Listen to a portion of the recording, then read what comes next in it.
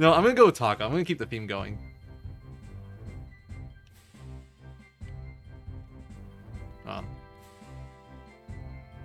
I can't do this one in full because it's a banned word. Well, we'll get around the filter. How's that, guys? Is that satisfactory? If the run's good, it'll be in under 4 hours. That's the question. Well, we have to pick one. I only have 8 characters. So it's either Taco, Nacho, or Taco Nacho. Oh, no, yeah, this is 1. This is not 2. 2 in 2 the record is just over 7 hours. Alright, let's go. 3, 2... I'm not gonna count down. I want to time into my spin animation. There we go. Alright, so right away, this run starts with a manip. And if I fail the manip, I'm actually just gonna reset the game and try again. So that's gonna be fun. But plot... I will try to cover the plot a little bit when I can, squeeze it in between all technical stuff. So, we are the son of the Imperial General, Tamik, one of the 6 great generals. And we're about to meet the Emperor and Empress of this great nation, the Scarlet Moon Empire.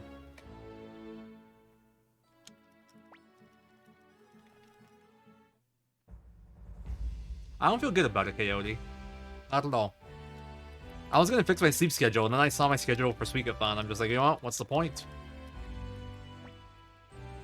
SRD is preventing me living a healthy lifestyle. Thanks, SRD.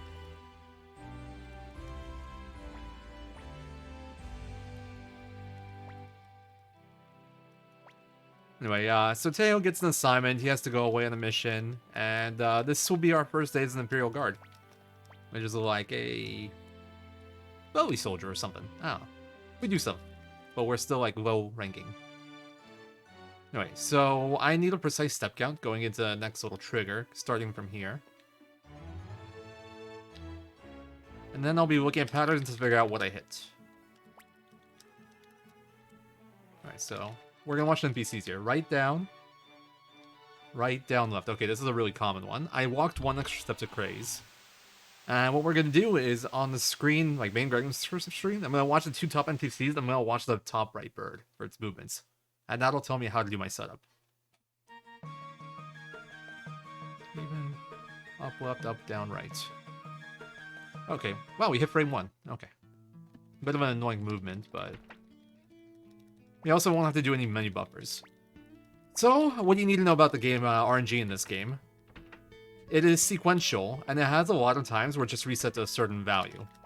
Start of the game being one of those values. And step count actually doesn't affect RNG when, like, the steps themselves don't affect RNG unless you can get encounters on the screen. But, every frame there's an NPC that can move on screen, it advances by 1 for that NPC, at least 1. And there's like 10 NPCs in Grandminster, so... well, 7, and then the birds. The birds count too. But only when they're on screen. There's a lot of, like, little janky stuff with this. And step count is the best way to measure the amount of frames we spend on the screen. Like, the step count itself doesn't matter, but it's how we measure how much time we spend on the screen. Because each step takes 4 frames, if we're running, it takes 2 frames. The annoying thing is we don't have any way to get 1 frame in, so we can actually do that by menu buffering. It's kind of a new tech, where you mash your menu while you're moving, and if you actually get it to open, you close it, and you have stopped for exactly 1 frame, so it's like a way to add 1 frame. Which lets us do all sort of stuff, but for this setup I won't need to do that. It's just a no menu buffer movement. Yeah, you get to see actual boss fights. They should all be manipulated, though. Alright, so this is a big focus point. What I'll be manipulating at the start is a fight with 3 bonbons. That will lead into a fight with 3 mosquitoes and 1 ant. The 3 bonbons we're going to manipulate for a Celadon urn. And the 3 mosquitoes, 1 ant, we're going to manipulate for a Holy Rune drop. Alright, left plus 5.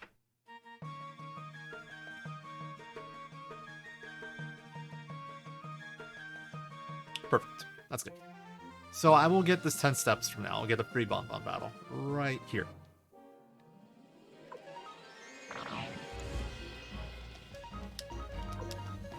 And since I know what RNG I'm on, we always do this battle the same way. At level 1, our starting stats will always be the same, so everything at this point is still consistent. Later on, you have variation due to stat growths, but at this point, everything's the same. I get the same stat growths every time. I'm going to do one quick formation swap here. That doesn't change the battle or the RNG at all, but it will change the stat growths for Cleo and Ted. The reason for that is because whenever a character levels up, RNG advances 7 times to determine how good their stat growths are for each stat. So by swapping their positions, it'll calculate Ted's before Cleo's, and that ends up a little bit more favorable for me than if I did Cleo before Ted. Specifically, Cleo will get 1 more magic point. In the early game, it's all about Cleo magic, I need her to get 91 magic by a certain point. So there's our goal, and we got the drops, we got a question mark pot, and we got a Holy Rune. Holy Rune is how you get to run fast in this game. If I have a Holy Rune equipped on someone in my party, I will get to move a lot quicker, as you'll see right now. So we manipulate that at the start of the run. If we don't manipulate it from a drop, and it is a rare drop, it's like 1% or something, off a mosquito. I won't be able to buy one until we get to Kaku, which is like in the next world map segment. It's about like over 40 minutes in like the older routes before Holy Rune manipulation. So just getting it that early saves like 3 minutes of movement in just like the first quarter of the game. Anyway, here we meet Craze. He gives us our first assignment. We got to go to Magician's Island and get the astral projections, I think, or conclusions from Leknot. 2 out of 2, thanks, 29 rooks. So yeah, it's second lowest drop rate possible then. We meet Fudge here. He is a Dragon Knight. Ted doesn't like him. He calls him a punk. Ted's our best friend, by the way. A little bit of a weird dude. Calls Fudge a punk here for absolutely no reason. Just rude to him completely. They don't get along. And Fudge is going to take us to Magician's Island on the Dragon Black. Also, this is our first instance of an RNG reset. So, RNG in this game, it's kind of poorly coded. It's in kernel memory space, which doesn't really matter much. But what does matter is that certain events overwrite the RNG value with something somewhat preset. So in this case, this event right here, this Dragon Rite, will override it to one of 2 values. And based off my first battle, I'll know which one I'm on and I'll know how to play the segment. Yeah, he is. Okay, I want to try to have good movement here. I can do backup setups if I mess up movement, but I essentially want perfect movement here, so I'm going to focus.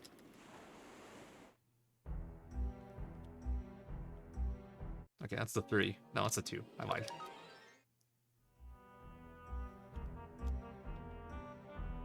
I'm being a little bit cowardly with my movement. Okay, that's +1.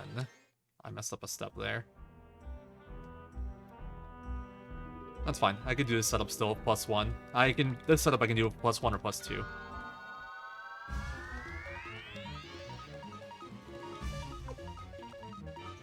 Zero, 1, 2. So I have like a free step window. Alright. Have a good night, Coyote. I will see you tomorrow. And the battles here is scripted once again. The reason we want to manipulate it is because he has an AoE attack he could also do, which is kind of annoying and slow animation. But also still more stat manipulations. We're going to get a 4 grow for Cleo there again.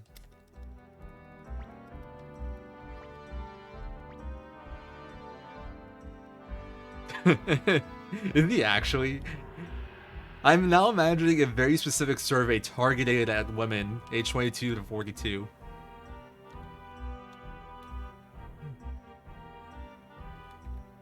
Alright. Gotta climb these stairs. With perfect movement, I hug the wall always, but it's really easy to mess up. It doesn't really matter though. RNG doesn't advance here. At this point, it's just like we have a little bit of chill time until we fly back to Gregminster.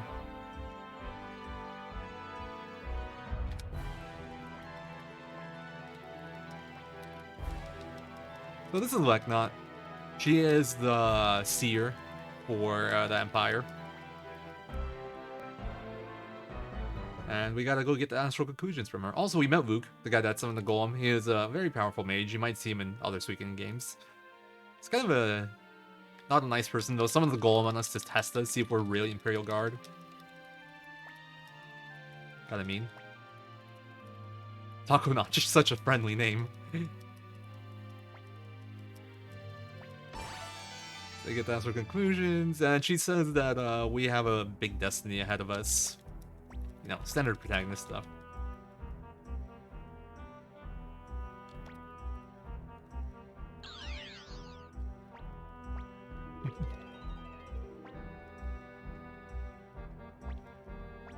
Like, not as nice enough to go Cleo a Fire Rune here. We'll be like, unlike Tom in his 90% run, I will be using that thoroughly. Just because no Bribe Glitch, obviously, so I can't get through big fights without it. Very important to the run. It's also why Cleo needs to hit these magic thresholds. At 41 magic, Cleo gets a level 2 spell, which lets me have Firestorm, which is like big AoE damage. And then at level 76 magic, she gets a level 3 spell, which was even more big AoE fire damage.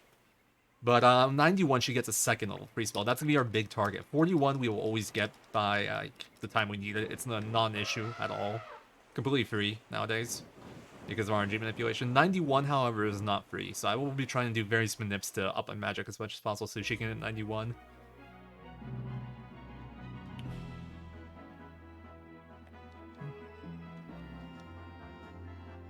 And that's like one of the big differences between Glitchless and Glitch, besides obviously the whole bribe glitch thing, visible Mickey and whatnot.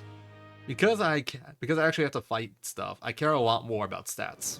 So I have to do a lot of little stat manipulation stuff throughout the run. Alright, I want to keep my movement here as clean as possible. It's important for Mount Seifu. So back in the day, we used to do another RNG reset before going to Mount Seifu.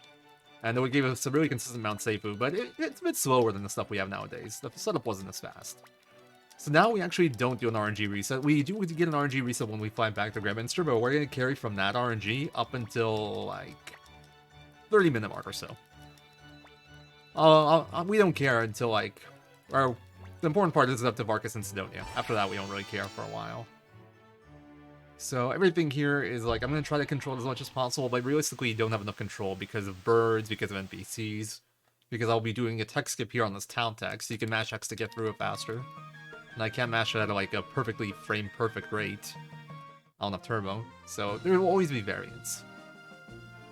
So I'm just going to do my best to track things and get an idea of where I am, and play around that. One bonbon, I'm fairly early, probably. Extra step, that's not good.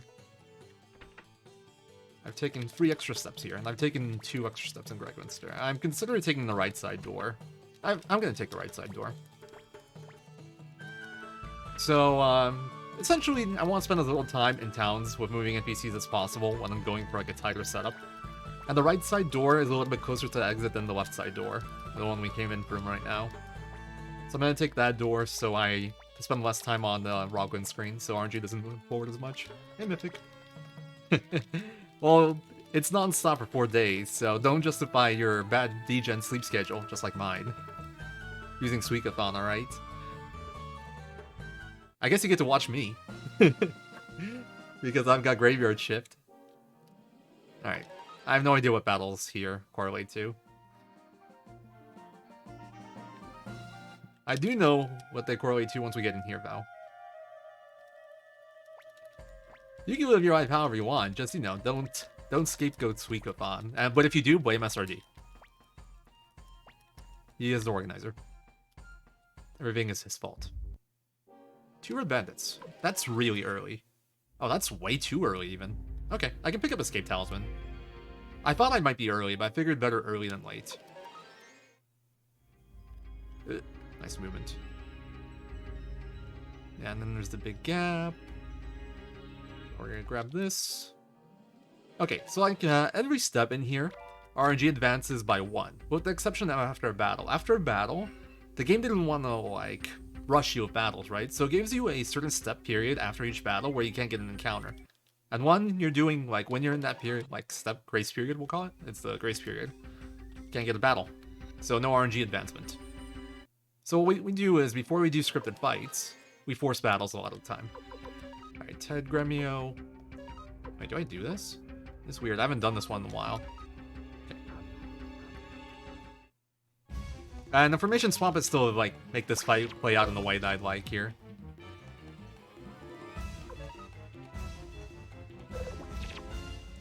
The goal for this fight is to manipulate and not do any voice of verse. Voice of verse have longer animation, they wreck our party, and we will not be healing with this setup before the next fight.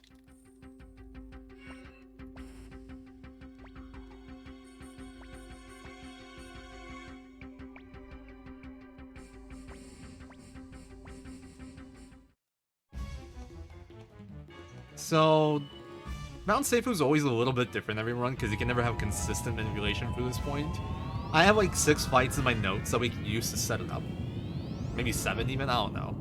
But some of them are better than others, and this is actually the best one, the one I got. The one downside is that I don't get full magic Cleo growth, so I only get 1 out of 2 good ones. This setup also requires perfect movement to boss fight from this point, so a little bit scary in the marathon run.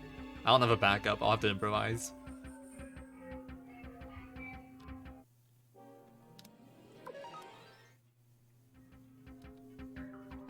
I'm being very careful, because marathon, and I'm scared. Alright, that was perfect. Exactly. SRD finally confessed it. I knew that was the whole plan. Alright, so my pattern here is 2-1-1-1-5. That's just the bandits I attack. We're about to do a 5-bandit fight. This fight's really cool because it's actually a 1-turn, which is really hard to do, actually. Lots of things have to go right. That bandit right there that just crit has like 55 HP. My party isn't that strong. Launch a counter here and finish the last one. One turn bandit fight here is really rare. It's like I only have like 2 setups that have this, I think. Got the shoulder pads. We're on manip. It's manipulated. Okay. Unite Sidonia, Cleo attack Sidonia, Ted attack workers.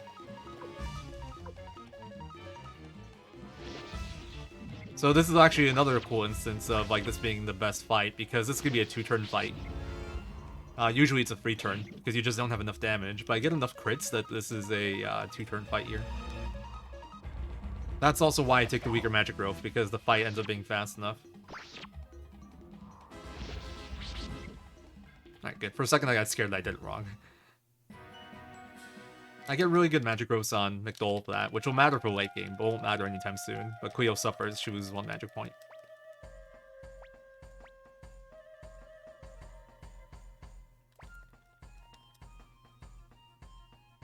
Alright, and from now on, we get to chill a little bit. I am going to do some extra movement in here to skip a world map battle. It's kind of neat. And if I run straight out of here, shortest path, I'll get a battle on the way. But minor optimization, you just run a little to the left before exiting, and you won't get a world map battle anymore. Alright, time to update you guys on plot stuff, because I haven't had a chance to do that, but this is kind of the downtime where I don't have to really think. Also, if you go to the right side there, there's Imperial soldiers beating up children, and it's like a cutscene that you have to watch and choose if you want to help or not, so you go around on the left, even though the right side's technically closer. Anyway, so our first mission after we return to the Astral Conclusions was to go and collect tax money from Rockland. This is Rockland right here. Grady's kind of like the lord of Rockland.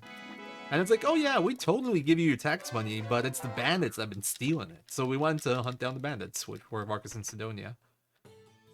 And like, when we asked them about it, they're like, what are you talking about? We haven't stolen anything. If anything, they're the thieves. And like, we bring them in after beating them up.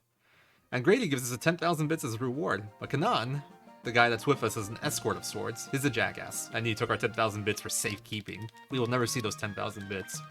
It would have actually been so useful. By the way, bits is the currency in this run. So if you guys want to help me out with the money route, donate bits to twitch.tv/RPG Limit Break. It carries over, I promise. Anyway, now we're back to Gremminster. Kanan takes Ted to report to Craze. Also, when we were fighting at Queen End, it's a forced loss fight. So we got stuck. We were about to like get destroyed in the game. So Ted's like, let me handle this. And he does some weird black magic stuff to kill it. And Kanan takes notice of this. And if you look at Ted's like rune in game, and it was actually just triple question mark. But Ted actually has a true rune called the Soul Eater. He kept it a secret from everyone because there's someone chasing after him, and we actually met her before. It's the Emperor's wife, Wendy. She wants to like, she's just power hungry essentially, and she wants to collect true runes, Ultra Rune Bearer. She's been after the Soul Eater for 300 years. Another thing about true runes in this game is they offer you immortality, so Ted's actually over 300 years old, despite his youthful appearance. Wendy is incredibly old. But yeah, Kanan recognized that what Ted did was a Soul Eater. I don't know how his, like, why he knows about this. Kanan is just... I don't know how he has any kind of power in the Imperial Army. It's a big sign of the corruption in the Empire. But yeah, he brings Ted to Wendy. She tells him to hand over the rune. And he's like, nah, I'd rather just blow up this room. And he's injured from blowing up the room.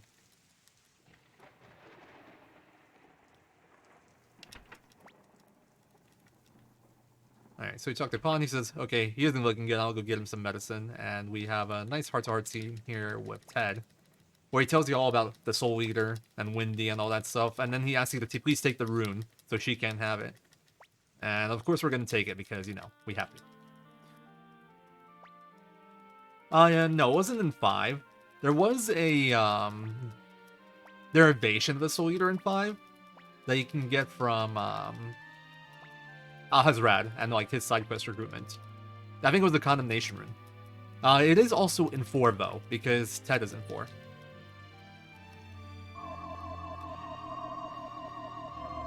Aiden Chronicles hype! So, Ted gives us the Soul Eater. And, we hear some loud knocking on the door. We go see what's going on. Nothing good, I'm sure. Hey, it's Fawn! He betrayed us. He went and reported that Ted's here because he doesn't want to cause trouble while Teo's gone. The jerk. So, Cleo and Grammy are like, yeah, you shall not pass. And Ted's like, hey, you guys can't win. I will be the distraction. You guys escape. Because they don't know that, he's giving me the Soul Eater.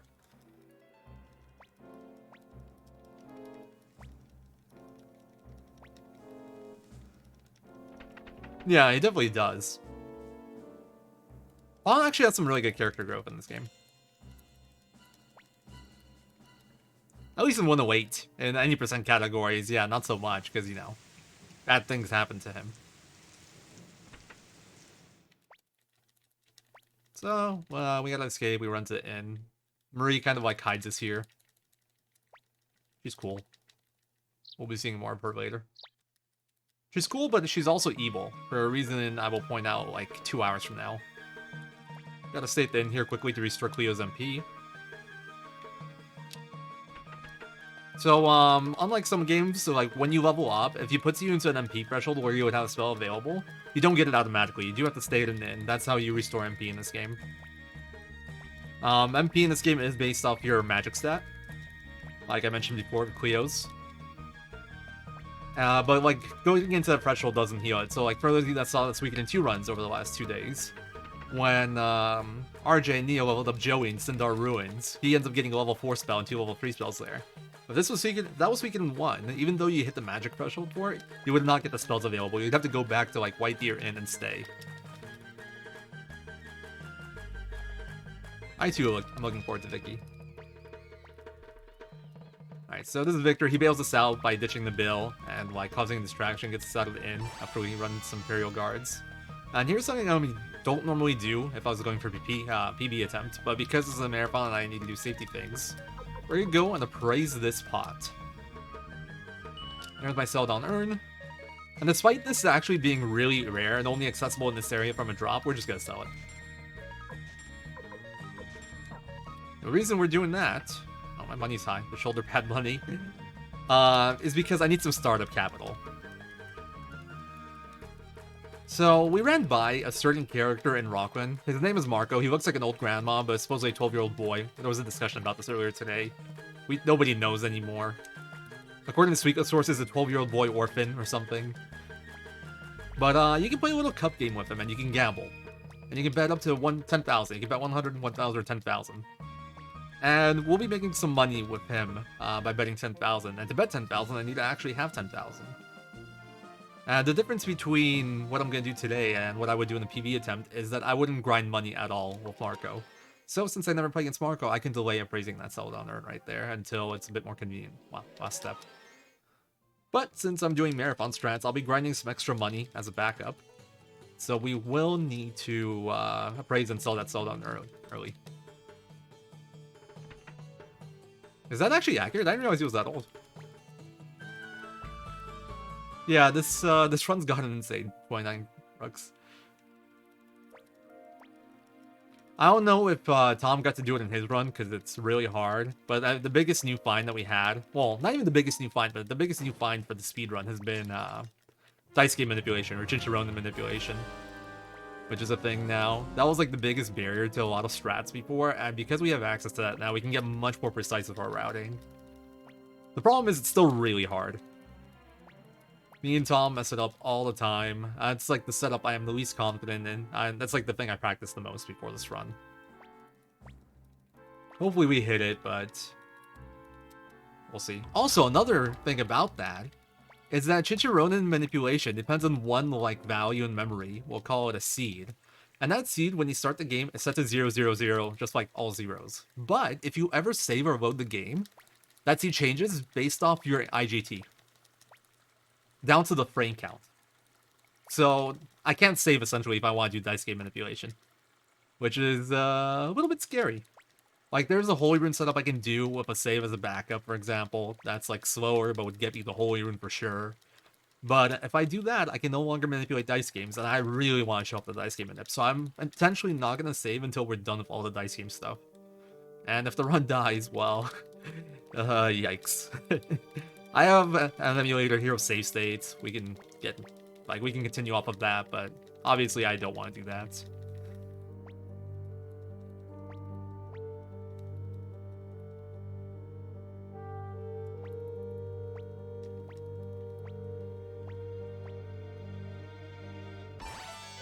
Alright, so Victor joins us. That bandit basically tells us that they have hung Victor, or not Victor, Marcus and Sindode, 2 bandits we caught earlier to die without a trial in Rockland.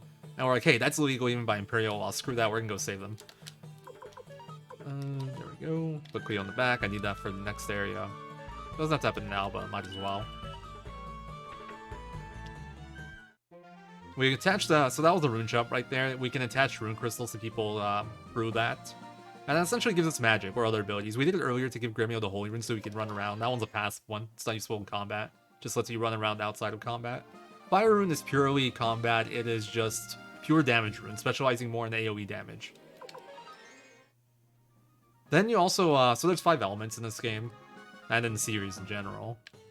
Lightning is the other one that's pure damage, but lightning is more targeted at singular enemies. And then there's Earth, which is a bit of a hybrid, Wind, which is a bit of a hybrid, and then Water, which is purely healing and utility. Needless to say, we won't be using Water, but Earth we actually will be using a ton, and Wind as well.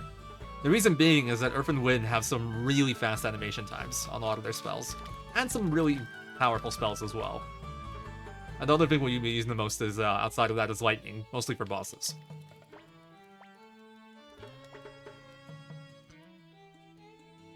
Alright, so this here is Marco. We're gonna do some gambling.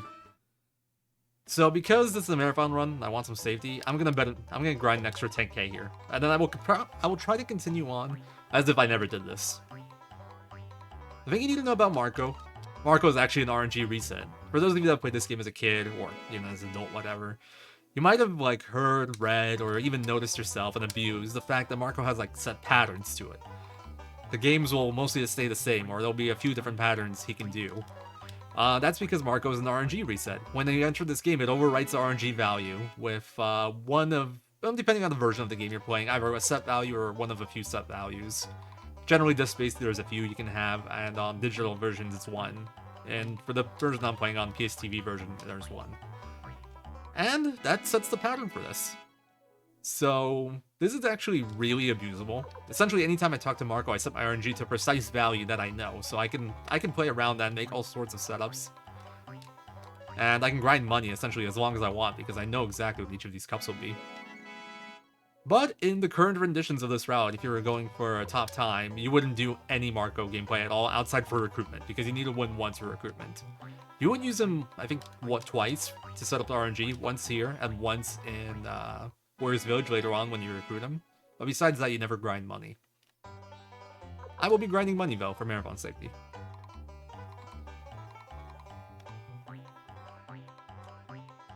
Also, the text advances slightly faster if you hold X, so I'm trying to do that, but you also have to balance that with confirming the text boxes. It's actually a bit tricky to do as fast as possible. I'm honestly not really doing it quite right.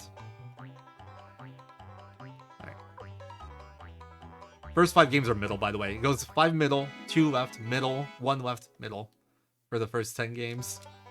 And I think you don't have a right until the 13th cup for the PlayStation TV pattern.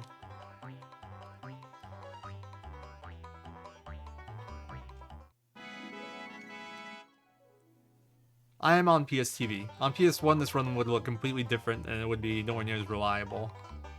The PSTV is the fastest version for this. It's actually the same as the PSP version. Like, through the PSN store. Not the PSP Suikoden 1, Suikoden 2 combo, but the US PSP, PSN version. But, the RNG resets in this version are very consistent, and you have fast disk load through the game software. So you get better load times as well. Makes it the best version for running this game by far. Hey, Mr. Holmes, figure over the raid. Welcome, everyone. Anyone that doesn't know me, I am Zero. I am running 108 Glitchless of this game for Suikothon. Welcome, welcome. Alright, so that was just my backup money. Now we're going to do the actual setup that I would do if I was doing this normally. So I'm just going to talk once. And I'm going to quit out right away. And we're going to need to do a precise step count to the door here. Luckily, it's walking, so it's not that hard. Nice. Got it. And then walk back in. Good. So this manipulates the battles coming up here. This should be... That's not right. What did I do wrong? That was fine. I'm actually confused. What? Okay, I still got a foregrove. Well, Rip Lover's Garden. I have no idea why that didn't work. Straight up. Okay, no manip here. So I'm down 30k, essentially. What I was going to say is that we were going to manip a drop from the battle after this one. It can drop an antique that's worth 30,000. Well, 29,000. So we were going to take advantage of that. But, yeah. I don't know what went wrong there. I think I've had this, like, happen occasionally before, where it just didn't work for some unknown reason. It was super rare. Yeah, if I needed to, I could also go back and do more markup, but we're not going to do that. We have 10k extra. Now it's going to be less. My Victor's really fast, too. Shit, I did that wrong. Okay, I'll walk back. Yeah, it's not seeded in this game. It's seeded, like, this initial value is off of BIOS. And then after that, it is set by something we'll call RNG resets, where the game just kind of accidentally overwrites it in a bunch of places. The value it overwrites it with is based off the console you're playing on, like the platform, not like specifically which PS2 model, for example, but the fact whether it's like PS2 or PSN, etc., etc. And we take advantage of that.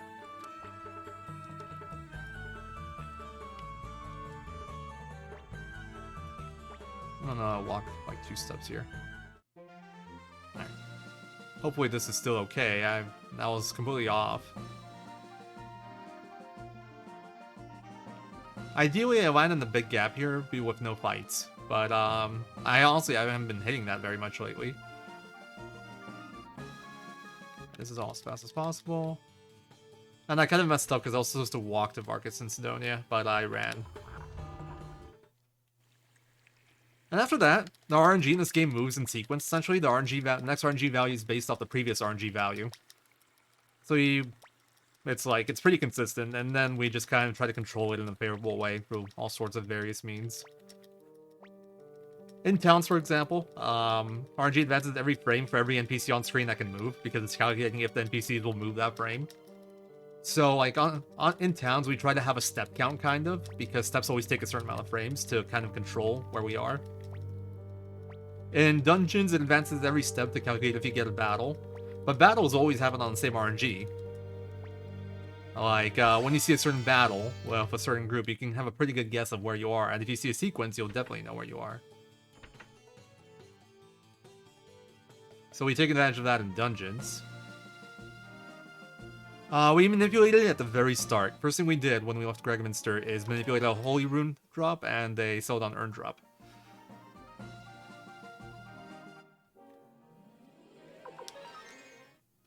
It actually uses system time, wow. Yeah, that was ahead of its time, apparently. Okay, I'm a bit late. Okay, things are gonna be a little bit tricky then. I'm like 100 later than I want to be.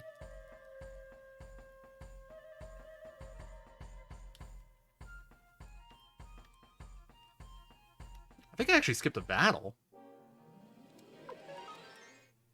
Uh-oh. Wait, no. Oh, there's no way I skipped that. That doesn't make sense. Apparently I did. How? Oh, okay, so Tiger Wolf is actually kind of unique. So each area in this game has an encounter rate. And essentially what it does some like calculations on the RNG value, and if it's below that encounter rate number, you get a battle. The highest encounter rate that's like a dungeon area is Calico, for example, where it has an encounter rate of 4. Most areas have an encounter rate of 2. And I think it's out of 255 essentially. So if you you get the remainder after dividing by 255, and if it's under 2, for example, with an area of encounter rate of 2, you get a battle. Tiger Wolf is unique because different screens in Tiger Wolf have different encounter rates. There's some screens that have an encounter rate of 2, and there's some screens that have an encounter rate of 3. So what I think happened there is that that free slime battle that I skipped was supposed to be an encounter rate of 3 battle, but not an encounter rate of 2 battle, and I probably got it, I got the RNG that would give you the battle on the screen that had an encounter rate of 2. It's not something I've seen in a fairly long time, but...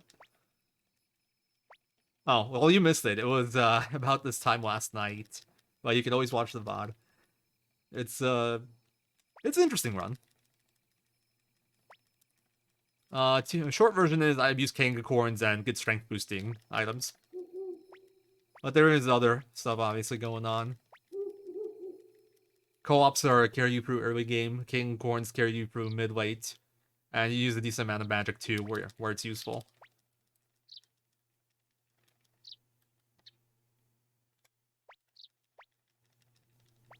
Also, tile usage, obviously, very important. Anyway, this is what Don Kessler, Don drugged us. He was gonna rob us with some robber's tea. And then Kessler comes in, sees us, and recognizes Dessa. It's like, Kessler, what the hell have you done? Ruined an antidote, or I'll lop off your head. And that's how we survived that encounter. But Dessa's fame. Yeah, so this battle right here. Oh, what's the next one? 2 slug. That battle right there, I was supposed to get at the wall up there. I usually force it. So I'm like 100, I'm like 60 behind where I should be. It's not that important for this segment. Like, I might get an extra battle or something. It's not a big deal. Like a World Map battle here, for example. But on the way back, there's manipulation I want to do that's going to be very hard now because I'm behind. Like 60 to 100 RNG. And when I say like I'm behind 60 to 100 RNG, I mean in the sequence. Because as I said before, it's sequential. Think of it as like a timeline almost. I'm behind in the timeline. Or kind of ahead in the timeline. I want to be earlier in the timeline.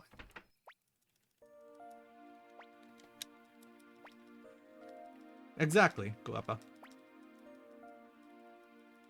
Like we recruited Dessa. We already recruited her. What? Look, she's part of our team. She's here with us, having deep conversations in the middle of the night. Anyway, the whole mission we're doing now, by the way, we want to deliver the blueprints of fire spears to a secret factory so we can one day use them in the war. By the way, Dessa, Victor, everyone in that hideout. Rebellion against the Imperial Army, or against the Empire, really. And they asked us to join. We were thinking about it, and at this point, we're kind of like, you know what? Yeah, we're in. Screw those guys. They murdered our friend. They tried to take our soul eater. There's corruption everywhere. Empire ain't so cool after all. Keep in mind, our dad's still one of the 6 or 8 generals. Alright.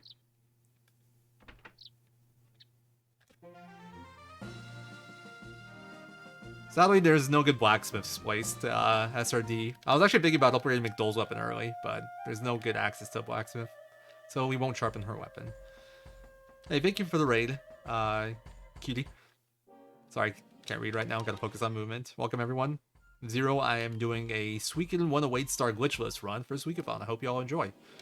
Yeah, this battle I want to get after this screen right here.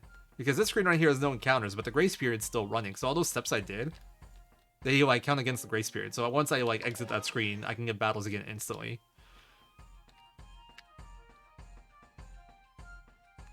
So there's no way I'm making the optimal spots. I'm probably going to force a battle. And I'm going to do a backup setup that I have a pretty bad success rate with, to be honest. It's going to be really important that I hit it too, because I'm actually behind in magic for Cleo. If I don't hit it, we might like just have to go off route completely. This works.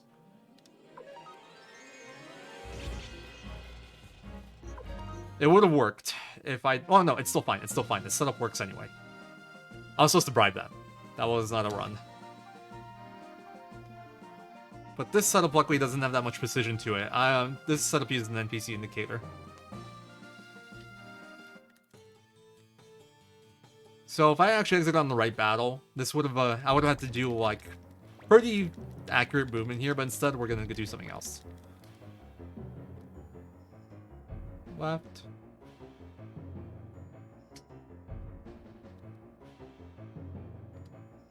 I messed that up, honestly. I'm gonna assume I hit it, but I am pretty sure that was not it. So if I do this right, McDowell will gain 12 magic here, and Cleo will gain 11 magic. But I am pretty sure I did not do it right. What we take advantage of is when an NPC is moving, they're not actually advancing RNG. So I tried to time my entering of that room right when that NPC moves. Okay, 34. Okay, I actually got it. Nice. Runs alive. I do that solely for stat manipulation here. Because like I said, I have some important thresholds I have to hit. And there's one I actually have to avoid. I need to make sure that Victor is under 65 speed, because if it's 65 or over, he'll mess with my Zombie Dragon setups. Since they all assume that he's slower than Zombie Dragon. For Annabelle. Wrong game.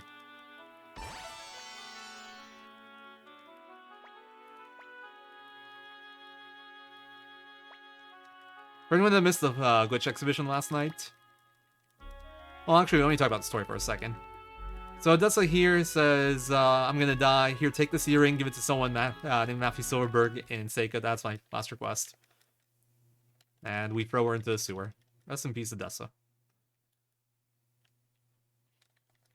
Rest in peace, leader. She was the leader of the rebellion, so kind of a big deal. Yeah.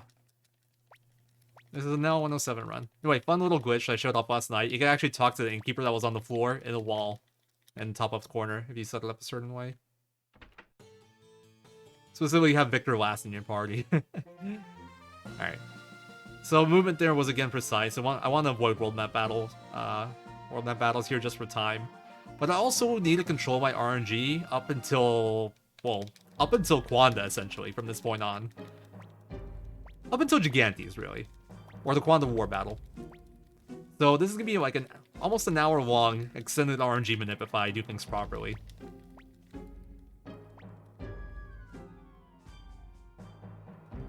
So I need some level of precision for the next like 40 minutes, which means I will maybe be explaining things less as I need to focus more.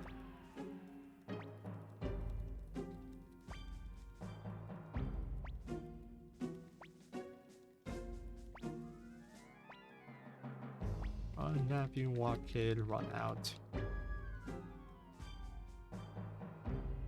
Yeah, well, Suikoden 4 was in the past. It was the retroactive edition. At least he didn't say you bring back the second. That guy was kind of a jerk. Bring back the third is cool, though.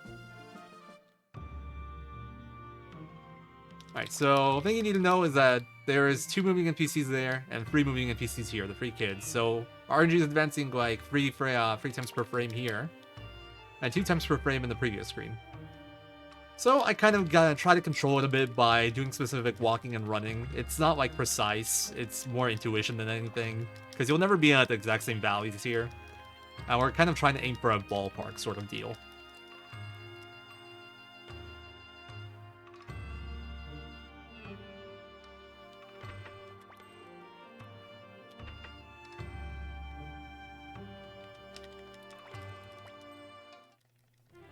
Yeah, I didn't mention Guide is actually also one of the great generals. He recognized us, but he let us pass anyway. Because, well, okay, I stood still for a second there. Yikes. That's probably okay. It wasn't that long. The big issue I can have is I can miss the battle I need to grind next. I'll be looking for a very specific battle, and if I don't get it, I can be in trouble. I have a backup, but I don't have manips for the backup, so it would break my Tai-Ho manip as well. We'd have to do no Tai-Ho manip. So it would most likely, like, kill the whole intended route. I'll have to go into improvisation mode.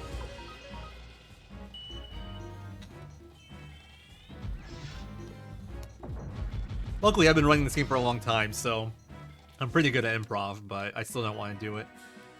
4761. So I want to pay attention to Cleo's speed and magic there to tell me what setup to do. Since Cleo is 48 speed or less, I'll be doing the slow Cleo setup. And since she's 62 magic, or 61 magic, not 62, I need to get her a 31 growth at least a 30 growth. But that means I need to do one of the 2 specific setups there. So I already know how I'm doing the next fight. Well, Button Dust is actually like one text box less. There. But that's not the option I care about. You gotta hit this one here. I don't need a lid, I have confidence.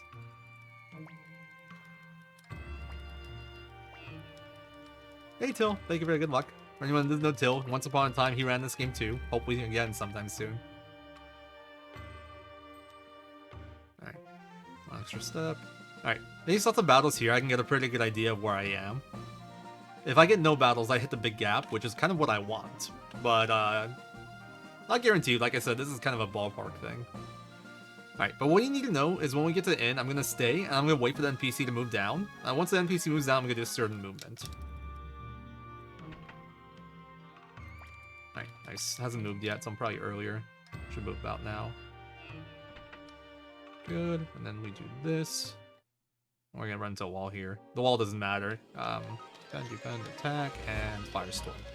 So we don't actually have to go here yet, but this area, we're not supposed to go here in general. This area is like a later on area, and all the enemies here are around level 20. So this group of 6 is going to be a grind fight, where you can kill one Firestorm and it's going to level us up a ton. Now Cleo has 92 magic, so we're set for the next part. Okay, now I have to focus here. Alright, good down movement there.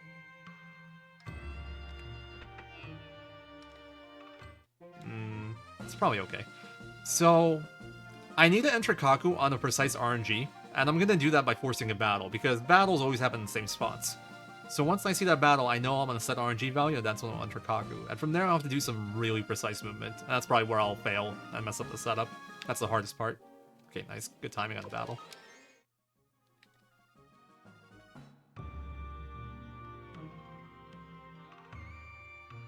Let's go. I got the movement. I need to take 6 steps more than, like, the shortest path there. Which I did. But we're not done yet. That was only the first part. The rest of it's easier, but it's not free. If I do this right, Tai-Ho will roll a 3-3-1. That's the goal here. And then if I hit certain parts of the bowl, I have, like, a 4-frame window, essentially. 4 spots in the bowl I can hit. That'll let me win, for sure. At least 4 in a row. There's like a billion spots I can hit, but there's 4 in a row that's a good like spot to aim for. Alright, so we're gonna quickly do that for manip reasons. We want to advance RNG a little bit. Alright, here we go.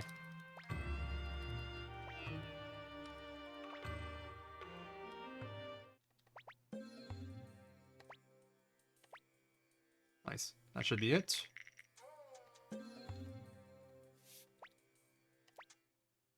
Let's go! Got it.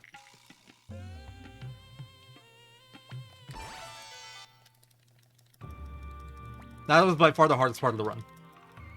We're not done yet.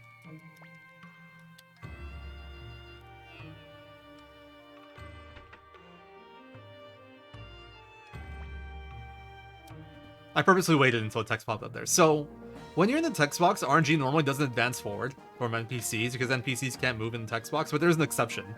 There's Lot's Cat. Lot's Cat can move if text box is open. It's not on screen, but it's still there. So I'm kind of using Lot's Cat there to try to push the RNG to a precise value. The thing about Lot's Cat is that its movement's really random. It's based off a timer as well, and you can't really control it. Kaku is actually the worst place for RNG manipulation in the game because of that. So even with Tai-Ho manip, because we can't exit Tai-Ho manip on precise frame either, like this part isn't as manipulated as I'd like. And to add on to all of that, there's also the guy by the dock, Mr. Stan Lindaway, who will block you. And like the MIPs are made in a way. Nice, that's the battle I want to see. Hold on, I might do this now. Who cares? The MIPs are routed in a way to avoid him blocking you, but it's still not like... At least after Tai-Ho, if you hit Tai-Ho manip, it should be 100% consistent, but it's everywhere else, it's still scary. You will see more of it later. Hopefully it goes just as well as that one.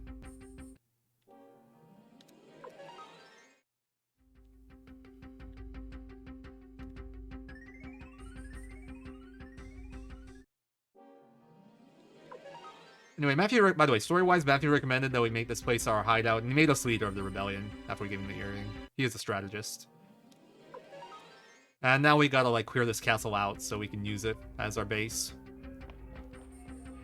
Alright, next should be for Ioannis. Okay, Ioannis full armor. Yeah, that should be fine. Yeah, that's good. So I want to enter the next fight within 60 steps of a battle here. I do a different setup depending which battle it was.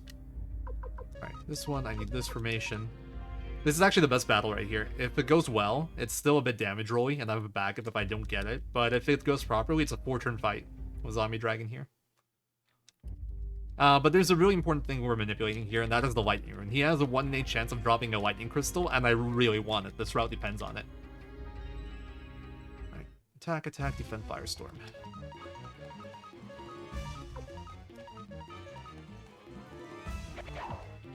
Both Victor and McDole crit. In fact, Victor will crit every attack, besides maybe the backup one. This fight. Which is good, because Victor is my best, like, he has my highest attack in the party right now, so he's my best damage dealer of physical damage. I try to manipulate as many Victor crits as I can. As you can see there, he hits pretty well. Defend, Dancing Flames, attack, attack. Yeah, I'm just making sure, because I have like 6 of these setups right next to each other in my notes. It's really easy to get mixed up.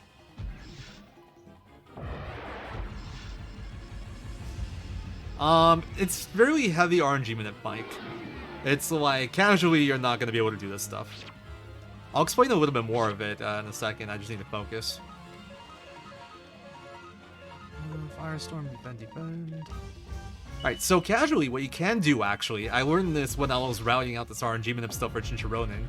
You actually want to aim for the middle of the bowl. The closer to the middle of the bowl, the better your rolls will be. There was actual mechanic behind that. Attack, defend, defend, Dancing Flames, defend, defend. Essentially what the game does is it calculates special rolls first, so like 4, 5, 6, 1, 2, 3, triples, all that. If you miss all those, then it also calculates throwing out the bowl, and after that it'll calculate normal dice rolls. Nice, God. Let's go. I got the good fight.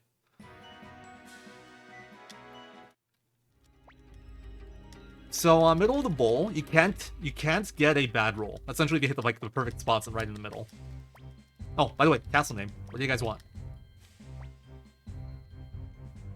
What are we naming the castle, guys? First thing I see that I like. Sorry, too much to explain. I get distracted. Taco Bell. Okay, let's do it. No space, though. What the?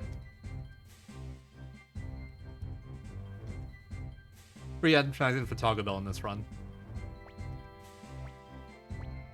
Taco Cat was a good choice, too. Sadly, too late.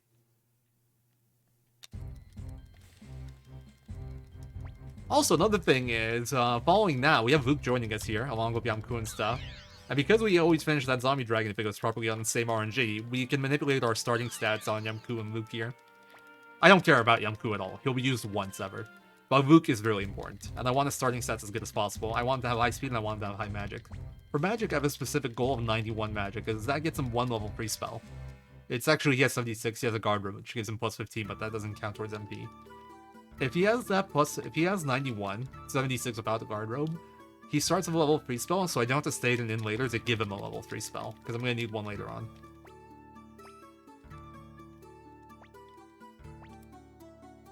So you'll see stats here, 64 speed, 91 magic.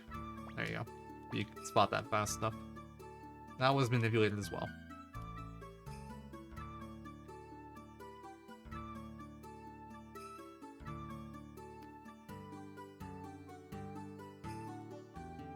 Anyway, going back to the whole Tai-Ho thing.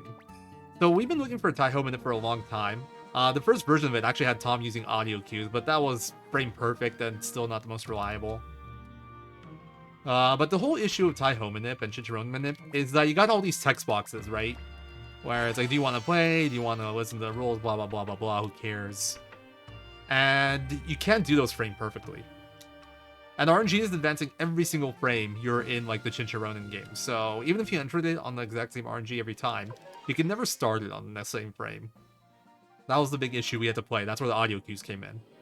But the discovery was we could actually buffer the text boxes. If you press circle or X before, wow, that's a lot of encounters. Before they like pop up, they will auto-scroll, but they won't stop when they end. They will auto-advance. And that lets us do manipulation. So we still have to enter the game at the exact same RNG every time. That's where that's where the movement came in. That's why I needed perfect movement in Kaku. That's why we forced the battle outside Kaku. But once we're in the game, we can buffer those text boxes to have Taiho always start on the same frame, and we can buffer the text boxes after that to have us always start on the same frame and the same RNG, and then it's just a matter of hitting the spot in the bowl that we know works.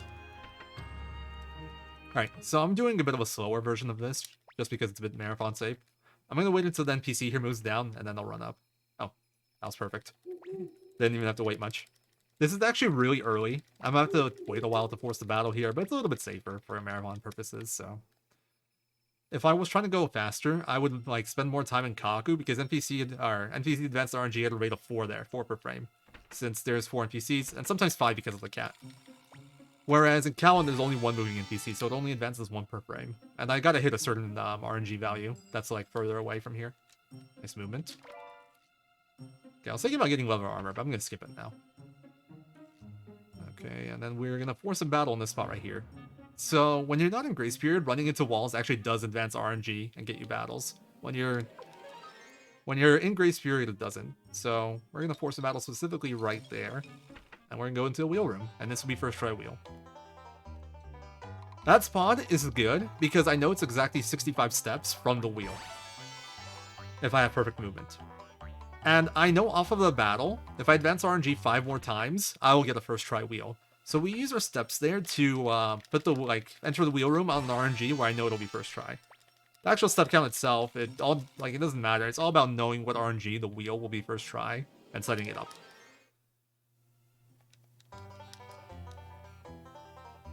And we use the encounter there to tell us what RNG we're on essentially. When I get that encounter, I know exactly what RNG I'm on.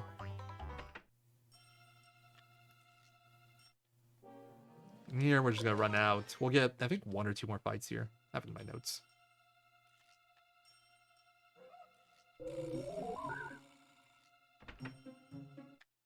Yeah, 1 minute. I want to exit on this one, because I want to exit on consistent RNG as well.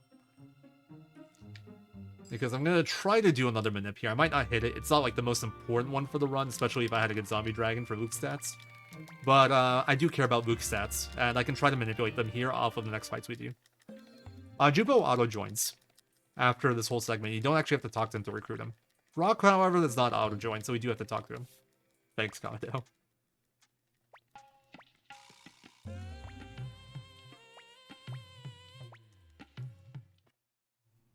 Scroll down a bit to my notes. So at this point, I still know exactly what RNG value I'm on. I want to keep that going as long as possible, but there are limits to it.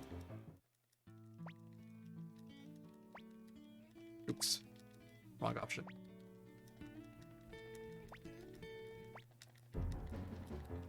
Alright, I'm gonna try to walk a really precise path here. I want to take 2 extra steps before getting up the ladder into the cutscene. That'll do. And then I want to take 1 extra step and enter on the middle of the door here. This is the part I messed up the most. It's harder. Nice, I actually got it. I've messed this up every single practice run I've done recently. So once again, the step count itself, it doesn't matter. But or how should I put this? I can't stop moving to think about it or take my time, take slow movement there. Because the step count itself does not matter. What matters is the amount of frames I spend in Cowan at that point. And moving to the door. It's about the time spent. Where I could be moving that it's time spent on the screen essentially. Best way to put it. And the step count is just a good way to measure that. Because you move at the same speed every time. In theory, you could do that by hand, but you would have to enter the door at a frame-perfect moment. Anyway, Luke got 5 out of 6 good magic growths there and all good speed growths, and here he should get another good magic growth, good speed growth, if I recall correctly. So he should be 84 speed and 125 magic, which is really ridiculously good for this part of the run. Or for this part of the game. Yeah, nice. I actually got the full manip. Nice Lorelei statue. Yep. So Luke magic won't be an issue the rest of the run. My goal for this part is 119. If I have 119 magic on Luke here, that guarantees enough for me to do my Necklord strats, because that's where his magic threshold will come in. I care about it for this segment for 91 magic on recruitment, and then next time I care about his magic is for the Decor segment, where he needs to hit 184 off a certain battle. And that 125 magic here, with all the manipulation I do, is guaranteed to get it. In fact, I know that he'll hit 189 if my notes are accurate off of that battle. So we get Lapon to join us. Lapon's just like a big shot, kind of. Eileen joins his wife, and then Pawn joins back with us here. We also murdered Craze. That's nice. Fun fact, Craze is the one character you can murder in this game without consequence. Every other character where you have the choice to let them live or kill them, it's always better to kill them. Oh, this is the cleanest I've had this segment in such a long time. I could actually go for Kirkus Manip here, but I haven't done it in so long, I'm not gonna bother. Yeah, stand moves. See how that guy moved right there? That's pretty normal. That's why you have to tech skip and run. If you take too long getting there, he will block you, and that kind of completely screws things up. Because it's all manipulated. And if like you can reset a position by entering a house, but that takes time. And that's time you're spending on screen with 4 moving NPCs. So your RNGs are going to be pushed forward a lot. It doesn't say frame spell, Craze. SRD. Actually, that was good. That wasn't even a bad. Wrong name. Pretty accurate. But killing Craze is slower, because he runs out of the room. Yeah, if only you can kill Kanan. You can pretend you killed him in the final war battle. I get the feeling he does die. I like to think that he dies. Thank you, Highborn. Alright, so this is an assassin. He's trying to kill me. But the thing is, I'm level 22. I'm kind of strong. Actually, 24 now after Zombie Dragon. So it's a joke. But after 3 turns, he leaves. So you don't even bother fighting him. You just hit run every turn. If you were running a glitch category, you can bribe glitch him. That's a glitch that's in this game that can let you bribe any single enemy in the game, including bosses, as long as you can afford it, if you just double tap it quickly. But since this is glitchless, we can't use that, so we just have to wait for 3 turns. Ah, he's alive. Ugh.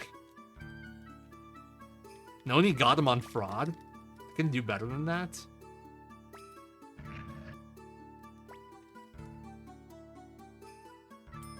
Hope he got the maximum sentence.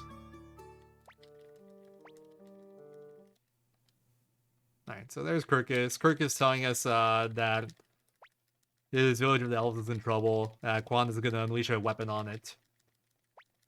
And he comes here to ask the Liberation Army us for help. So we're going to go and help him. And this is still a very heavily manipulated segment coming up, so I do need to focus.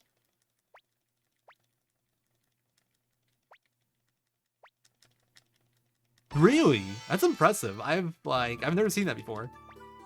Like, I feel like it's generally pretty hard to die to him. Alright, we're gonna bring Luke, Cleo, and Victor. Luke and Cleo will have use. Victor, we're just gonna throw a rune on and have him useful later. I think it's implied that he swam because he washed up on the shore. So he actually swam across. That's why he's like dying when you find them.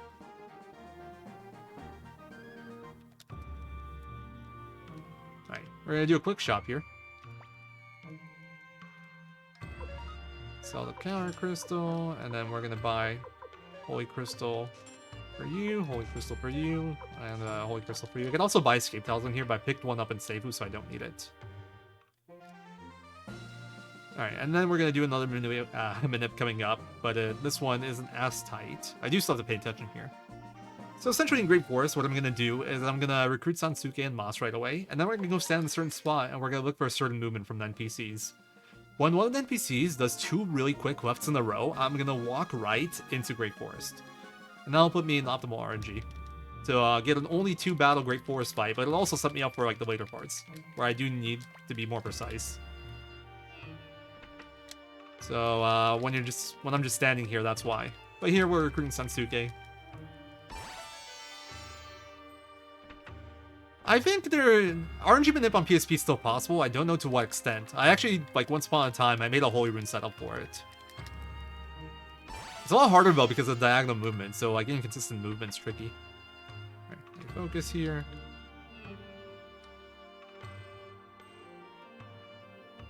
Yeah, I think I might have went a tiny bit early, but it should be fine. So the guy in the bottom left went left twice. Usually it's him. You can see both NPCs there. You don't know which one's going to do left movement, but as long as you see one of them do it, that's how you know that it's time to go in. Oh, that's actually pretty bad. I actually kind of want to look at the PSP version again, because recently we've been finding all these invisible characters. I showcased that kind of last night after my tactics run. And I want to see if there's stuff like that in the PSP version. I'm early. Okay, this is a little off, but what is that, like 6 steps? I'm going to get a random battle. It's not that big a deal. That was because I ran into that wall before recruiting Vicky, pushed my RNG forward more. So I can't do a super precise minute here, but I can, like, it's still generally fine. I can't enter Village of the Elves on consistent RNG. Now, normally I force that battle in a specific spot and do precise movement, so I know exactly where I'm at. I'll get a battle right before I get to Village of the Elves, probably within a few steps.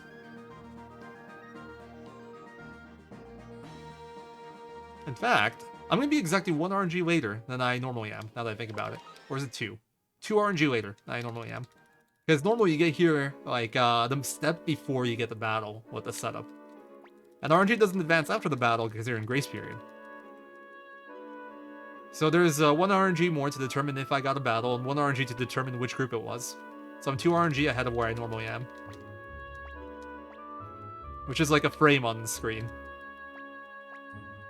So I can still do the normal setup. Valeria's stats won't be manip, but it's like... I don't really care anyway, and it's not something you can do reliably either way.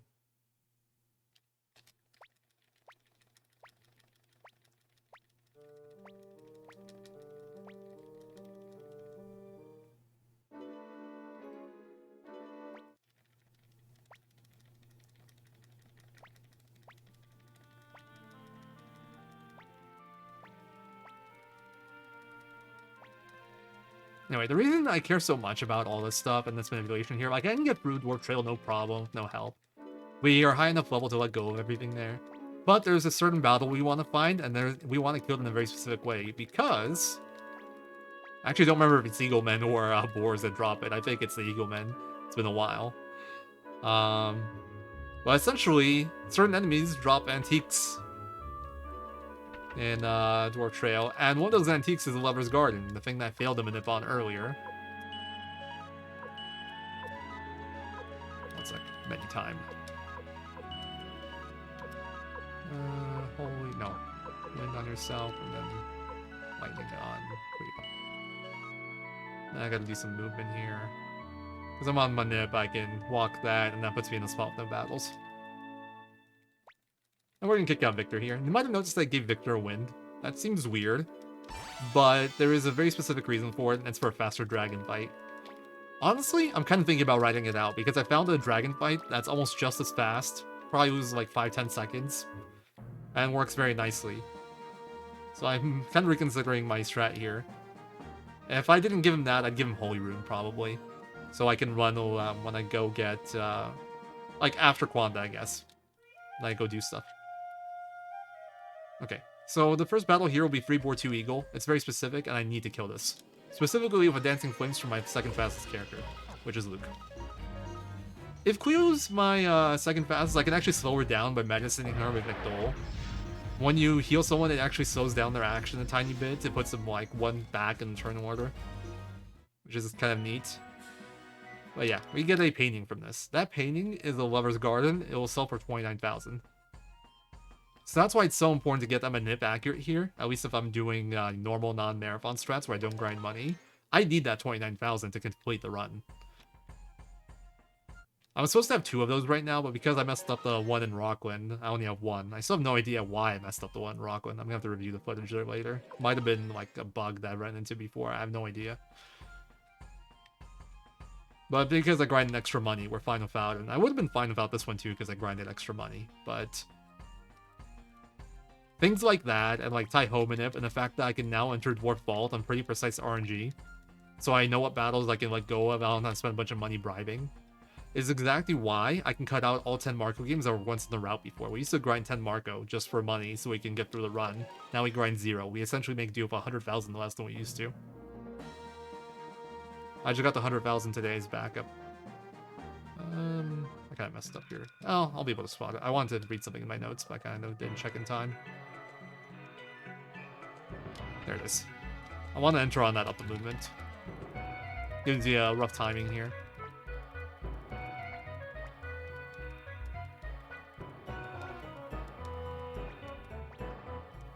By getting that battle at the Dwarf Trail, I exit Dwarf Trail on the same RNG every time, which means I enter this town on the same RNG every time. Which means that NPC will always do that movement, assuming I did everything before that properly. And it makes a very nice indicator. Because there's like 4 or 5 moving NPCs in there, so it's kind of hard to leave out the exact time you want. Okay. Actually, I'm a little early. I'm not supposed to see that battle. That's fine. I'm supposed to land right after that battle. Doesn't really cost me anything, though. It's just the 3 seconds from having one more battle. I might have one less, but I won't have Gigante's Manip. Which isn't a big deal. Gigante's Manip doesn't really do much. I will do a safety strat, though, if I don't have Gigante's Manip. Just to make sure, because he can actually crit Kirkus and one-shot him. That's like the one fear. And that would throw off XP route for the rest of the run. It would actually mess things up pretty bad. Alright, that one's always a bribe. That's actually the only bribe we do in this whole dungeon. And we should only see like 5 battles more from here. Maybe even 4. Actually, it should be only 4. Like, yeah, my notes. Actually, only 3. And this is a long dungeon. I hope so, Osmosis. We'll see, though. We're on good pace for it. The early game's gone properly, for the most part. Alright, here's a long gap with no battles. Never mind. Really? Okay, that actually kind of sucks. I was like, the last step before, that means I get no Grace Spirit advantage here. I'll get another battle in here instantly. There it is. Oh, my Cleo's slow. I can't do Manip. She had like 79 speed. I'm not gonna bother forcing a battle here. I could have forced... I just have to go for it. I was supposed to move him back into the back row just in case. It's very rare for him to die, but if it does, it messes everything up. So, pray for Kirkus not dying here. Okay, that's fine. He can magic. As long as he doesn't do physical, Kirkus can't die.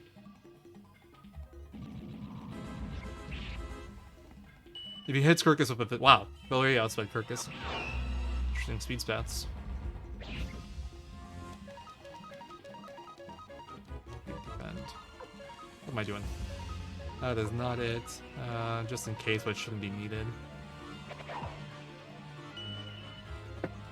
Hey, Batman's here. Alright, nice. 70 speed layer. Ooh, I got gold wet. Okay, that's really nice for money, actually. It sells for like almost 10k. It wasn't even manipulated. I've thought about doing a manip there, but it's not really worth it or necessary to get that gold wet.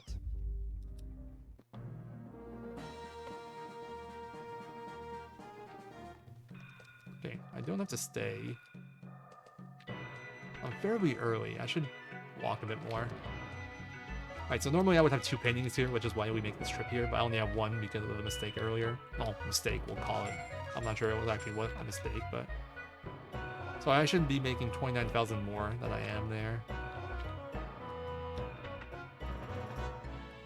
Alright, here we do some weapon sharpening. I can afford going to 9 here with McDowell. I'm gonna do 8 anyway, just because I'm used to it. No, like, I won't overkill anything. Which can break the nip. Should have maybe done this now. I want to go close my door because everyone's sleeping. Graveyard shift. Also got Sharpening Kirkus is level 1. Watch his weapon here. It goes from 18 to 35, which is significant. It only costs 3,500. 17 attack for 3,500. I take that. I'll walk from here because I'm pretty early. This part isn't super precise or anything, but I do want to kind of manipulate this.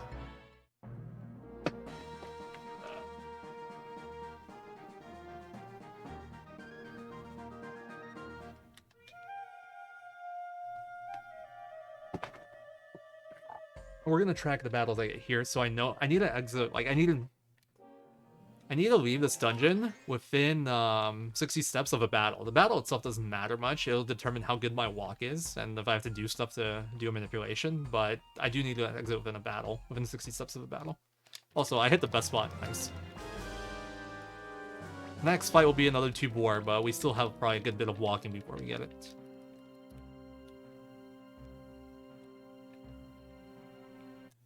There it is.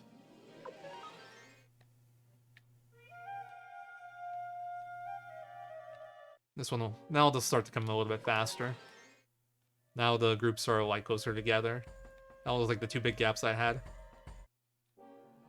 3 boar, 1 dwarf. Next is 1 eagle. Then 1 dwarf. Okay, that's within exit. Wait. Was that 3 boar? I'm gonna force 1 more, because I'm actually not sure which one that was. Because I wasn't paying enough attention. Yeah, 3 eagle. Okay, I see where I am. I just want to make sure I saw that right. Okay, so we'll get 2 battles on this walk here, and I won't have to do anything special for setting up my manipulation here. Manipulation coming up is really small, but so there's a forced battle coming up here in Cobalt Village. And it's actually the only forced battle in the whole game that you can run from. But it's not a guaranteed run. It's still 50%. All runs in this game are 50%, so we're going to do a step count to manipulate it. And depending on what battle we saw at the end of the Dwarf Trail, I'll have to potentially do a different step count. Another thing you need to know about this game for these RNG manipulations is when you get like so on the world map, essentially every step out of Grace Period, RNG advances by 1. But when you get close to a town, the game starts loading the town in the background. And this counts as a town, by the way, like any area you can enter. And when that happens, RNG actually stops advancing for a little bit. And I can kind of take advantage of that to do step count stuff where I move RNG forward more or less, but don't actually advance RNG, or move RNG forward more or less, but don't actually do extra steps. However, for this one, I'll do a normal path, because normal path works. For this case, normal path is left when I go to the first tree, or when I line up with the first tree here. Right there. And now, assuming my notes are correct, we will get a first try run here on this battle.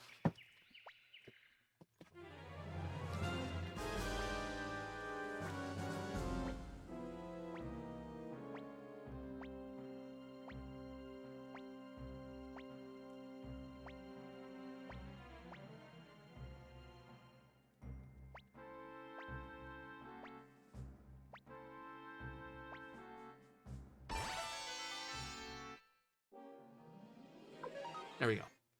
If I didn't know where I was, I could also bribe that battle, but it's a fairly expensive bribe. It's 12,600. It's actually a really good battle to kill. They're like all level 25. You can one-shot them with like any AoE magic, aka fire. That's all we have at this point. Well, actually, we have access to Sidewing at this point, whether nerf Rune, but we don't take that. Well, I guess I could now, if I decide to get rid of the wind on Victor, now that I think about it. But that's not the point. The point is, it's a pretty good grind fight, but because we can run from it, because it saves time, we do run from it. And it works out nicely for EXP eventually.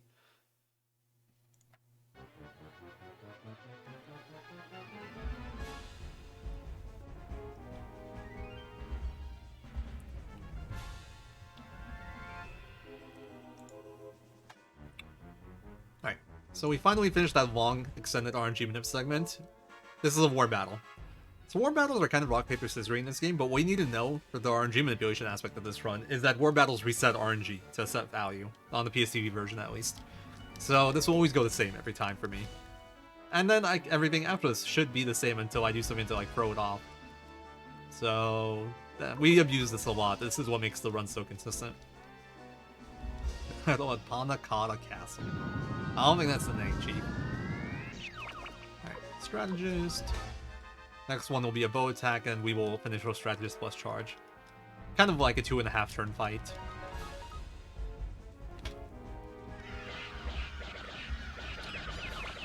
So I mentioned RNG manip is the reason we know what he's going to do there, but that's not actually entirely true.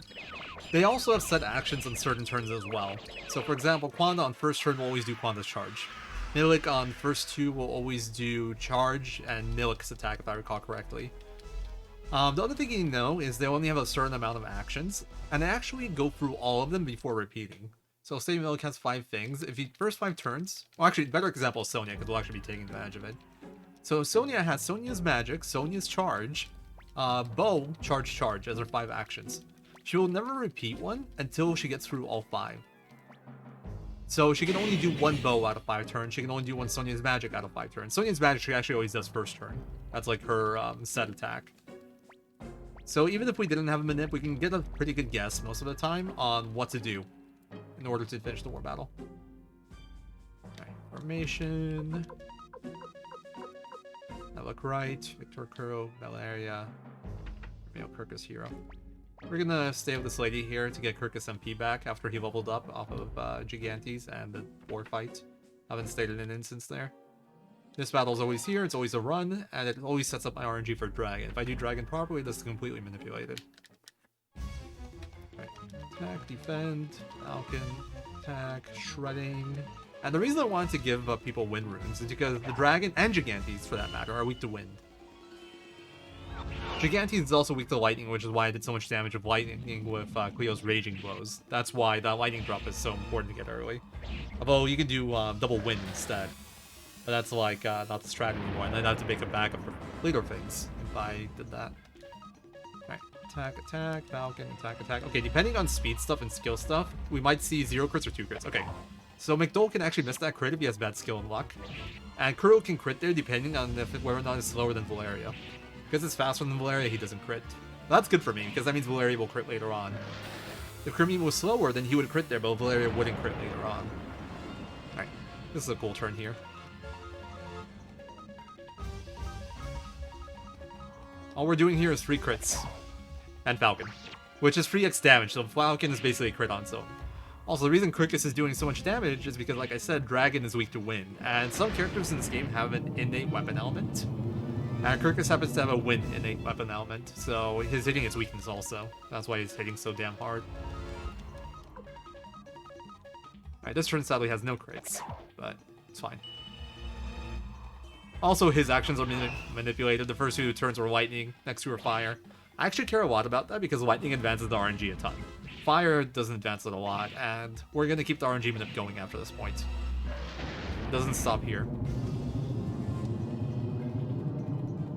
Alright, shredding. This is where Victor Shredding comes in. Medicine self, attack, attack, and as a backup, attack, attack. So Kirkus crits here, and Valeria will crit here, because she was slower. Faster, I don't remember anymore. And then Victor will finish it with the shredding. And that means, since Victor overkills it kind of with the shredding, I always exit the battle at that point, which means RNG manip. Alright, 100 speed on McDole. I care about that. Alright, and now I'm going to keep a step count going to Kwanda. Being really careful because I can mess it up. There we go. I want to take 1 extra step compared to the shortest path.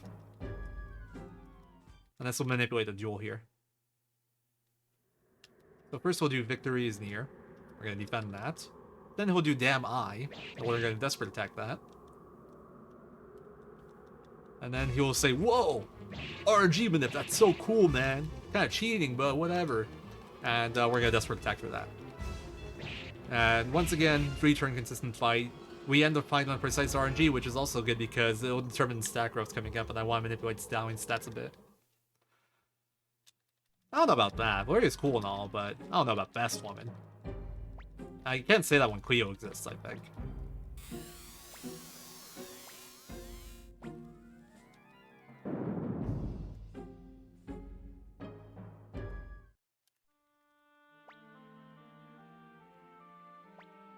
I'm sorry, I've completely glossed over the plot at this point. I'm just gonna assume that Tom explained it well. Also, you gotta be really careful here. You can't kill them. You have the option to kill him and Milik later on. And if you kill him, best ending is gone. You cannot get 108 stars, you can't get a best ending, so essentially Run is dead. It would also break, like, every manipulation from this point on, even if it wasn't for the, you know, healing the category. Okay, Kwanda. I mean, you're entitled to your opinion. Nothing wrong with that. Valeria's a good choice, just not my choice. So, Moral of the story, Quanta destroyed the village of the elves, but we destroyed the burning mirror that destroyed the village of the elves with the help of the dwarf's rune cannon. Or, not rune cannon, sorry, that's something else. That's Suikoden 4. You'll be seeing that later. But Stallion managed to escape with Sylvina because Stallion is the fastest man alive. And now we are here. And we will be doing another precise manip from here. This will be another focus point for me until we get it. You guys will like this one though if I hit it. And if I don't hit it, we're going to be in trouble. I haven't missed it in a while, but it's possible to miss, and then I'm just hoping to get lucky. I can actually completely mess up my money route if I don't get it, if I don't hit this one. Yeah, exactly. That works for me, 29 rooks.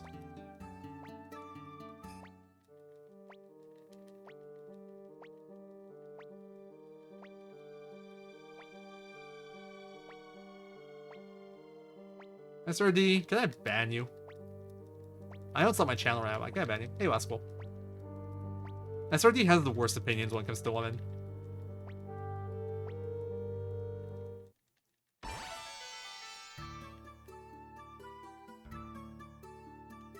Gremio will be fine, don't worry about Gremio. Alright, I'm gonna pick a very specific party here. I gotta do this fast. Stallion, Lapont, and Jupo. Because RNG advances during that party menus if there's moving NPCs, and NPCs still move when you're on that, like, adding party screen. So a lot of these party menus, after, like, it's from this point on, I have to do quickly. Or I'm in trouble because RNG minute reasons. Need tech skip for extra cushion here. Normally you don't do that, but I like having a bit of a bigger window here for a marathon. Meg is a good choice, but, like, she's good for gameplay reasons, right?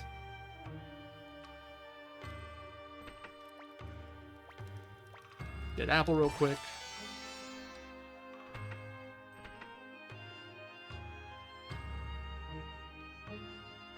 You can walk that. You generally get here pretty early. I also did tech skips, so I'll be even earlier. Alright, so what we're gonna do after we get Sheena is we're gonna wait by the door until we see the NPC move down, then we're gonna run out. Also, Lapont, what are you doing? I didn't consent. I did not consent to this. Lapont, no.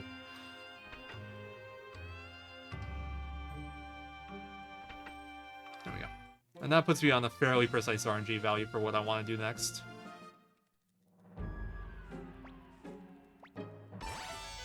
For the most part, yeah, it's not that useful in the run. He actually was used, though, in older routes for Cave of the Past, because his United Purpose was good for it. But not so much anymore.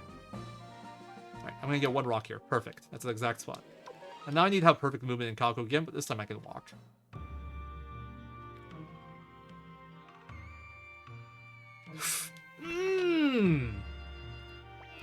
I messed it up.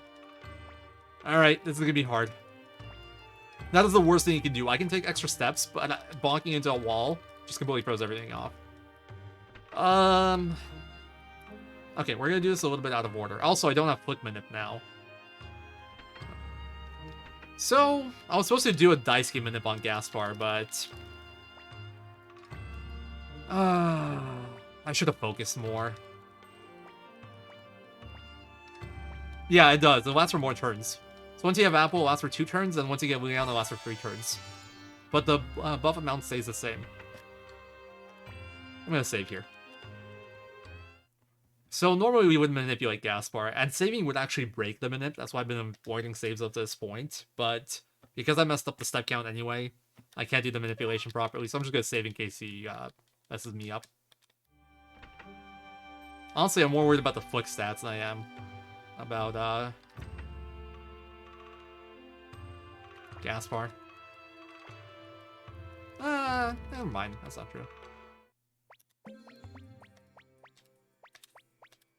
So normally you would buffer all those text boxes and manipulate them to roll a 111. Okay. You know what? That works for me. That wasn't manipulated. That was just lucky. But if I hit my manip, it would be 111, so I would get 10 more thousand than what I got there. Rune lives. I want to show off Gaspar Manip, honestly. I'm disappointed. Gaspar Manip is actually easier than Taiho Manip, but I messed up the easy one and hit the hard one. The nice thing about gas permanent though is that like a bunch of other stuff doesn't like hinge on it. From this point on, I'm basically back to normal. Whereas if I mess up Taiho Manip, it breaks all sorts of stuff. Like I don't have Zombie Dragon Manip, which means I don't have Lightning Crystal Manip, which also, and then I'm like, I can miss my Lover's Garden Manip. Gaspar's like whatever, you're down some money, but like you get another RNG reset here, so you're fine.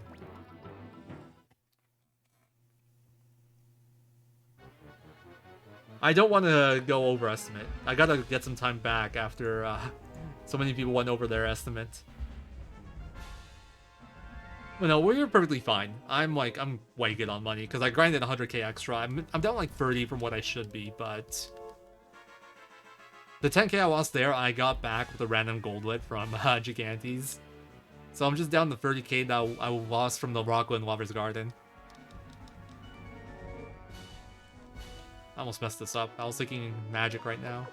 Alright, so this is another RNG reset, so I know he's gonna do bow here, and then he will do charge the next turn. Well, perfect luck, he would actually get double charge, which lets you do double magic. Magic has a really fast animation, so you want to do magic whenever possible. But it doesn't work out that way, sadly. Just doesn't. Like, one of the ways you can adjust the Manips for these war battles is changing the characters you have recruited. You can recruit different characters, less characters, more characters, and that will affect these things. But I need to have 45 characters before a certain point, so I can't really afford to skip anyone right now. And there isn't really anyone extra I can get before this point either without losing a noticeable amount of time. So, this is kind of the group we're stuck with.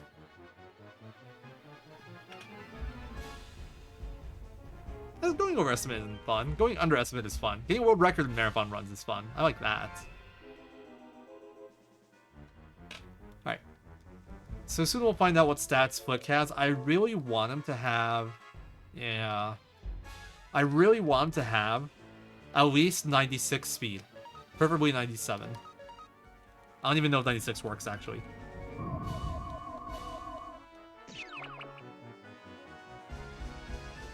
It doesn't, actually. Oh, kind of. It works well enough. Tom mapped all these out based off speed stats before. Shoutouts to Tom.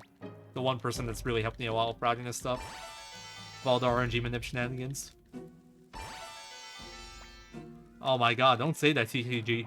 Jin. You might actually get what you want.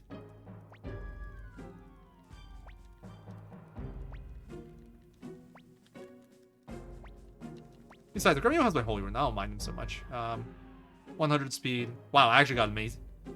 Speed tie with you, right? Okay.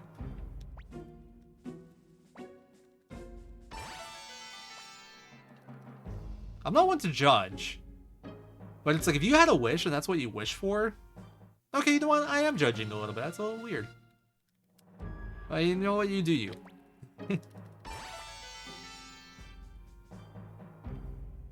Well...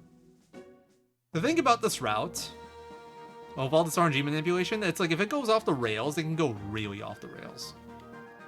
I can back things up to a certain extent, but like at some point I'd have to just essentially throw the route away because it's also dependent on everything before that point. Alright, so we got another manip coming up. This one's also incredibly important. So, to recruit 2 characters in this game, we need to get certain items that are only drops from enemies. One of them is the Nameless Urn. And one of them is the Opal. Both of them are in this segment of the run. So I gotta manipulate both those drops. Because of these items, if there was no RNG manipulation, I would never run this category. It would just be awful.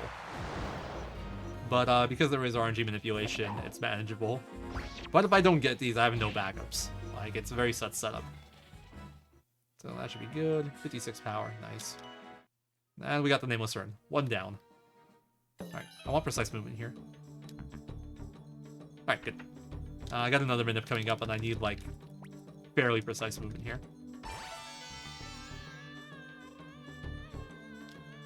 I actually got the perfect movement. Nice.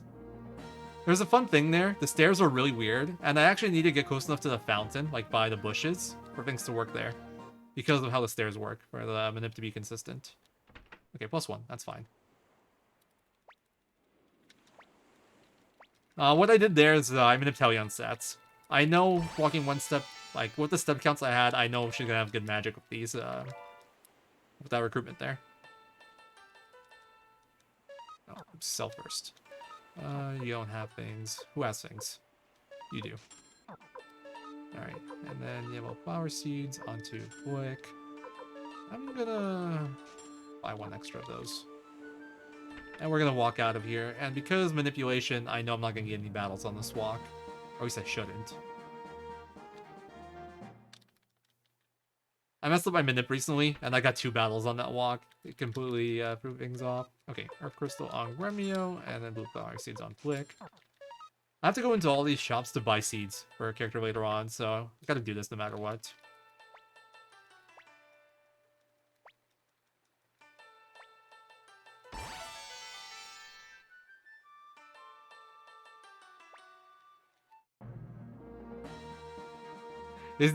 Are you making that up, 29 Rooks, or I might actually say that at some point?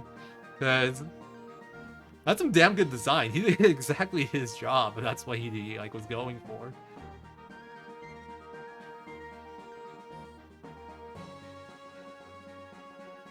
Gremio isn't awful. Like, he's not good. He said it. Wow, that's amazing. He's not awful. It's just not good. So, not that bad, in my opinion. Okay. So, we counter some rapids. We can't continue forward, so we're gonna do some menuing here. And that over. Where's Victor? I'm having so much trouble with my menu today. Toss out the nameless urn. We don't need it anymore.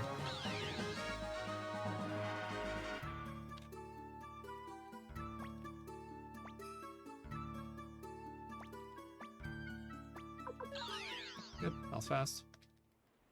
I think I scrolled too far down my notes. Yeah, I did. Alright, here we're going to sharpen Pawn's weapon to 10. Now, for those of you familiar with this game, you'll know that Pawn has an important duel coming out soon.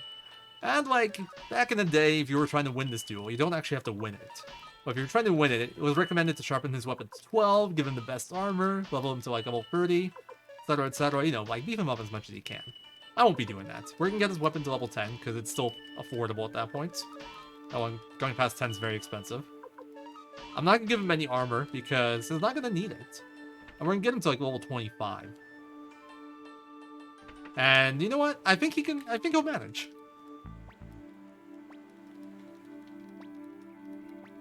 Anyway, we're going to get Gen here. He's going to help us get past the rapids. Essentially what's going on in the story is Flick joined us. We decided to reclaim more area with our new forces, so we attacked this area, Scarlecia area.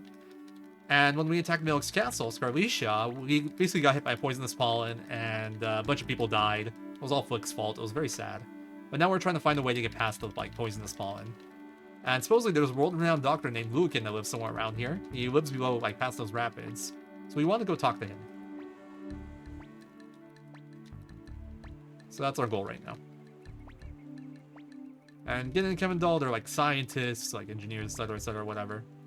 That'll help us get past the rapids.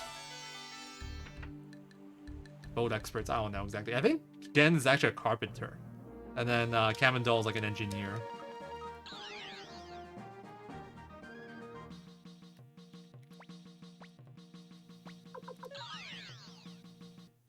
Also, I am still trying to keep my nip up. So like all these towns when I enter them, I skip the text so RNG advances less. Even like when the screen's still black, then PCs are still moving and it's still advancing RNG. So I want to do text skip so I can move as soon as possible so I can spend less time on the screen. That's something I've mentioned once before, but I'm mentioning it again. And besides that, I need to keep my movement fairly clean. This isn't like precise to the point where you can't afford any mistakes, but it does have to be fairly clean. And if I mess it up, depending on how badly I mess it up, I can be in real trouble.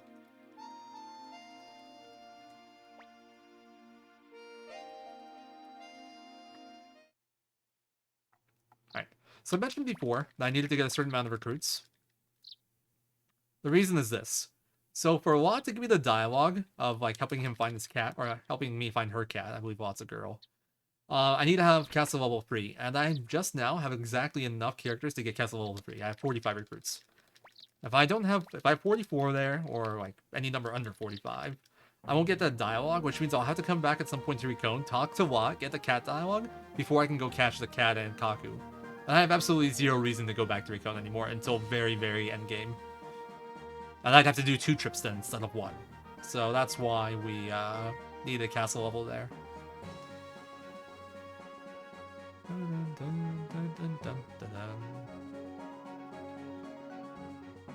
Anyway, we're gonna go talk to Luiken now. We do. We don't like that cat though. Lot's cat's actually horrible for like manipulating the run because of the weird mechanics involved with Lot's cat.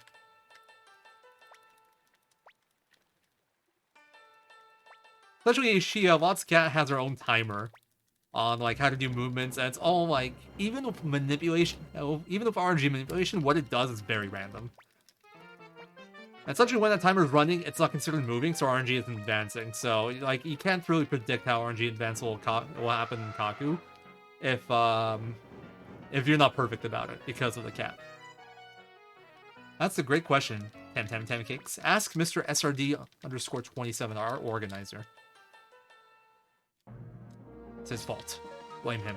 Hashtag blame SRD. But no, it's just because I'm generally up around this time, and a lot of the other runners aren't.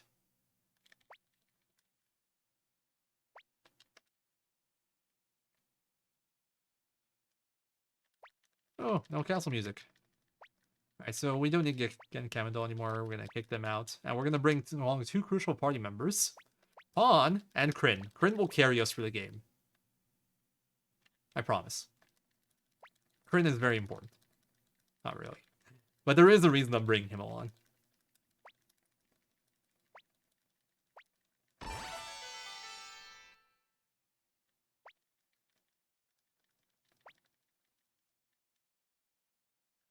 I mean, it's like the only cat really around in the game. It's not that hard to figure out, in my opinion. The mechanics behind the RNG manipulation for it, that was hard to figure out. We were like trying to figure out why our manips were working in Kaku. Like why did everything feel so inconsistent? It was because of the damn cat. That cat is the reason why we have like 7 fights we can take in Torn Castle for Zombie Dragon. Because of that cat, we actually like it varies a lot on which one we take.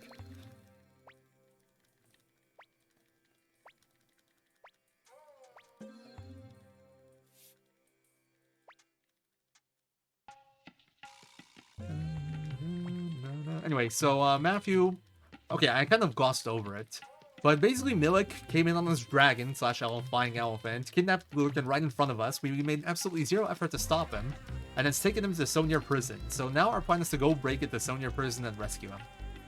And to do that, we're going to have to forge some papers, and Matthew recommended we get Kimberly and Tesla to help us with that. So we're doing some more recruitment for story reasons right now. Kimberly says she'll join us, but only if Flick spends the night with her, you know, drinking some tea, so to say. Which you get here. Flick is still, you know, grieving over his dead girlfriend, Odessa, which I haven't mentioned. Yeah, they were together. So, you know, all in all, hijinks ensue. Funny little cutscene there that we gloss over. This is a pretty funny cutscene, too. Tesla basically has a fake name of Albert. He doesn't want to be involved in anything, but Victor kind of fools him into revealing his identity. And then it's like, okay, yeah, you're coming with us, dude. Alright, now we gotta go to the Rune shop. Okay, that's kind of bad. It's not gonna kill anything, but it sucks. Alright, so here we have Jean, the Rune Mistress. We're gonna recruit her, but first we're gonna do some management. We're gonna give this Holy to Kryn. That's why we bring Kryn along. I need to give him that. I don't want that. I'm grabbing you. We're gonna give Earth to Flick. We're gonna give Holy to Victor. And then we're gonna recruit Jean right after. Blue Thunder Boy. It's Blue Lightning, I believe. Flick of the Blue Lightning or something along those lines. Also notice that Gremio has nothing of value anymore. There's a reason for that as well.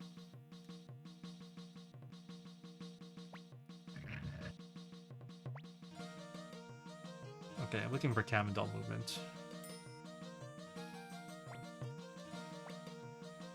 I'm not sure which one Forgotten Days is. Which, like, when does that play?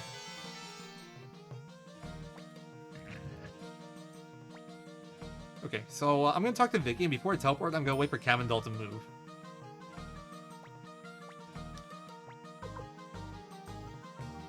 Alright, went down. So we're gonna go here, get Lorelei. It's just a good timing to do it.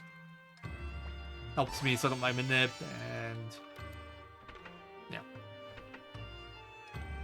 Okay, and now when I get back, I'm gonna walk to the right side of Vicky and teleport. Actually, maybe not gonna do right side. Yeah, I'm gonna do this.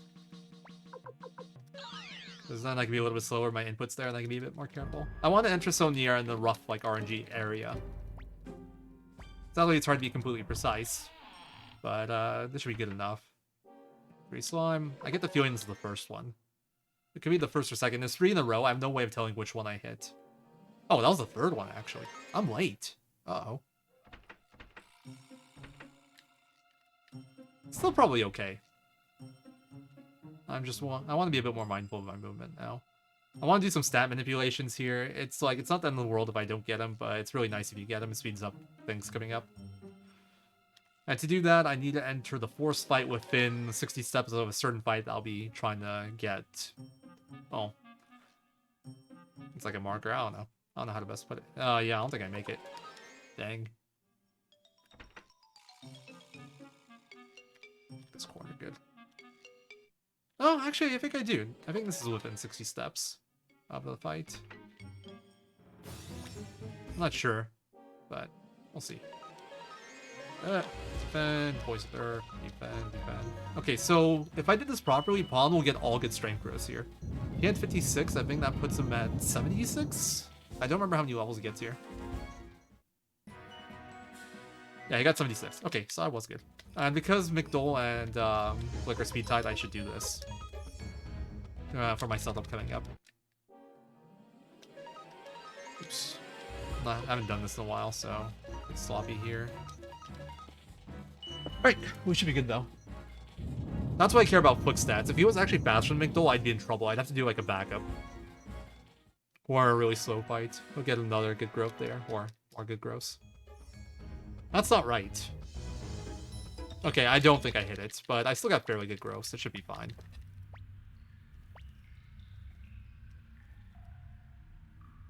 After this point, it doesn't matter anymore.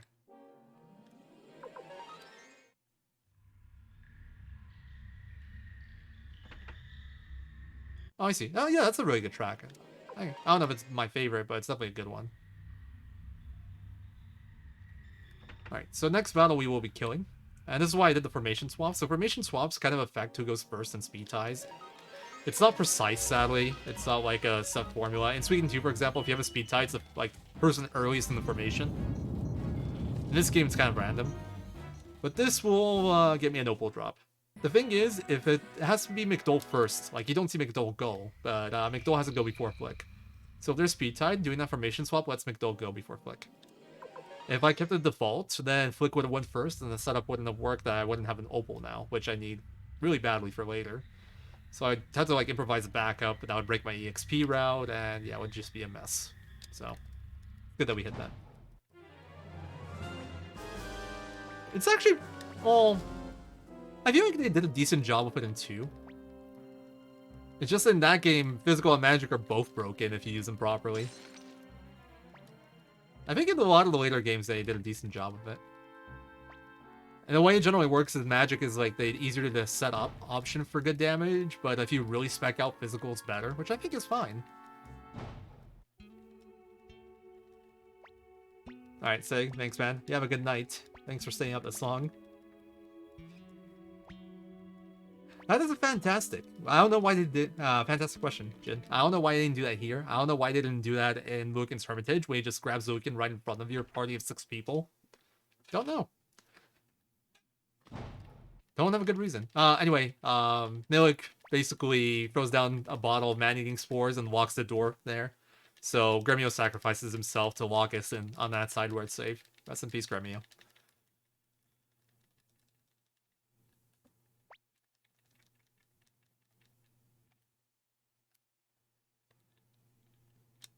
This is probably like, I think we probably passed like the coolest stuff. The stuff after this in terms of RNG manip is a little bit more subtle. But honestly, it's like more impressive in how crazy it works. It's just, you won't really appreciate it unless you've had like experience with the worst manips we had before.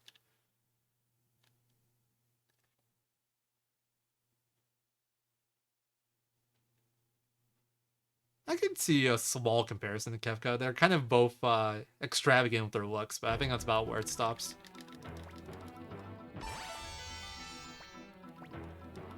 I was sad when this happened, yeah, when I was young, but I got over it.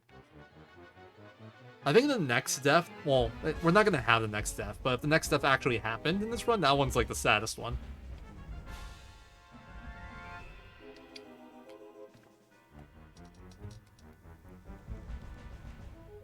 Alright, so once again, War Battle means RNG reset, so we know exactly what's gonna happen here. So something interesting on Magic, Magic Ties, which is we're gonna have next. Milk's attack is technically in Magic.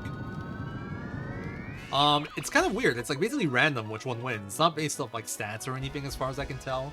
It just, the game flips a coin. Luckily for RNG Manip, the coin is favored towards us. So it works out. Also, another mechanic here, for me to keep my RNG Manip going here, whenever I do charges, before my next charge goes off, I need to make sure that my units reset to their original position. So I'll have to wait a little bit here. There we go. If I do it too fast, I would actually break it, and I do care about my RNG here.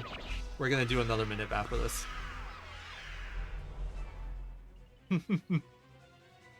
That's how they get hyped up for war. They do burpees. Probably PSP. It's like your only choice. Yaba Papa. PSP, PS Vita. They'll be the same game on both. Alright. Really specific party here that I already messed up. Humphrey and the boy Moss. Moss MVP. Might seem like an oddball group, but every person there has a reason behind them. And here I need to have really good movement, so I'm going to be a bit careful. Need to force the battle on the left side of the stairs there. That's the goal. Right. And then we're going to bounce off that. We're still in Grace Period there, so it doesn't push my RNG forward when I'm running into them. Get that Spark Crystal for money. And enter here. And now we're here on a certain RNG value that works really well for me. I think it's available on both. You have to get it on PSN Store. I don't remember how exactly. Vita, like, for sure you can get on PSN Store. I don't know about PSP.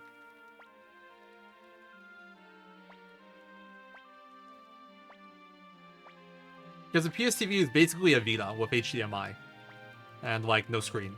And that's what I'm playing this on. It's also the optimal for the speedrun.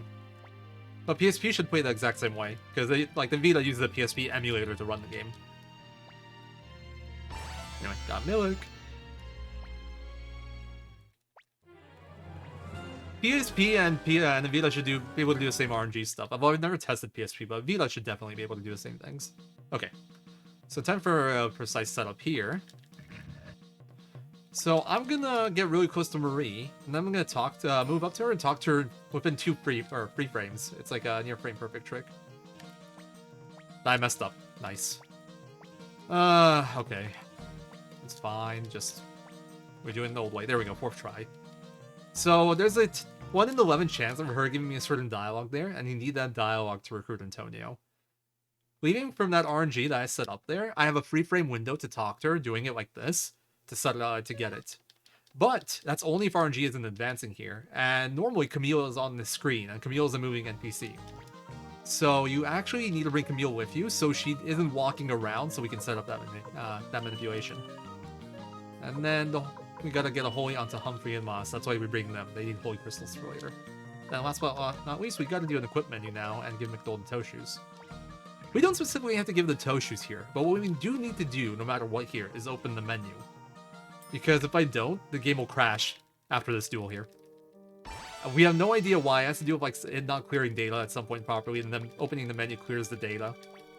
But I spent 2 weeks before I did this for RPG Don't Break like 2 years ago or so, a little bit more now probably. And I did a reroute right before. And then like for 2 weeks of me doing runs, the game crashed after this duel every single time.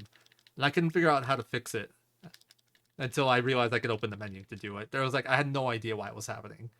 So like for 2 weeks, I lost every run after this fight.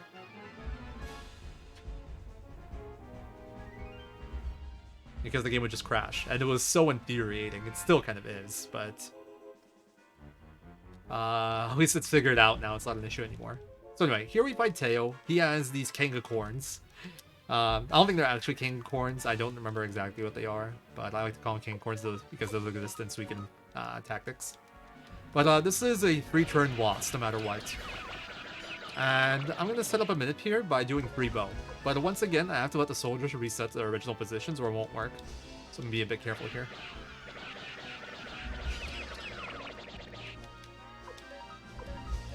This is a really important one. Lorelei has a really short dialogue, so I have to wait a lot on that text box. If I advance that one, then the next one will advance too early. It'll break. Okay, 1704. Good.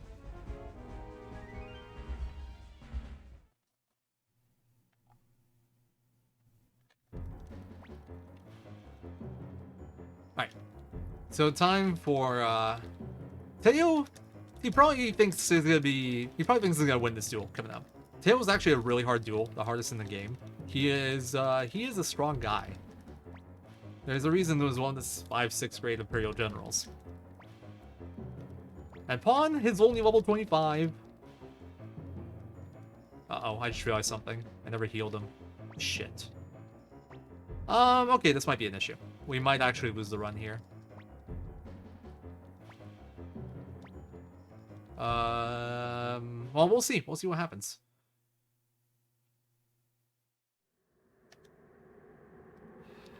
I normally heal him with a medicine. I forgot to do it this time. Okay, he'll die turn 3 if this doesn't work.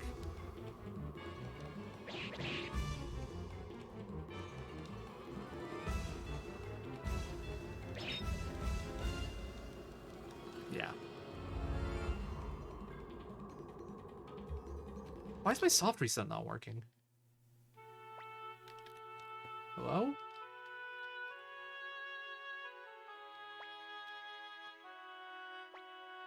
Okay, I have to do a hard reset.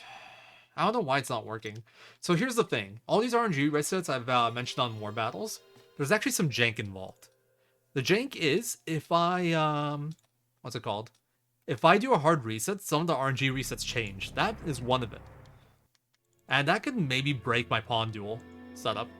We'll see right now. Worst case, I'll have to reload a save state from MU. Hopefully it won't come to that, but we might have to. It's my fault. I forgot to do it earlier. It's actually really awkward to heal him now.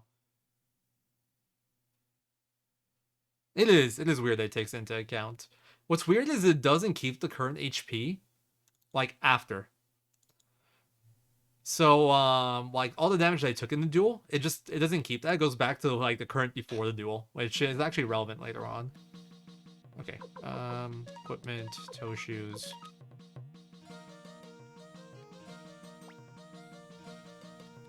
That was a really bad mistake. That might actually, like, completely murder this run. We were doing pretty good up to this point, too. Sad. I'm annoyed with myself, because last run, practice run I decided to use the inn, for whatever reason. And this time I forgot, because I think I forgot I used the inn last time instead of using a medicine.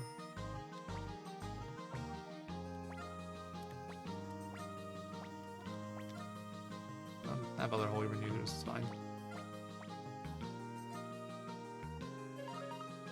Okay,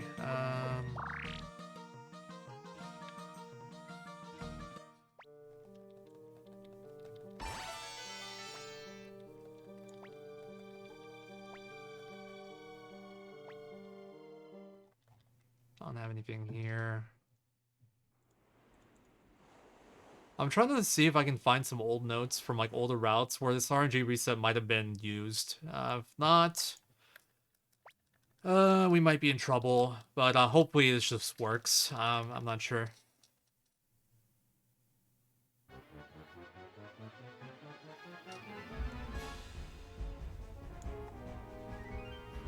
These are really old notes. I actually wasn't manipulating the duel. Okay. Well, we'll see what happens here.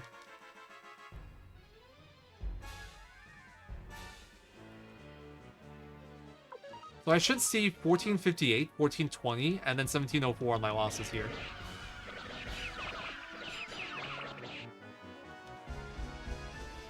That's not it. Okay, I'm just gonna YOLO this, but most likely I have to reload a save state.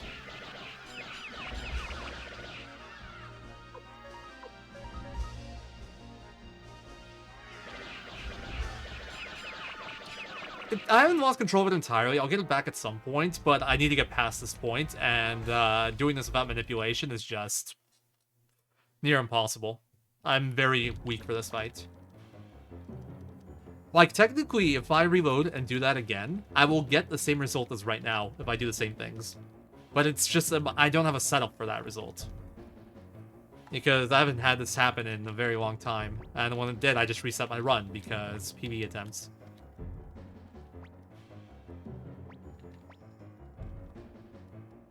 I'm gonna essentially try to do this without manip right now.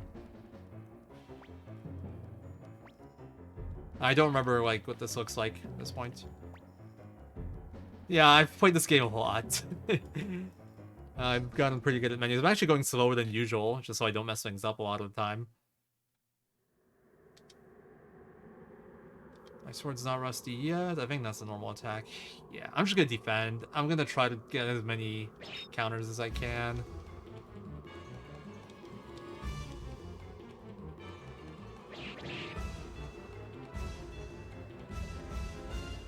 That's a defend, but I'm not gonna attack. It's not worth it. We're getting nowhere. Stop it! How much damage am I taking? Shit, that's... okay. All you can do is defend yourself. I mean, I don't have a choice, it's just defend. I mean, I really actually don't do anything but defend. That's a desperate, but I'm probably just dead at this point. There's, like, I need, like, 7 more desperates. Or 6 more or something. Okay, impossible. I know that one. I need 4 more. Impossible. Oh, orangutan costs. Good work. That's a defend. At this point, it's worth attacking.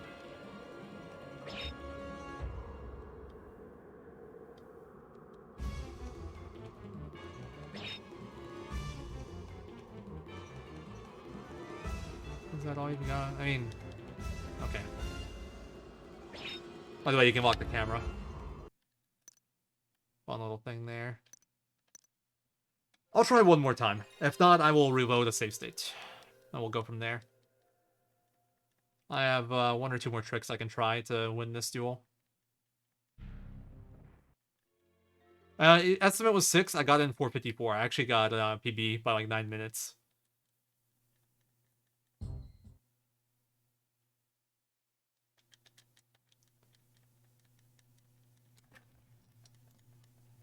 Hold on.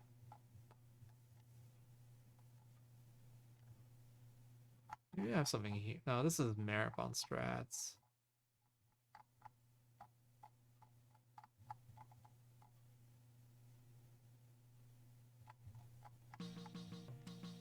Yeah, this is old backup strat. Okay, I have a backup. I have a backup. I have a backup. Where's my notes? I have a backup. I found some old notes of a backup. Let's go.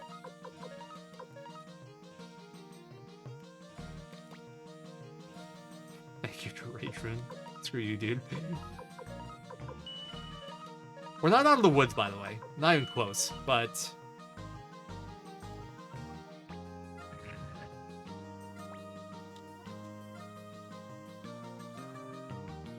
What's weird, it was almost exactly what I did, by the way. Oh, come on, don't give me the double dialogue. It doesn't matter. I need to heal him.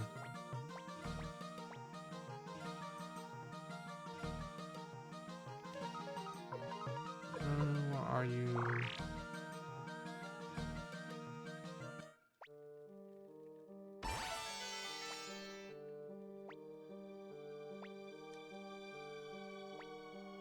Hey, Nico Belk.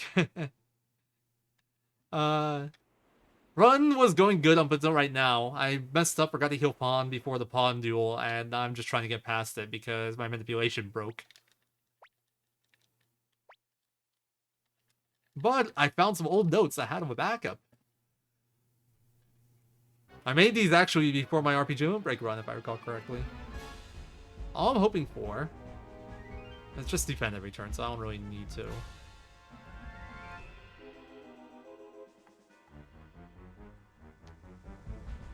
Look.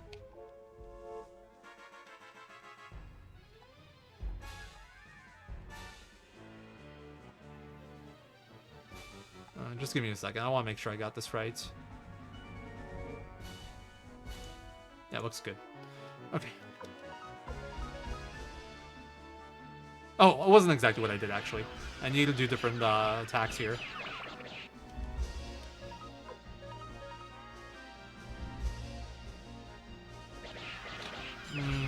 That might not be good, actually. 1021, okay. It should be 1175.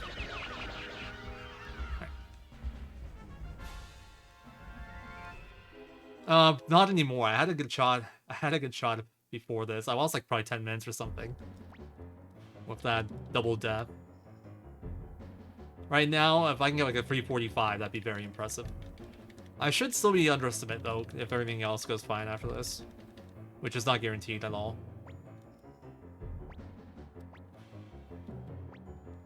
Alright.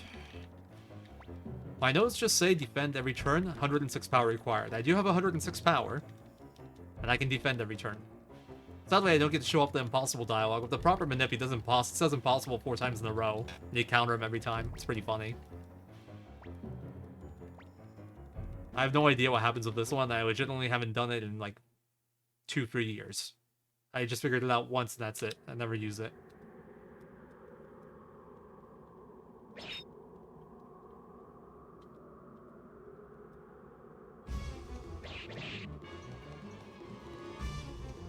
And if this doesn't work, I'll just open up Emu and go to save state from the same spot. We'll continue from there.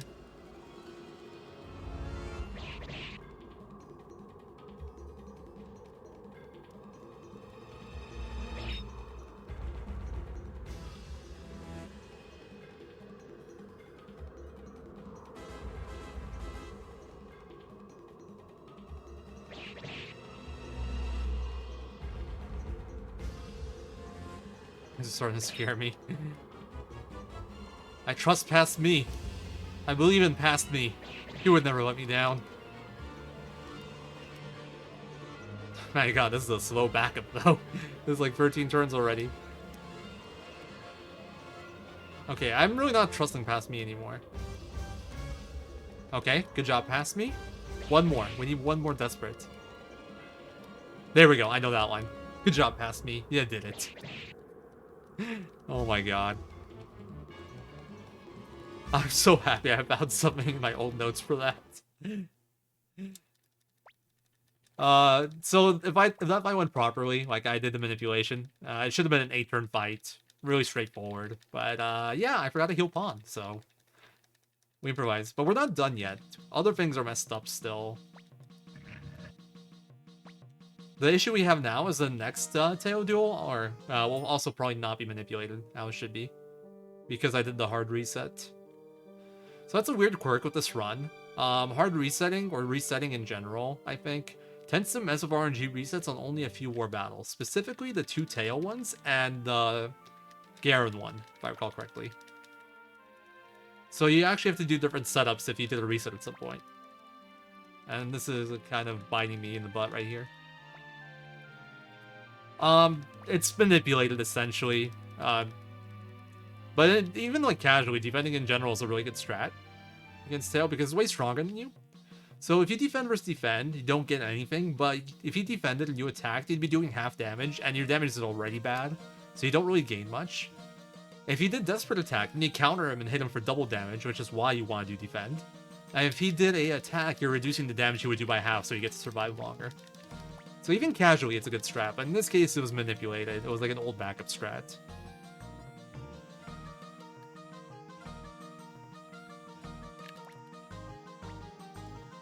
Wait, is this one gonna change down too? I mean, if this does, this won't matter too much. It's not that important as well. Stallion, Yamku, Tai-Ho, and Hellion. We might get a different George's card pattern here.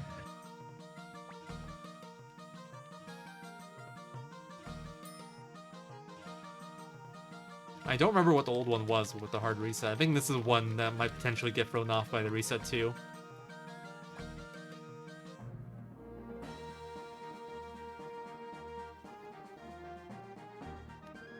Anyway, most dangerous parts of the run are now done. Well, I don't know about that, but the worst of it. Now over.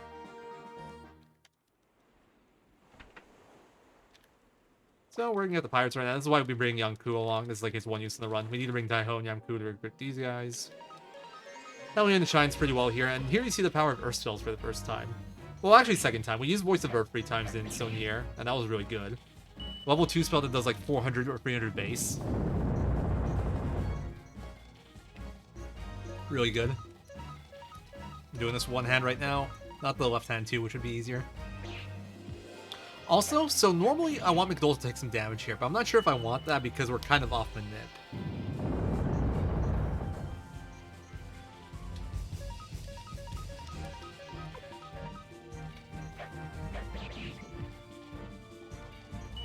I didn't see who got hit there.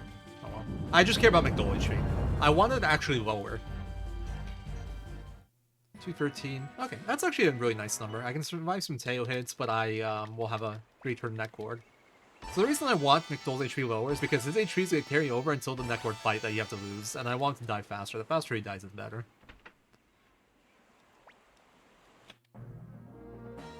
Yeah, welcome, Noral. Everyone, I hope everyone here loves this game. If not, what are you doing here? It's an amazing game. Alright. So we're gonna sell some stuff here. Don't really need to. Like, I'm actually under 100k right now, so if I was on proper route, I'd be out of money. But with Marathon money, we're safe.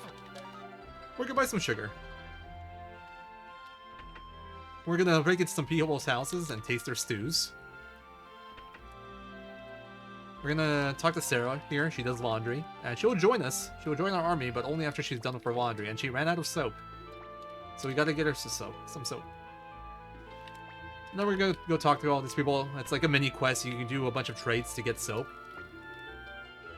But you have to like talk to every one of them to unlock the trades you need.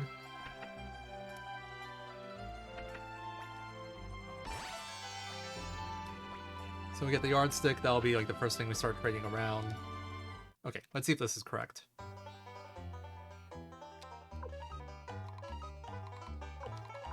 It's not. What is this one like? Yeah, this is off Manip too. Oh, we're probably gonna actually not get him here. I don't remember how this went. I think it was supposed to be these two. I do.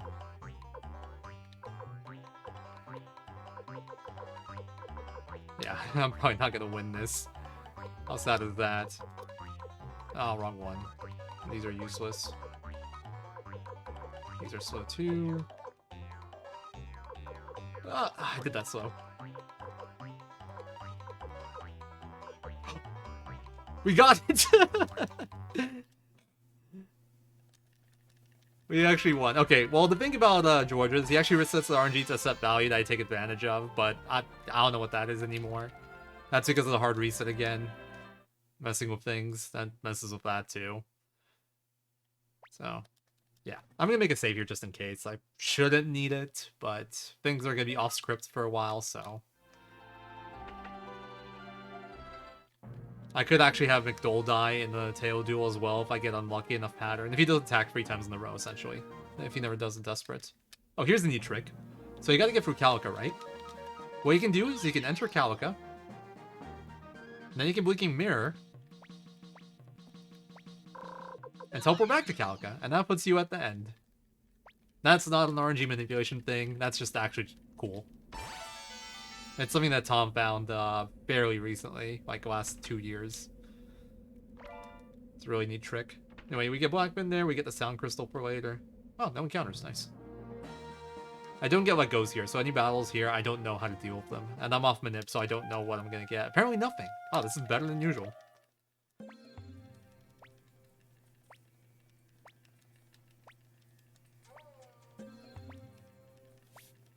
You should casual play it, Nico. It's an amazing game casually. It's an amazing game, period. Whole series is great, but... I'd say it was more intended to be casual than speedrun. I think we're the oddballs here speedrunning this game.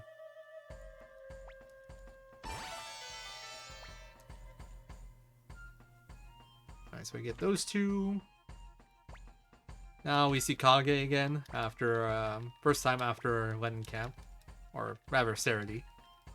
You gotta pay him 20k for him to join you, which sucks, but we can afford it. Well, thanks to our backup money. If I didn't have backup money, I'd be short right now.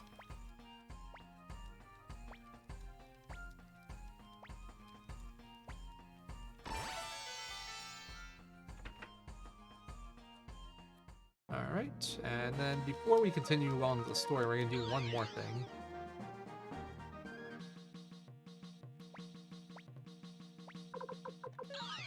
We're gonna go to Scarlecia and do a little bit of recruitment. This is why we brought Milik along with us now. We want to get this out of the way ASAP. Because later on, like, the thing about this, like, a lot of the routing in this game revolves around taking advantage of party slots. Because a lot of characters have certain, like, party member requirements. Like, for example, for Casillos, you want Milik in your party. And a lot of the time, we have our party really locked down by, like, forced characters. So it's all about finding windows where you can throw in characters and make things work. And do all this recruitment. Because going back to the castle to swap party members is really slow. We try to avoid that at all costs. Sadly, it's not completely avoidable. We will be doing it at times, but that's like where all the routing is based around in terms of recruitment order. Yeah, nice movement.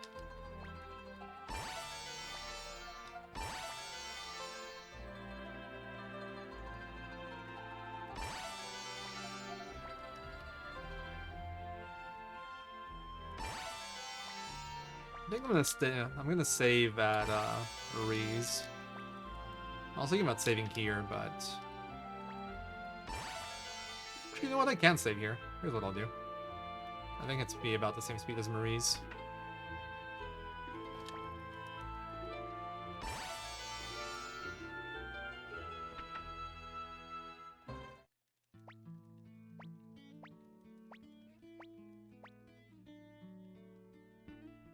By the way, the reason we broke into people's houses and tasted their stews, apparently Lester cooked them.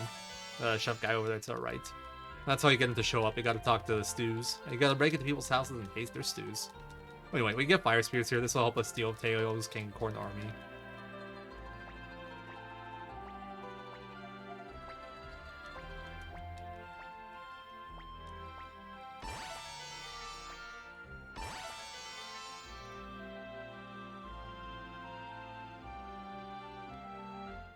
Oh, the whole reason I did this was so I can save.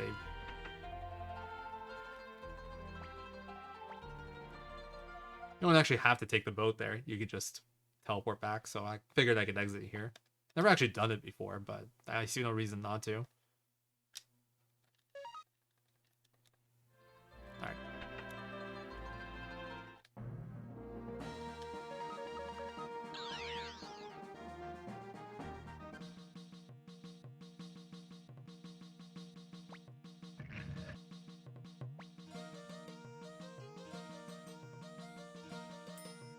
I'm sorry to hear that, 29 rooks.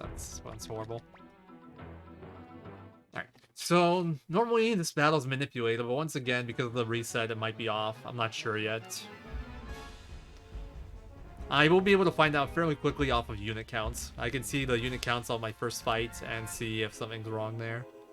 And if it is, then I will just mash charge and we will pray for Teo duel.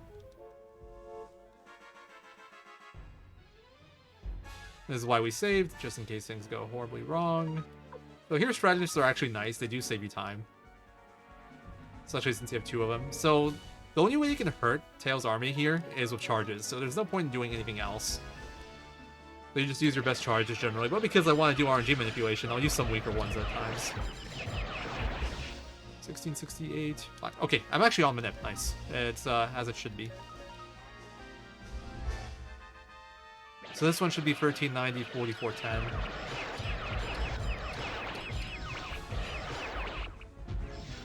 Yeah, good. Oops, not you. No, we need former Imperial.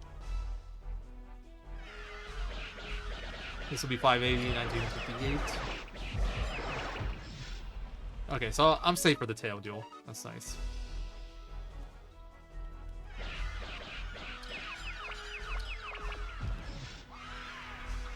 Alright, here you'll have a quick glimpse of what the pawn duel should have looked like. So Teo, first one, he will say, "Here I come, my son." He will desperate attack. Oh, he will attack, excuse me. I will do a Desperate attack and take 140 damage or so, but I'm at like 210, so I can tank it. And hit him for hopefully 60 or more.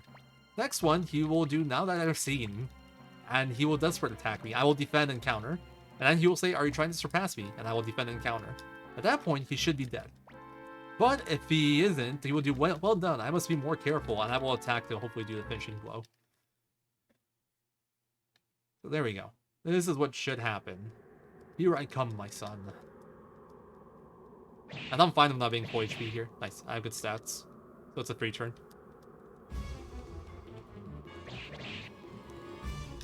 Are you trying to surpass me? Just to show that I'm not just talking out my butt. And there we go. Pawn Duel is supposed to go something similar to this, except it's a much longer fight. It's like 8 turns. But general idea. Manipulated. But because I messed up by not healing, he died. And then the hard reset broke the manipulation. So we're back on track now, but honestly, after this war battle, I don't care so much because we're gonna be doing another RNG reset very soon anyway. And then we will be doing a very long extended manipulation. I will save before it just in case. It'll be like a half an hour long manipulation off of the same RNG for the upcoming segment up until like Seek Valley.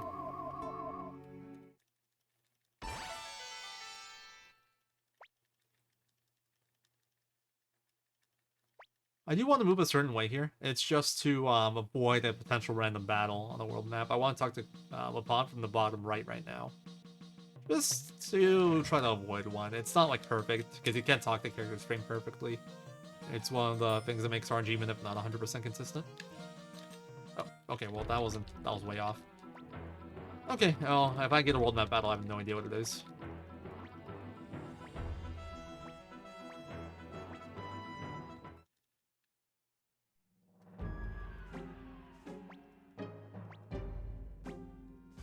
Well, foreign tactics are the only, foreign tactics are 150 years behind, the rest.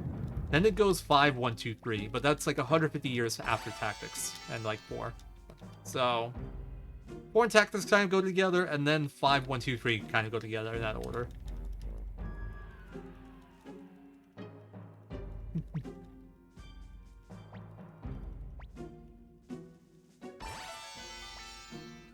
I have no idea who War Inspector is.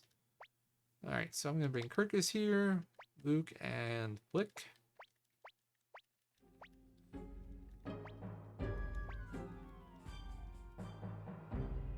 They're different. I wouldn't say one's better than the other. One's like a tactical RPG, and one's a more traditional RPG. I think your preference will depend more on which type of game you like than the actual game quality. It's not that 4 did things wrong, it's just that 4 didn't do much right. Well, at least compared to what all the other games did. It's not that 4's bad, it's just that every other game's better in the series. In my opinion.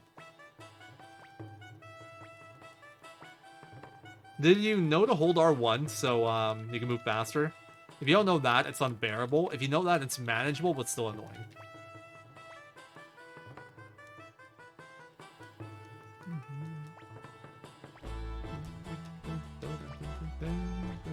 This song is great too. Alright, I'm gonna make a save here because very extended manip, and if it goes really wrong, I'm not sure how to back it up. Essentially, I'm just needing to get Resurrection drop. After that, I feel pretty comfortable, even if I have to improvise. Okay, I don't want to save here, or I don't want to stay here for sure, though. I want to save, but we don't want to heal right now. I want to be lower, so Neckward will kill me faster. Alright, and it's time for our favorite character to return. Welcome back, Marco. So, we're actually going to recruit Marco now, but I mentioned before, Marco is an RNG reset. So after this game, I will always be on the same RNG. And we're going to carry this RNG minute from Marco until we're, in Seek Valley. If I do it properly, at least. So I'll probably have to focus quite a bit here. There's a lot of precise stuff. The first important thing we're going to have to do is manipulate a battle on the world map on our way to the Cave of the Past.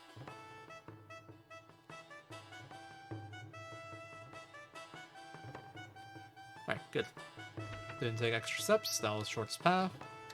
A lot of this is walking, so it's not that bad. Every walking step takes 4 frames, so it's not that precise. But if you mess up and take like bad steps or extra steps or not enough steps, it will throw things off. Once again, we just use the step count to count what RNG we're on. It's not the steps themselves that are manipulating things, it's just a way of doing a frame count. Because the NPC is moving in the background or what are advancing RNG, not the steps here. Yeah, 5 is amazing. 5 is like... I probably like 5 the most in the series in terms of story. In terms of gameplay, I'm not so sure because of freaking... I have a few gripes with it, essentially.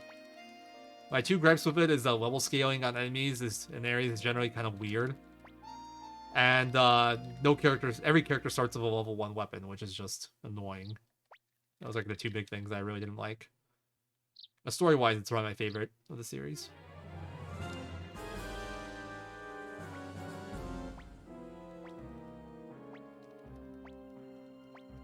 One is probably my favorite. Well, I just said 5 is one of my favorite. 1 and 5, I guess. 1 is my favorite for like nostalgia reasons, and because I think the game is just beautiful. It's like very simple, but it's just really well made.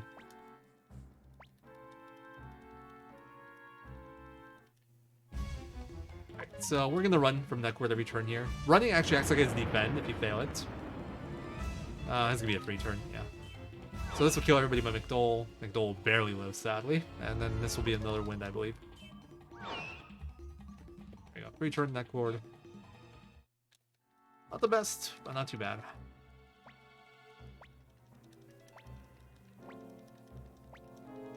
Hey, Lady Siley dating a girl. Lady Siley is a woman. She deserves to be treated with respect. I did really like Sileys. One of my favorite characters from that game. Right. So I'm taking a very precise path here. For very specific reasons. I need to force a battle here. The battle has to be specifically Free Hellhound 1 Whipmaster. So there's this rune in the game called the Resurrection Rune. Let me focus on the battle for a second. Heal Luke, Reblow, defend, and Voice of Earth. So there's a rune in this game called the Resurrection Rune. It's really rare, and it's basically really good against undead. That's its niche. The only way you can get it is off a drop off of this guy right here, the Whipmaster. And I'm pretty sure it's a 1 in 255 chance of getting a drop from him. Plus there's only one of them in this group, and it's the only group that has one. So naturally we're gonna get one of those right now. Because, you know, why not?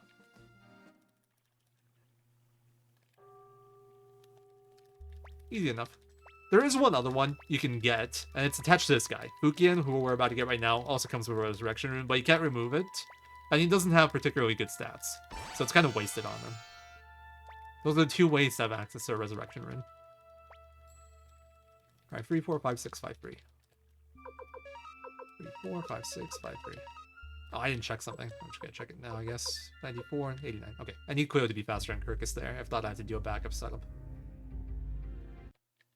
But yeah, that drop is incredibly rare. The first time, like, when I was still not as experienced with, like, figuring out manips and stuff, I think it took me over 12 hours to figure out a fight to get it.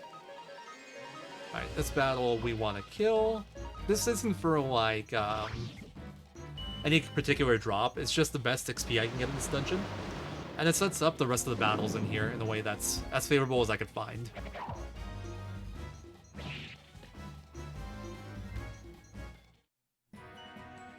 116, Flick is faster. What am I doing? I don't need to do anything here. So notice off that battle, Kirkus got level 35. That's the exact level you need on Kirkus to get Ruby. So the XP route worked just perfectly that Kirkus gets 35. He won't be doing any more battles in my party anymore, so this is where he stops leveling. And this is one of the cool improvements with this route. In older routes, we would use Marco to reset the RNG after Neckwood, like the forced battle where you have to lose. Then we'd get a different Resurrection Rune, and then we'd go through the cave, and we would have to do 2 fights in here. Because there was just no way to get it to work with 1 fight without, like, having to spend a bunch of money on bribing. But with this route, we only do 1 bribe in here on this battle. That's it. And everything else we can run from. And the XP route just works out perfectly anyway. Okay, I might get 1 more battle now because of that. Running into that wall there, we'll see. else bad. Yeah, this is early. I can afford to bribe it. I have extra marathon money. If I couldn't afford to bribe it, I can fail run and run from it. It doesn't really mess anything up too much, but I'm just gonna bribe it if I get it. Okay, made it anyway.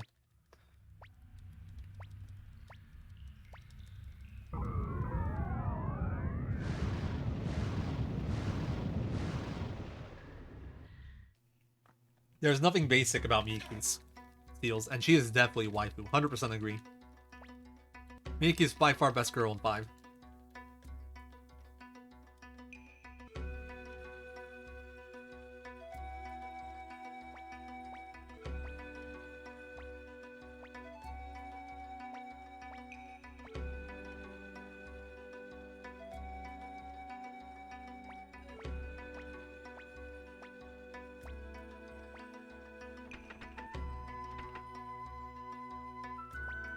Music here is nice. Anyway, so we went to get Star Dragon Sword because it's apparently like the one way we can fight Neccord. It's in this cave, and Star Dragon Sword gets mad at us for waking it up and sends us 300 years into the past, where we see what happened with Ted and the Soul Eater and Windy. Also meet Uber here, who we'll be dealing with like one plot point later. But yeah, everybody that's with Windy right now possesses a Rune. What was the... Okay, it was Blue Moon Rune. Neccord, that's a Blue Moon Rune that he stole from the Village of the Blue Moon. Windy has half of the Gate Rune, and then Uber has the Eightfold Rune. And they came after the Soul Eater here, who the Village Chief has the Soul Eater. And because they're after the Soul Eater, he hands it off to Ted right now. Basically tells him to run, and he'll serve as a distraction. So this is when Ted gets the Soul Eater.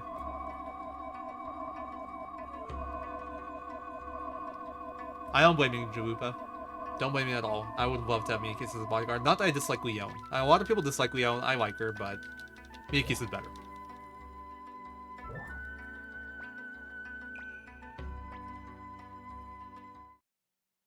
Oh, fun little tidbit here. You can actually heal off the water here. Delicious water. That's a full heal. Actually, it isn't all that useful because we're not gonna have any fights until the next instay. Or like until the next time we're at an inn, so we can just stay it in anyway, but it's faster to heal that than to stay it in. And now we gotta pick up a very, very, very important chest.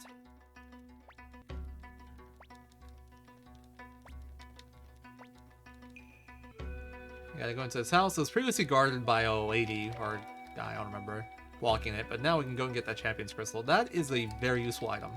It essentially prevents weaker encounters when we have it equipped, and it also sells for 100,000. But it'll let us get through a lot of areas without seeing any small groups of battles, which will reduce the encounter rate quite a bit and let us like get a lot more runs instead of small battles that we might have to bribe, for example. Forgetting that chest is just horrible. Like, practically a run killer. Even though it sells for 100,000, we can buy one, but it costs 200,000 to buy. We'll never have that kind of money in the run, and not until like it's no longer useful anyway. Alright, now we escape Talisman out of here.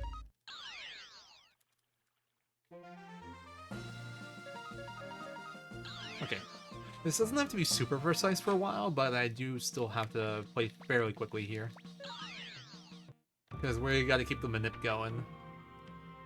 So we go in here, get Antonio. This is why we needed to get that Marie dialogue before the pawn duel with Marie that I messed up the manip on. That's to recruit Antonio. It's a 1 in 11 chance to get a dialogue about manip. Sadly, I messed it up, but we got it 4th try, so it wasn't too bad. Alright, here we're going to remove Luke, remove Kirkus, and remove Flick's runes. 1 second. I gotta hand something over. You actually ran out of space. I'm gonna keep that on you. Oh, stupid leather armor. Here, put that on Kirkus. It normally doesn't have that, that's what messed it up. Alright, champions onto Flick. After I remove Earth. This part doesn't have to be fast, RNG isn't moving. Alright, champions onto Flick. Resurrection onto Luke. There we go.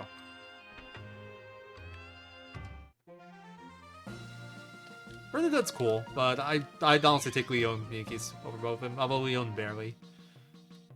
Alright, now we gotta go catch us a kitty. Alright, cool, that was quick. Alright, and now we're gonna do something very specific. We are gonna run down, and we're gonna watch Jupo and Kamendal. As soon as one of them moves left, we're gonna run up and talk to Vicky and teleport. Alright, Jupo.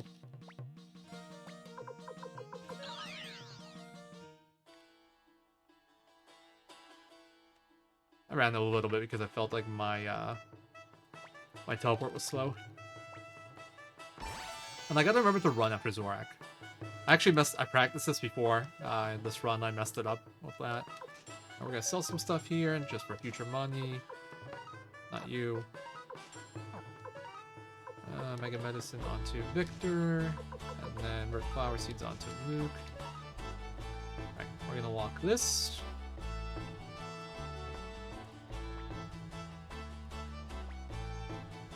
And then I need to run out of here.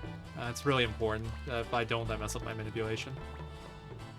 Essentially, I need to force a certain battle in a certain spot in Necord's castle, and it's a really big window, but you can be too late for it. If I walk this, I'll be too late for it.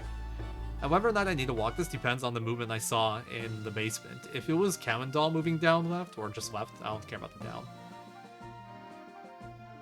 Wait, actually... I'm actually not sure this is right. Okay, well, if anything, I'm early. It's not a big deal.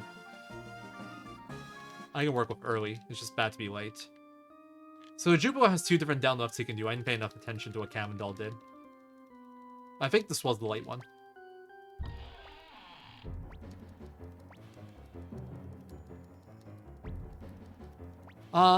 Just when we recruit him, I kind of messed it up in this run, though.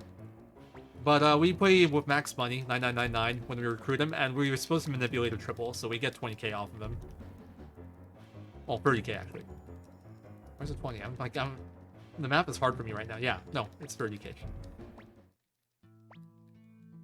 But we don't grind him in the castle anymore. It's like with older routes we did, and it was actually a really annoying thing, because he could just get stuck until he got enough money. We used to get like 300,000 off gas bar. We would get level 12 pawn weapon, buy him the best armor. We don't do that anymore. Because we manipulate the pawn duel. Alright, 2, 3, 4, 5, 4, 6. 2, 3, 4, 5, 4, 6. Is that right? I'm just gonna make sure. Cleo Luke. Yeah, that's good.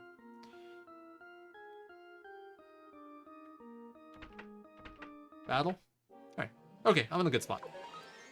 This is fine.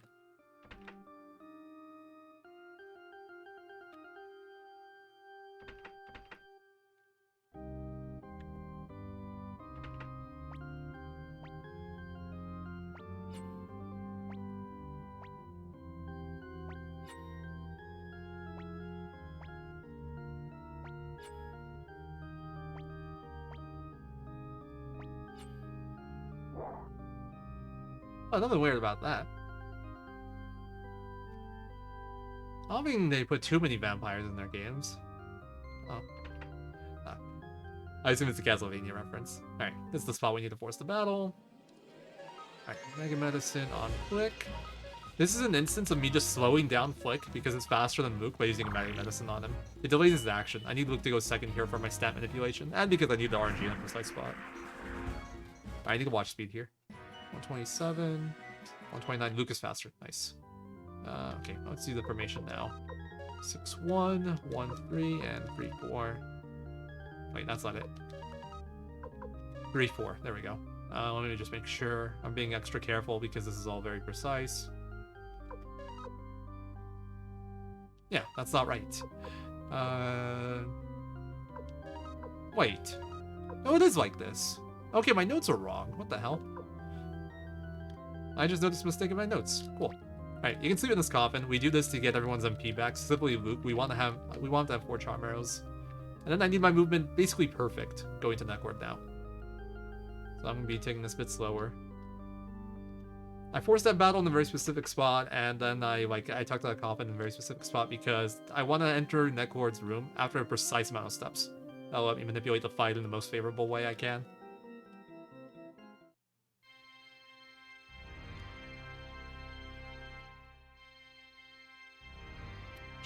She's at her best in Suikoden 5, but she's still not like one of the best characters in 5.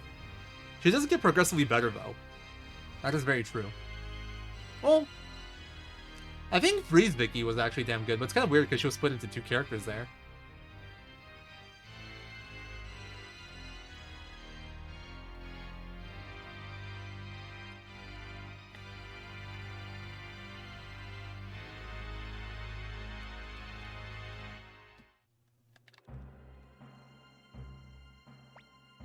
Alright. So, the thing with Netcord, you can't hurt him until we hit him with Star Dragon Sword. So, it's pointless to do anything before Victor attacks. So what we're gonna do here is we're just gonna run. And even though we run, Victor will still do the Star Dragon Sword thing. The one thing we can do, actually, before that, though, to damage him, is he can do Black Shadow. Black Shadow will actually hit him at this point, even before Star Dragon Sword hits him. I assume Judgment would hit him too, but you can't have a Judgment at this point in the game. It's kind of neat. It's not very useful, but it's kind of a little fun fact. That's what. Okay, that's exactly what should happen. Good. And now it's going to be a very manipulated fight. Defend, attack, defend, charm, arrow, ball of lightning. Watch this with damage, by the way. So Netcord resists every single element in the game. So Lightning, even though it has like 1,000 to 600 base with its spells, will do under like 500. But Charm Arrow will be doing about 1,200 per hit. That's why that Resurrection Rune is so important. It speeds up this fight considerably. Like, that's my best Lightning spell. That's the best single target damage I have, and I'm doing 500 with it. I get Medicine Flick, attack, attack, Charm Arrow, defend, attack. Crit. Hicks and Flick won't crit this turn.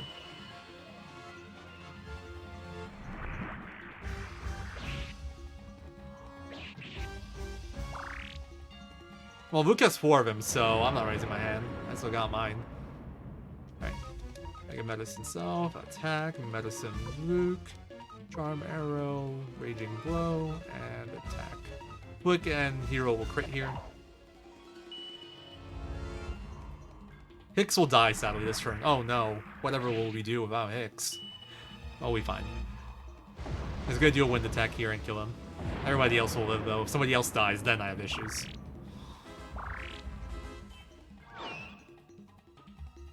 Alright, in this turn, everybody attacks plus Charm Arrow. Everybody but Flick will crit here, which is a bit sad because it's probably my highest damage dealer, but whatever, it still works. Even Cleo crits here. Doesn't do a ton of damage because she has a level 1 weapon, but something. More than Flick's normal attack. And there we go, Netcord's done. 43. I didn't get the optimal growth on Cleo. I'm 1 point short of what I want. Yeah, it's the same Netcord from Suikoden 2. It sounds really fake. You think you kill him here, but he fakes his death using like a duplicate, using his rune or something. I honestly think he was supposed to die here, but then they saw how popular he was, and they just decided to bring him back for 2 anyway. It's weird that they brought him back, but... Oh, mind! It was nice killing him again. Yeah, and he had a sick battle theme. Yes, he does. In 2, he has about 46 or 4,500. I think 4,500. In this game, he has 7,500. And he also has much more elemental resistances in this game. He resists every element in this game, and 2, he doesn't resist most elements. I think he resists, like, fire and maybe something else. I don't remember exactly. It's been a while.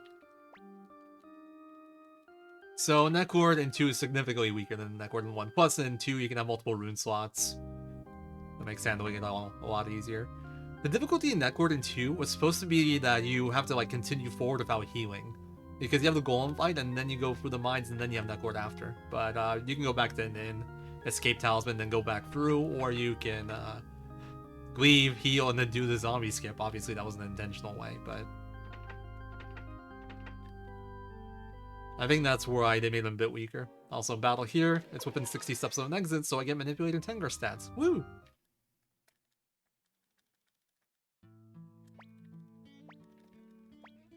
This gets Tengar, I think, 164 magic, which is like way on the upper end for what she can have. Sadly, it doesn't really matter.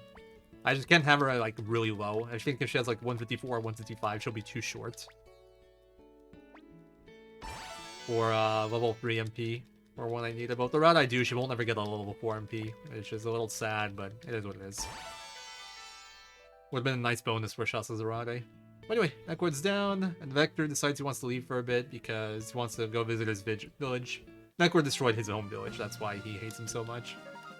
And, alright, there's another hard minute segment coming up. We're not done. Still keeping this manipulation going. Essentially, we have a dungeon coming up, and I don't want to deal with any battles in it. That's what the manip is going to try to avoid. So I want to do everything in this segment as fast as possible until we get through Dragon's Den.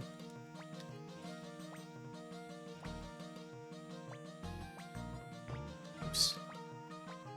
Wrong option. Been doing that a lot today. So this is why Humphrey got a Holy Rune earlier. Now I can run again because I have Humphrey with a Holy.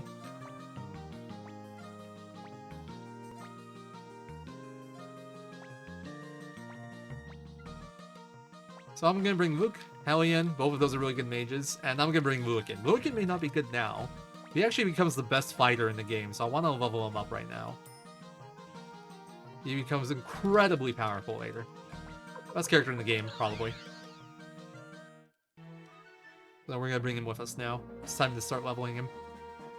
He might just seem like an old man, old doctor, but he's got some fighting chops.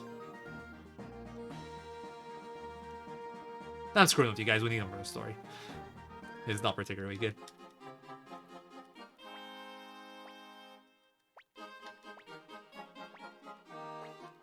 That'd be cool if we saw him. I'd love to see a lot of recurring characters in 6 if that ever became a thing. I do steal his G though. That actually is useful. Get that onto Hellion. That's what we used in game. That was a bit of a slow talk. Alright, so this is where I need to be pretty precise. I need to have good movement for Ante, because RNG, there's like 4 NPCs here, which means RNG is advancing 4 times per frame. And I do need to... I can't let it advance too much, essentially.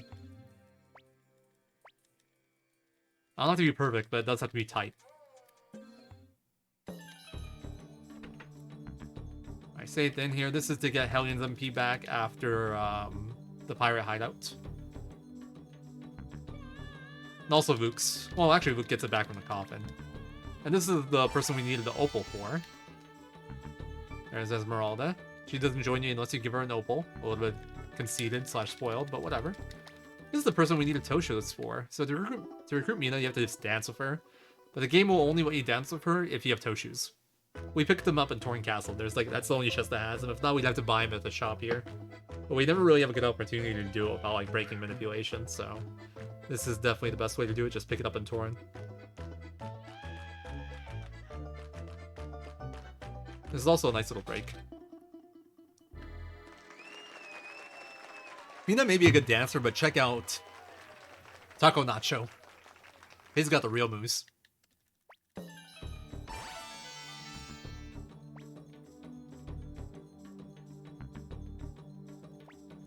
Alright, now we get Quan, whose only job is to say the name of places, which is ironic because his name is also the name of a place. Ah, that was a bit off. No, there's no minigame or anything like that. You just can't do anything. Ooh, remove that, give you Earth Crystal because next box is weak to Earth. Earth is really OP, by the way, in this game. Even though half of its spells are broken. It is actually OP as hell. Okay, and then I'm gonna look for something here. When they walk down, I walk up. That was a bit slow. That's my indicator there. When I see Kamandol and Jupo walk down, I walk up to Vicky and I teleport here. That's why I can't advance RNG too far forward. If I miss that indicator, I'm not gonna have any way of knowing where I'm gonna land here. And I want a good spot here because the fights here are fairly dangerous. They're expensive to bribe, and they're in general a pain in the butt. Alright, if I'm early, I'll see Free Elementals and Sunshine King. If I'm a little bit later, I'll see Free Elementals and 2 Magic Shield. Both of those will be a run. But if I see the latter, I'll probably see Free Magic Shield before I leave here, and that one I'll have to bribe or do a failed escape into escape. It's a really fast failed escape, so it doesn't cost much, but still not ideal. And this is the 2 shield. If it was a Sunshine King, I would have gotten it instantly. The thing about the Sunshine King battle is for the RNG before that, there's another battle with a group of 5 that is a failed escape. You can fail it and like run after. It's not too bad, but it's not something you want to do.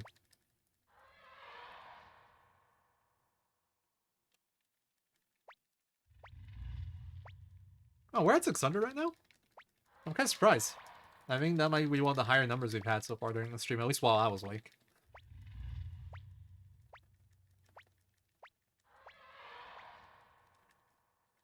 Anyway, we will see the free magic shield battle before we exit, sadly. I'll do the failed run just to show off that that's how it would work. They'll just all attack. I'll hit like 2 people, and then we run next turn. It's fine. I can also bribe that. It costs like 25,000 or so. 22, I don't remember the exact number. For anyone wondering, the amount of money it takes to bribe something in this game is whatever the enemy drops times 3.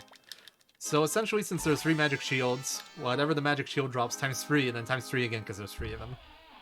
I don't know the number off the top of my head, but generally groups in that area, the bigger groups, are about 30,000 to bribe. Which is why I want to manipulate my encounters so I don't have to bribe anything, because 30,000 is a lot. Hey, well, I was about to say same here, but I'd be lying. Anyway, so in Dragon's Den, we found that all the dragons are sleeping, and that's why they weren't letting anybody into Dragon's Den. And it's like, we meet Joshua here, it's like, man, if only we had a world-renowned doctor, Lucan, to take a look at him. And it's like, oh hey, I'm Lucan. That's why we bring him.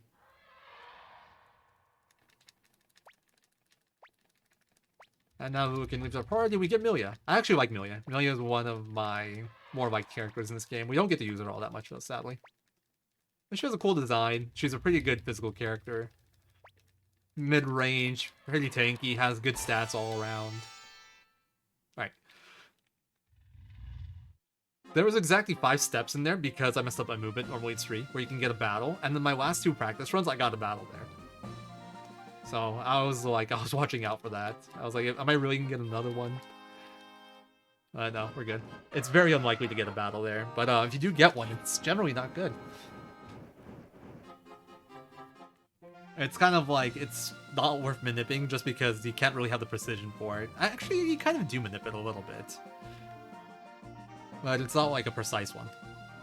Right, here we take a ride on a different dragon. This one doesn't have a cutscene like Black does with Fletcher's dragon. We have to watch this extended flying animation.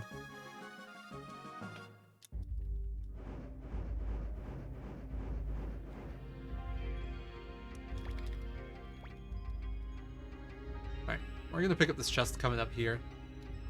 Anyway, by the way, reason we're here, basically we need ingredients for an antidote to wake up the dragons. One of the ingredients is here. I forgot exactly what it was.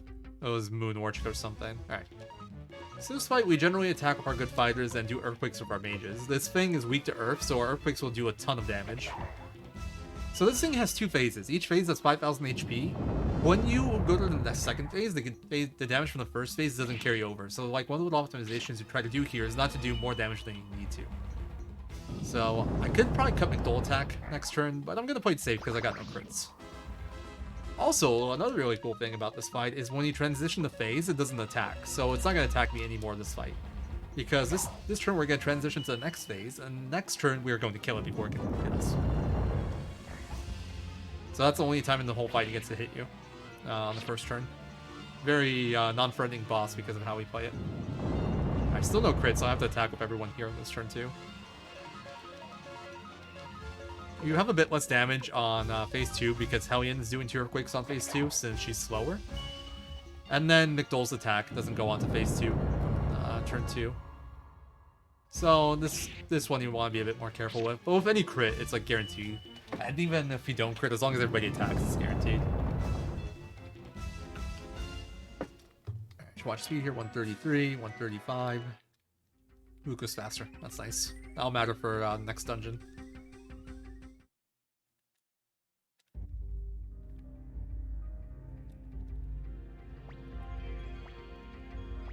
And here's the thing we were looking for. And out of nowhere, Windy. First time we've interacted with her since, well, since Give the Pass. But that was past Windy. That doesn't count.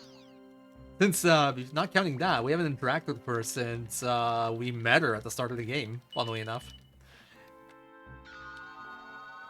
I can't think of any place we've seen her besides that. Like, she's had influence. The reason Quanda and Nilk were fighting us and, like, doing messed up things was because she gave them a black rune, which kind of lets her mind control them. So she's been responsible for a lot of the bad stuff going on, but because we haven't killed any of the generals, we don't actually see her appear anywhere until this point, not including past Windy. So it's kind of funny, she's like the big villain of the game, but you don't really get to see her all that much.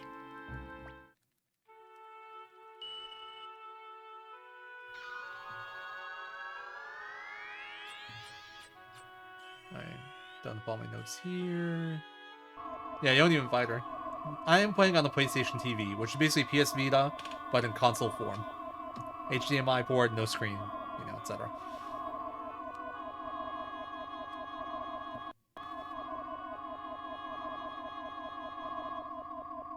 Yeah, game was originally for PS1. Oh, that's her decent.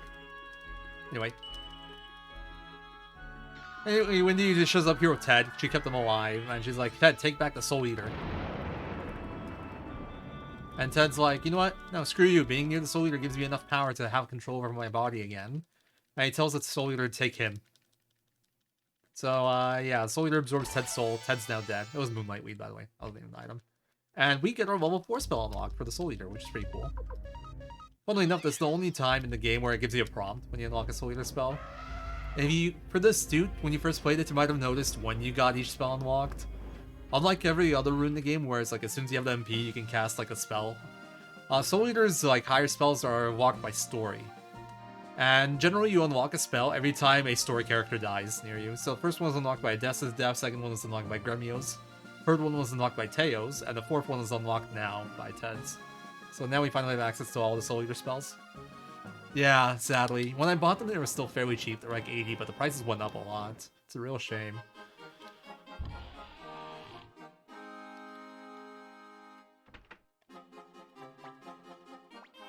Yeah, it's not just the load times. The load times you can get on PS2 as well, but it's the RNG manip consistency.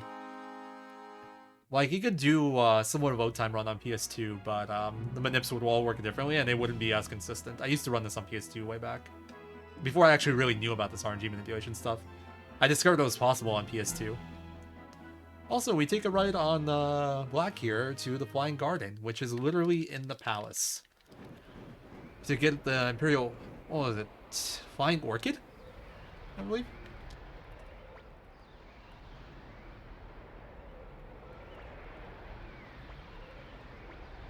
Oh, Dragon Orchid? I couldn't see it. I matched too fast. And Fletch runs into Barbarossa here, who's like, hey, why are you in my garden?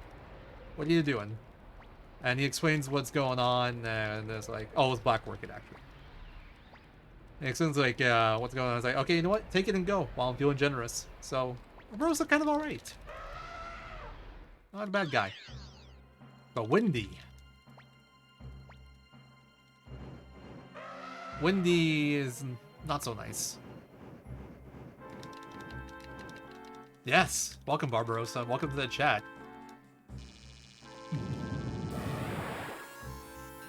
Windy knocks Fletch and Black out of the sky with magic.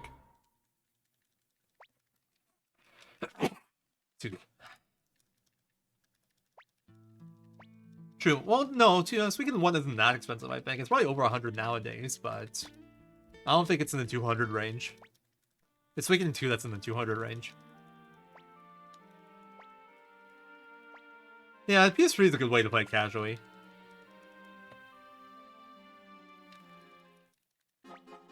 Alright, so the thing about that Dragon Ride we took there, it was actually an RNG reset as well, but it gets set to one of two values here, and sadly I got the one I don't like. I can tell based off the NPC movements, if I got the one I liked, that lady in the middle would have moved left. Alright, we're gonna get a quick heal here, recruit recruits, and continue on. Yeah, rest in peace, Black. The real tragic death of this run. And of this game. Black did nothing wrong. Couldn't we have lost Fletch instead? Kept Black? I'm sorry to hear that, sucks. Also, pretty important option here. Milia offers you a dragon ride back home. We don't want to take it. It's actually like noticeably slower, and it would throw off our minute a little bit. Although the minute here, I don't even have real notes for, not gonna lie. Essentially, I'm just trying to manip to avoid battles here. It's all it matters for. And for this seed, my notes are basically do the same thing as the other one. And you should hopefully not see any battles. That was kind of bad movement. I got distracted for a bit. I was about to go to the to the basement, but that's not what I want to do right now. Well, technically I could have done this in any order. It doesn't really matter. Alright, so we get AK there. AK has the requirement of level 40 to join you. I could have gotten him earlier, but it doesn't really make sense to. Because I have to do some complicated manips carrying on from Neckward segment. Quincy is locked behind character count. At this point, we have enough characters to recruit her. I actually don't know the exact amount you need to get Quincy. And we are out of here. I could actually talk to the invisible Matthew there, but this is glitchless, so we obviously can't do that. It would have been a pretty good way to do the segment, actually. I put Luke in the back of my party, and I talked to the invisible Matthew to change my party here. Because right now I need to change my party. We're gonna do some recruitment. But this is glitchless, so we can't do that. It would have saved me time. It would have saved me a decent chunk of time, honestly. Is Quincy male? I haven't heard that one before. Oh, that one's confirmable, though. That one, the Quincy you can throw into a bathtub. Which sounds weird. Quincy's a male, okay. Today I learned. That's freaking weird. Jack, don't get all slow. Right, we're gonna bring Kuramimi, the hero, Kirkus, Moss, MVP, and Mies. Might see where we're going with this. Brought 3 Blacksmiths, brought Kuramimi, we brought Kirkus, so we're gonna go and do some recruitment now. There goes your fantasy, oh no. I mean, just because you found out Quincy is a male doesn't mean you have to stop fantasizing. Quincy's still Quincy. Apparently you liked it.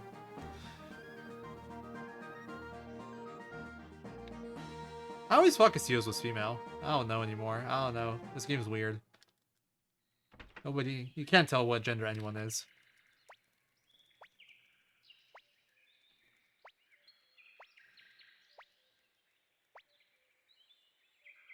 So here we got Ruby. Kirkus is the lowest level possible required to get him. Level 35. Okay, I can't talk to... Get over here.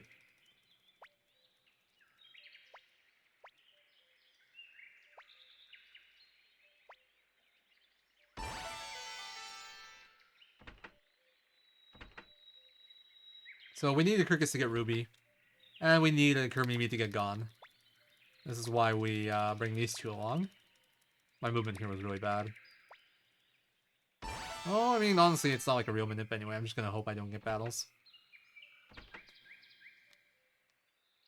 Ran into a wall. I don't think I got any world map battles running here. That's actually really lucky. I wasn't really paying attention, but I don't think I saw any.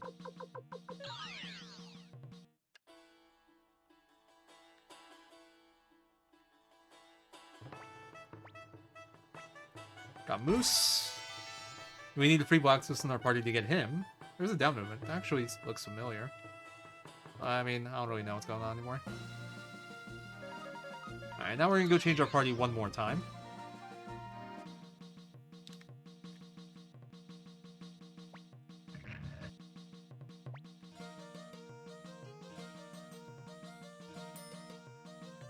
After standing still after the elevator for a second. We don't need these two anymore. And we're gonna grab Flick. And Moose. So Flick I'm getting because he still has my Champion's Rune. And Moose I need to get another character. So now we got the 4 Blacksmiths in our party. Take a shot, I guess, at who we're recruiting next. Thank you for the good luck, maybe. And SRD made the layout, so I guess you like his work. I don't know how that makes me feel.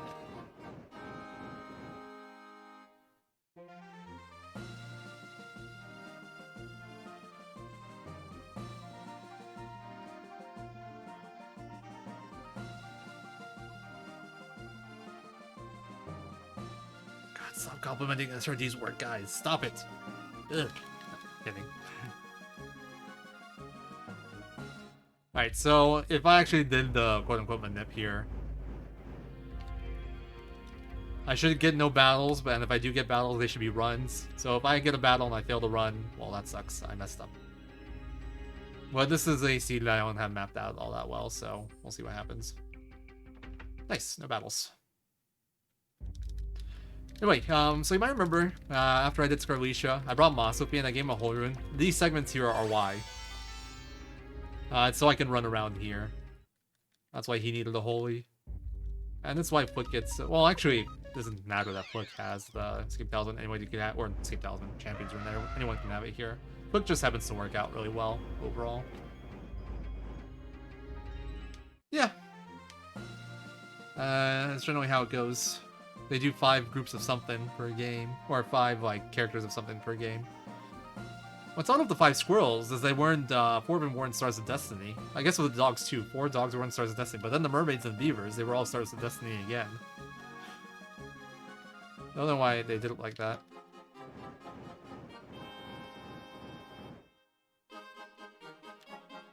Alright, and one last thing we gotta do. This isn't actually a recruit, but we're gonna go talk to someone real quick.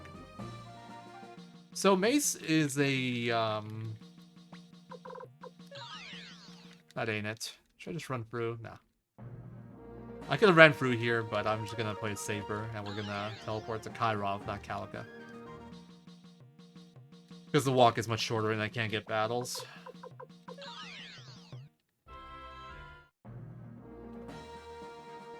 So, to get the dialogue that we're about to get, I have to get Mace, we need to cancel level 4. That's why we have to do this recruiting in this kind of order.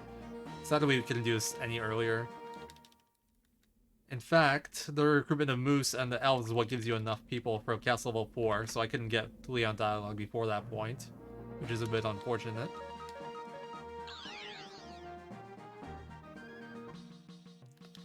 Alright, and we're done with that. I haven't saved in a while. We're gonna make a quick save here. We shouldn't need it, unless I get Troll Moravia. Let's take a quick save.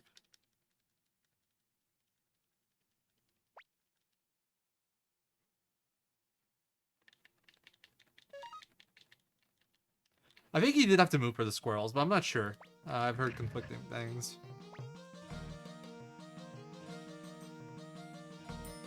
And yeah, they are a pain in the ass to get. That's actually something I need to look at. I promised my stream, because I did a donation incentive, that at one point we'll do a Suikoden 200% run.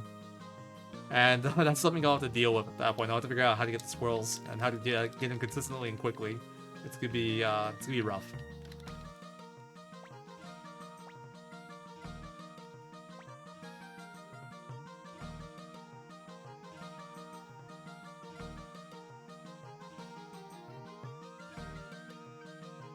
I mean, everything will be an issue. Let's be real.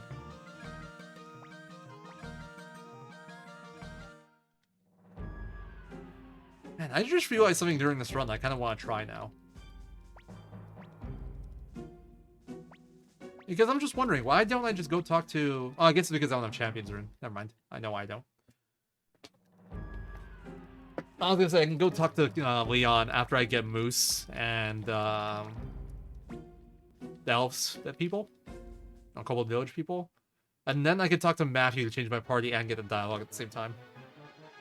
Anyway, so this battle, 99% of the time or something, it'll reset to like a set RNG value, but that 1% will give you something different. We call that Troll Griffith, and I don't want to see it here. Okay, that looks good. That's not Troll Griffith. Well, no, because it's like a cherry formation. You can see, you can look at my army, it kind of looks like a cherry. That's what we're supposed to see.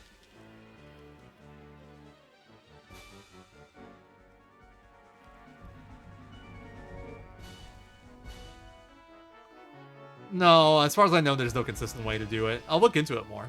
Maybe I'll find something, but to my current knowledge, there isn't. At the very least, I think you have to stand still and wait for them to show up. Because there's no RNG manip in Suikoden 2, or like no practical RNG manip. There is one thing you can do that I've done before in runs. You can manipulate Joey and Rai's level 2 stats. That's it. That's all I've ever been able to do. That's where it stopped.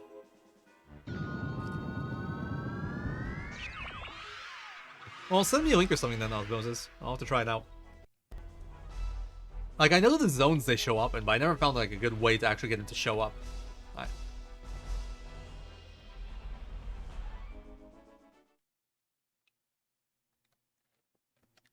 Okay, so we're gonna cut off Griffith's head here. Oh, and Matthew doesn't let us. It sucks. It's actually faster by like a second and a half to say cut off his head. Any percent does, 108 star doesn't. Also, I gotta do something here.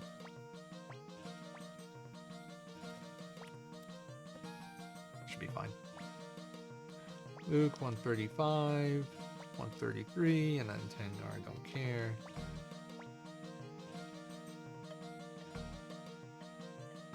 Alright, I don't know if you could hear it through my microphone, but I might have heard some beeping right there. I actually use a timer for that manipulation right there, because RNG is advancing in that party menu. And I want to hit a certain spot, so I use a timer for it. That's the one place in the run I use it. And if I've done this right, I will get a certain battle in Moravia in a certain spot, and then we just keep it going from there. If you don't manipulate Moravia, things are going to be really rough. This is like actually one of the most dangerous parts of the run of no manipulation by far. This place hurts. I don't think it's every 30 minutes. Definitely not 30 minutes.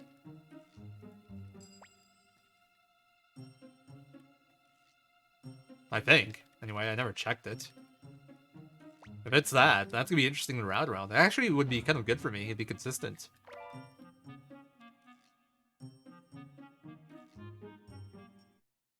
Oh, I actually get this early. I'm a little bit late. Well, it's not by much, though. It won't really throw anything off. Okay, sounds good. What is this? I'm like catching up in chat a bit. I have to focus on moving too.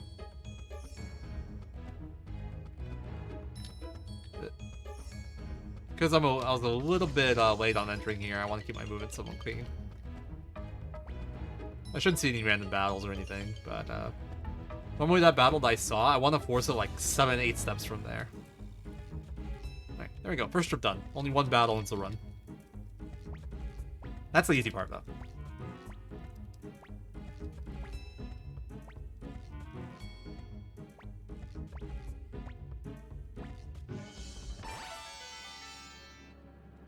Yeah, well, I think it's more his outfit that makes Khan look older. I don't think he himself looks old.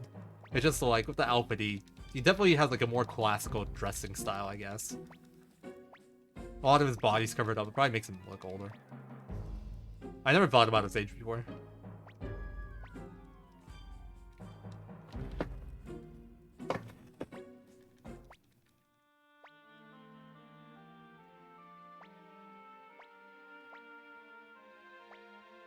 Right, so trip 1 is done, and if we were running any percent, that's all we had to do. But there's a character that was stuck in jail there that for some reason we did not free when we rescued Victor and Warren, so we gotta go again. Woo! Alright, so we'll get free Hellhound 2 at Western next. That'll be a bribe. If I have bad money, I could actually fail run it. But we're good on money. Although I haven't really checked, but no, we're definitely good on money. I know kind of where we're at. I haven't had to bribe anything extra. If I had battles in the previous segment where I was doing that recruiting and I had to bribe things, then I'd have to be a bit more careful here. Battle here. Yep. This is gonna be my grind fight. We're gonna Earthquake this. Earthquake kills every enemy here. Every enemy in this area, actually. This is gonna silence Tengar. It's a very consistent fight. This will get McDowell 10 more magic. He needs to hit 144 here. That's like the real goal. Everything else is kind of extra. Yeah, 146, comfortable. Click already has enough. I'm not supposed to get a fortune crystal there. That's not right. Well, I have enough money. If I have issues here, I'll be fine. What the hell? How did I... What? I mean, this is fine, but how did I get a fortune crystal? That has never... What?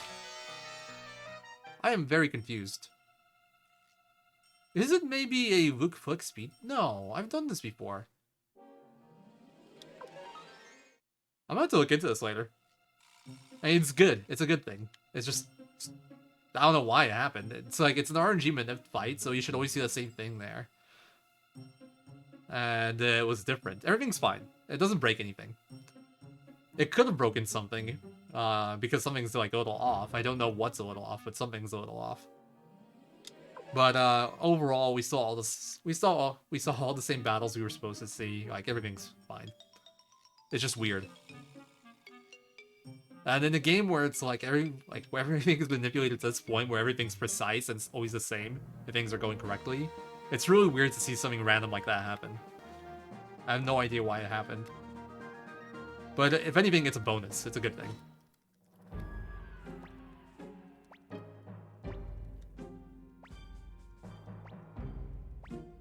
Bonson. It is Vincent. I think his friends call him Bonson or something.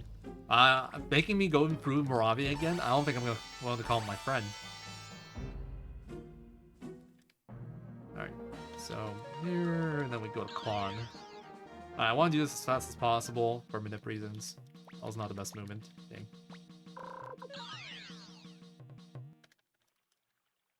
I'll probably get 3 battles here now. If I did it fast, I could have maybe gotten 2. So this is why we've been collecting seeds from shops. That's why we had to go to a bunch of shops to buy seeds. We needed them to get Zen. Why don't we turn those in? It's also why we handed them over to Flick and Luke, because Flick and Luke are in my party at this point. Alright, now we're gonna go get the War Scroll, we're gonna go get Crowley. Oh god, that movement was terrible. I should see 2 battles here, 3... At least 2, probably 3. It'll only be groups of 5, because at this point, because you have Champions Rune and like your party's at these levels, you can only get groups of 5. It's also part of the reason why we brought Krinoplus to so near at the start. He gets him enough levels that it prevents groups of 4 in Neckwart's Castle. If I didn't bring him there, he'd probably only get, like, we'd still be getting groups of 5. Oh, so close. Almost. If I get Crowley, I skip this battle, because when Crowley joins me, the game calculates his starting stats by leveling him up in the background, and that pushes RNG forward.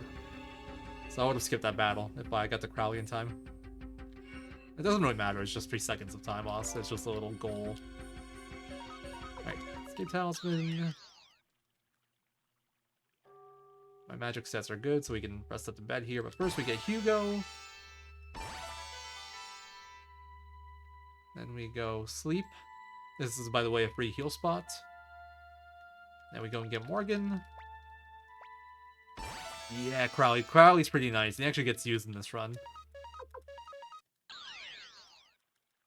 Okay, and then we do Calicut. 3-6.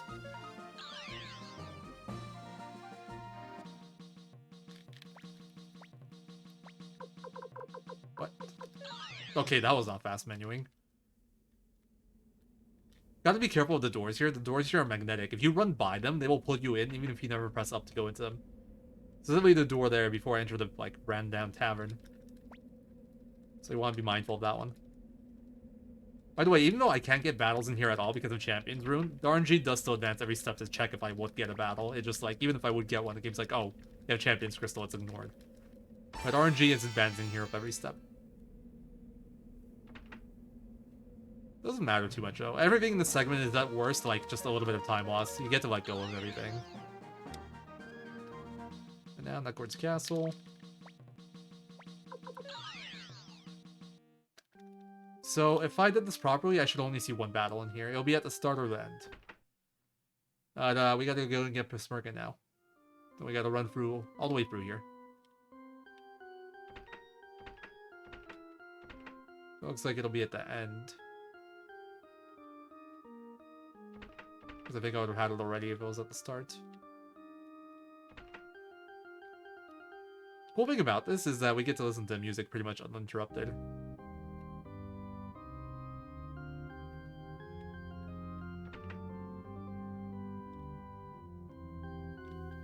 Yeah, Hugo not from Suikoden 3. The cooler Hugo. I was never a huge Hugo fan. It's not bad, but like I like the other 2 protagonists more.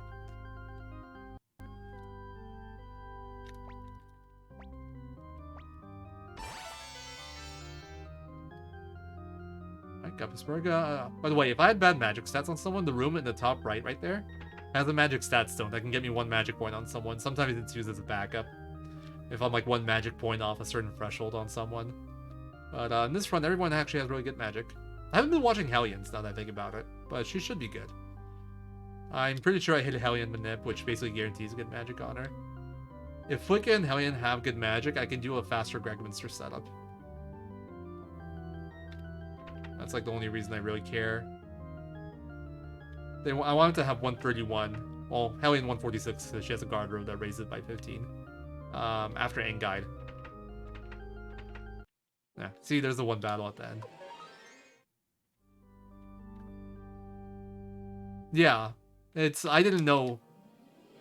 This is actually really annoying. If I exited right there, I would have had an incredibly long load that would have taken like 10 seconds. It would have looked like the game crashed. It's, Neckor's Castle is one of those screens where if you get a battle right before exiting, you get a super long load time if you exit after. I don't know why it works like that, but it's a thing. No, I should have taken the stairs here. Stairs are faster. By like a second. 0.7 seconds, according to my notes. Right. Here we're gonna remove Flick's Rune. Attach Mother Earth to Flick. And attach Lightning to Tengar. Just making sure, reading my notes, make sure I got everything right. And here we're gonna start selling some stuff. So this is why it's nice, it's a free 25k. I don't really need money at this point, like, it's whatever, but that's neat. It's fine. And where you get a Jizo for Taco Nacho, 2 Jizos for Flick, and 2 Jizos for Luke.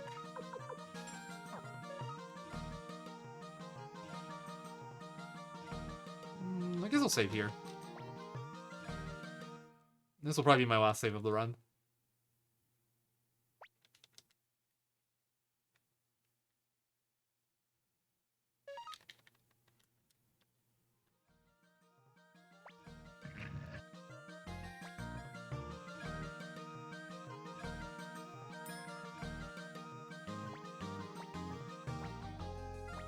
Don't worry, we'll have 500 boats ready. 500 boats? Alright, let's get to work.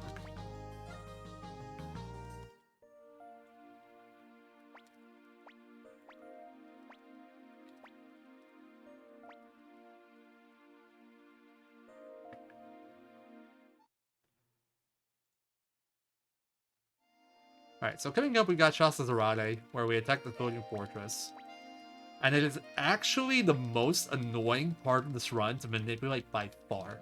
Like, nothing else comes close to the annoyance of routing this segment. The reason for that is the Sonya War battle coming up is a RNG reset.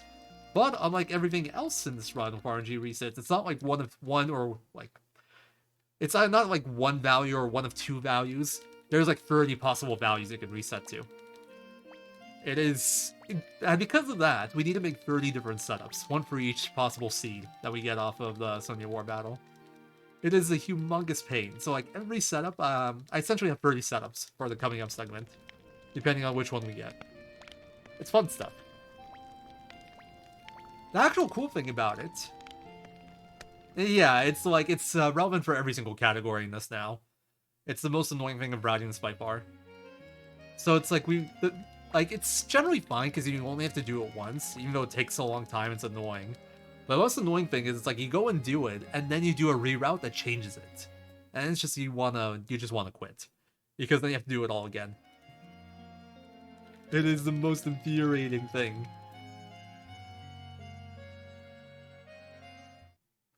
But, well, Tom has probably mentioned before, actually he did, I was there, I was watching, how we find out with Z3R01337. We essentially play Where's Waldo, except in this case it's not Where's Waldo, it's Where's Taco Nacho. So, like, in the war battles, we got all our sprites of, like, our soldiers and enemy soldiers, and depending on what seed we're on, they'll be in different positions. And the best indicator of what seed we're on is where our hero sprite is. So that's what we'll be looking for. I have a little tool I made that kind of like sorts it into quadrants, and you can pick which quadrants you see him in to help narrow it down. And based off that, we'll find our seed, and based off our seed, that'll determine what war battle actions we take and how we play the actual like segment of the dungeon, like how we play the dungeon. Yeah, it's not how it works. It's the original starting position. I wish I could just say, oh, look, well, actually, it'd be bad. If it was just that simple, if he was in the middle of the circle, there'd be no way to distinguish between them, because he'd be in the middle of the circle all the time. Before this strat, we actually used to do, like, various things. This wasn't always manip, because we didn't have a way to do it. Then we started using unit counts. What we would do is turn to charge always, and then based off what happened, like what Sonya did and how many units you lost, that would tell us where we were at. And then we came up with this method, where we just watch our positions. And I don't see him. Okay, no, his bottom middle. This is 4-7. Yeah, this is 4-7. Okay. This is a good one if I recall correctly. This is traditionally a good seed.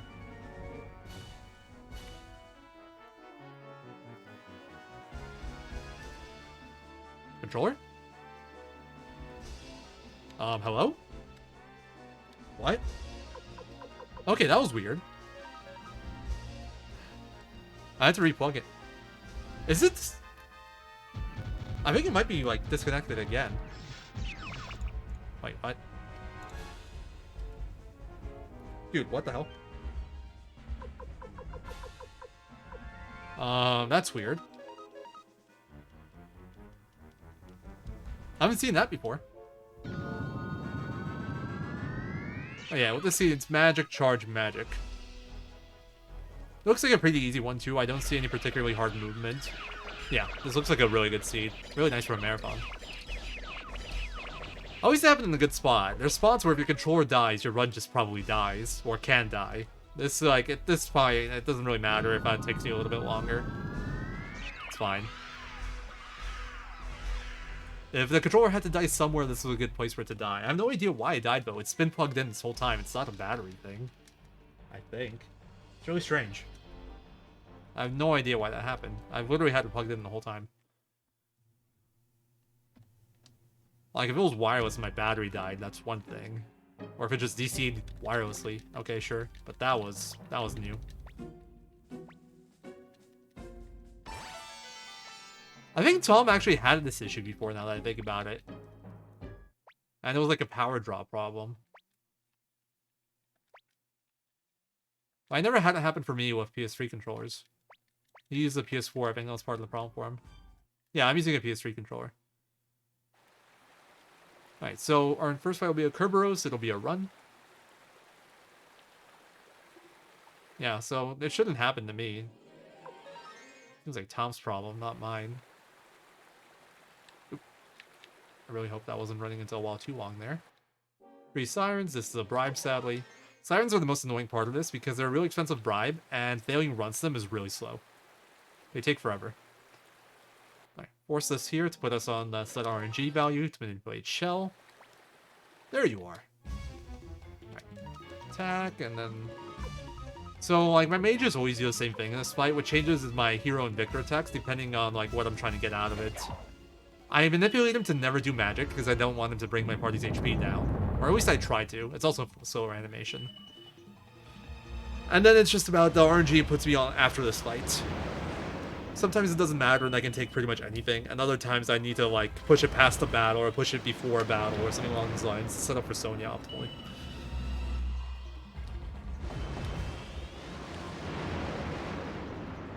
Well, I'm on, defend, attack. You can't do SCP on PSTV, it has native support, it's not needed.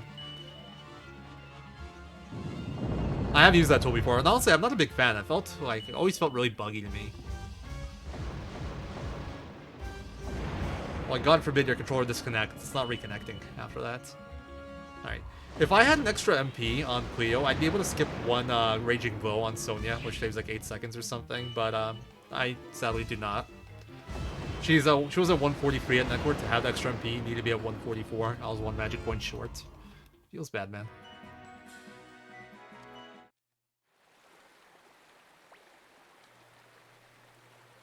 It's just 8 seconds, not a big deal. It's just like a nice little bonus you can have.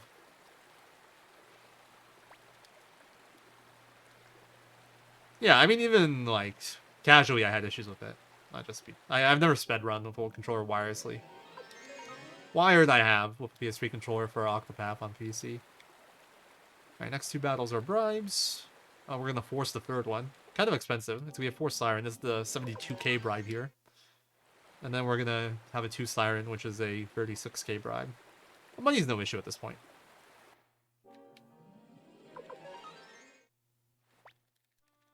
So I forced that battle there to set up the RNG for this fight. And this fight we're gonna play standard, which is just use our best magic, Victor defend. And Sonya should hit Victor twice according to my notes. The one thing I can be afraid of here is if McDull's too slow, Sonya outspeeds him, and that kind of throws everything off. Judgment, defend, Raging Blow, Earthquake, Raging Blow, and Ball of Lightning. Oh, like that. Exactly like that. Nice. I, like, literally haven't seen this ever when I played... Wow, Krenzel died so early, too. Okay, this is gonna be rough. This is why I saved. This is, like, the one thing that can kill me here. Also, rest in peace, my Clive Manip. We're gonna have to YOLO it. Thank you for demonstrating my point perfectly, Sonia. Appreciate it. I could have maybe avoided it if I was paying attention to my speed stat by doing an extra purchase for Ninja Suit, but this is just like so rare. Alright. It's like near impossible to die here, but it can go bad. You know, I'm gonna do this. You're gonna die anyway. You have a Jizo. You don't have a Jizo. Let's Mega Medicine you. I'm short. And every time this happens, she does magic always, I swear. Oh, what am I doing? Victor dies to another magic. That was pointless. Okay, so I'm short 2 Raging Blows. Luckily, Tengar lived. I'm short like 600. Black Shadow and Earthquake from Luke will kill. I'll have to do one more shop to buy Jizos. Because I'm gonna lose 2 Jizos on Luke here.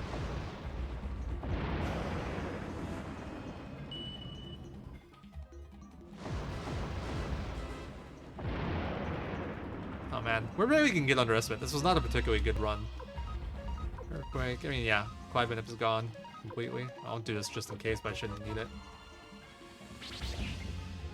Oh, cool. I only lost 1 Jizo. You know what? I'm not gonna buy extra. 1 Jizo on Luke is generally fine. I just gotta be aware of them down 1. I'll probably be fine. I'll be a bit more aggressive with healing him versus Barbarossa. 150. Wow, I wasn't even close. Start watching that. Well, I mean, I don't plan on doing runs of this anytime soon, but that's the second time now I've run into a speed issue there. And back when I was doing runs actively, going for sub 330, I never had this happen once. I don't know why it's happening a lot now.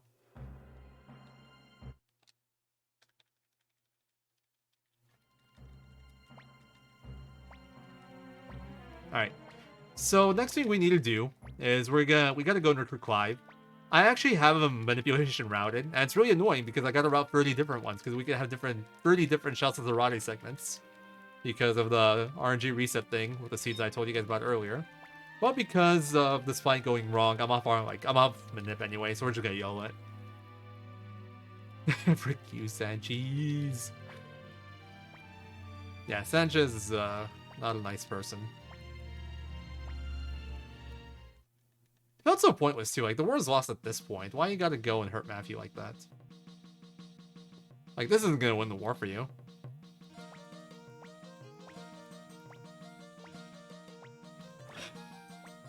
Slouching. Alright, I would actually delay Sonia until after Rico normally, but since I'm off Manip, I'm just gonna get her now. So I don't forget her.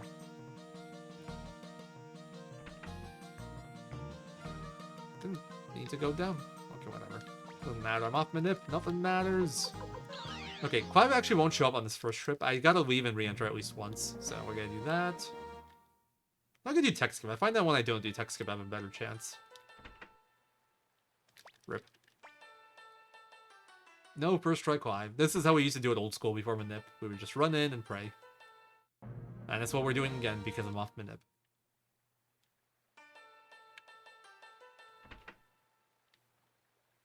Two. This is why we have Manip now, by the way. Because this, it's a 33% chance, by the way, to have Clive show up. Which isn't too bad, but, you gotta re-enter the town constantly, and it takes time. Decent amount of time. And I'm speedrunning over here. Okay, third try. Not bad. Third try is decent for YOLO. Yeah, there was. Back when I first started running this game, it wasn't a thing. Basically, I figured out Manip at some point because of Wheel. I dug into it a bit and I found it was possible, and then it kind of just like snowballed from there.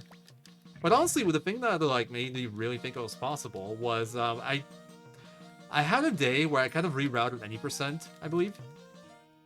And this was back when I still ran on PS2. But I rerouted any %. I wanted to do a run, and I did a run, and I had my game crash on Quanda. So I did another run, and I had my game crash upon it again. So I did a third run, and I had my game... Well, actually, that time my game didn't crash. But doing those 3 runs, I started to pick up on a pattern in terms of, like, the battles that I saw. And, like, what happened after my war battles, and then upon Yakuta. And that's when I kind of figured out Manip was possible. And then it was just a matter of figuring out how to make it work. I think LCC mentioned that somebody told him that he thought there was a relation between NPC movements in Cowan and Wheel. So, I kind of played around with that idea. Eventually I found the RNG value. And then, like, by tracking RNG, you can kind of get a good idea of how everything worked. And the rest from there was just figuring out every mechanic step by step. Yeah, the wheel is definitely evil. The best, like, if we got rid of every Manip but one, the one Manip I would keep as the wheel Manip. That is honestly the only, like, even if we do no Manip runs, like, if we could do a modified version and do no Manip, I'd keep wheel first try in there. Wheel is just horrible. It is by far the worst thing in the run. It made running this game really painful. And it was, like, the biggest decider by far in terms of time loss back then. Even with, like, non-manipulated encounters, failed escapes, harder boss fights, etc, etc, etc, money route being tight. The wheel is by far the biggest, worst thing. Oh yeah, Gremmy was back, by the way. That happened.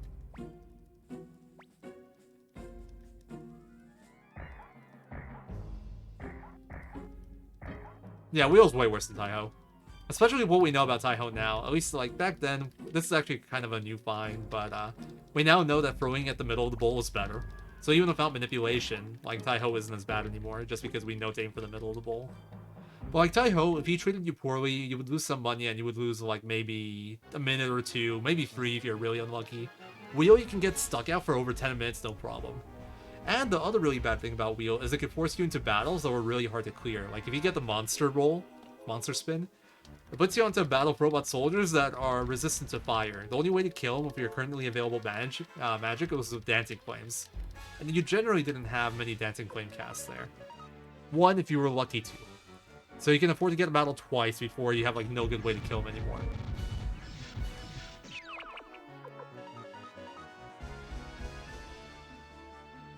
Well, she was only able to get rid of the ones that wouldn't be summoned, and even then it was only with the help of Joshua's Dragon Rune. Dragon Seal instance percent? God, no. You actually only get 1. You can't get 10, to my knowledge. It's a unique... Oh, I don't know if it's a unique item.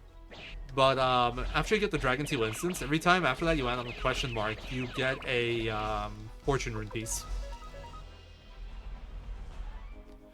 Like, what I never tried is, like, depositing it into a warehouse and seeing if it gives you more. I assume it's unique, but I never tested things like that. Where's my victory music? What is going on with music today? Weird run. This has been a very strange run. Alright. We will be underestimated, but not by much. I'm actually kind of disappointed with how this run went, but I lost most of my time to the pawn duel shenanigans, which suck. Completely my fault, but that was just, like, one of the worst things that can happen.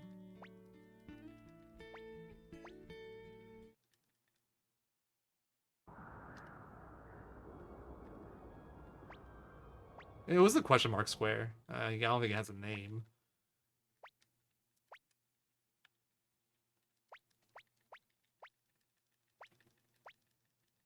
I've tried it before. It can be used, but the merchants are generally just really slow for what they get you.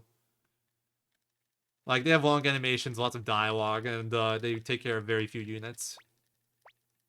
And we don't care about getting units for ourselves in the run.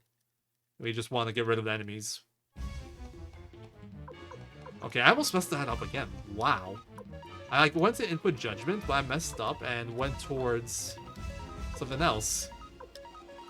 And, yeah, that would have completely broken the Manip.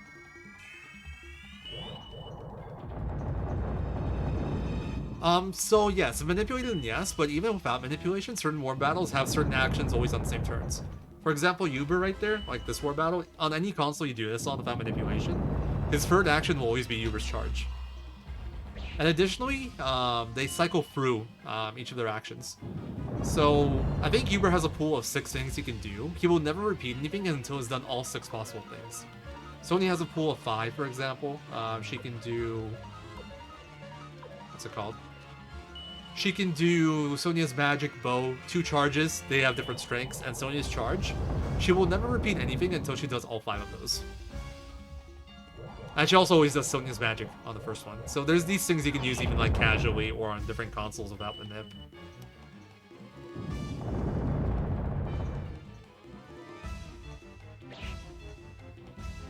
Like before manip, that's how you used to play Sonia before manip. You like her first one was always magic, so then she had free charges in the bow. 134, 149. Good. I have the stats I need for faster setup here.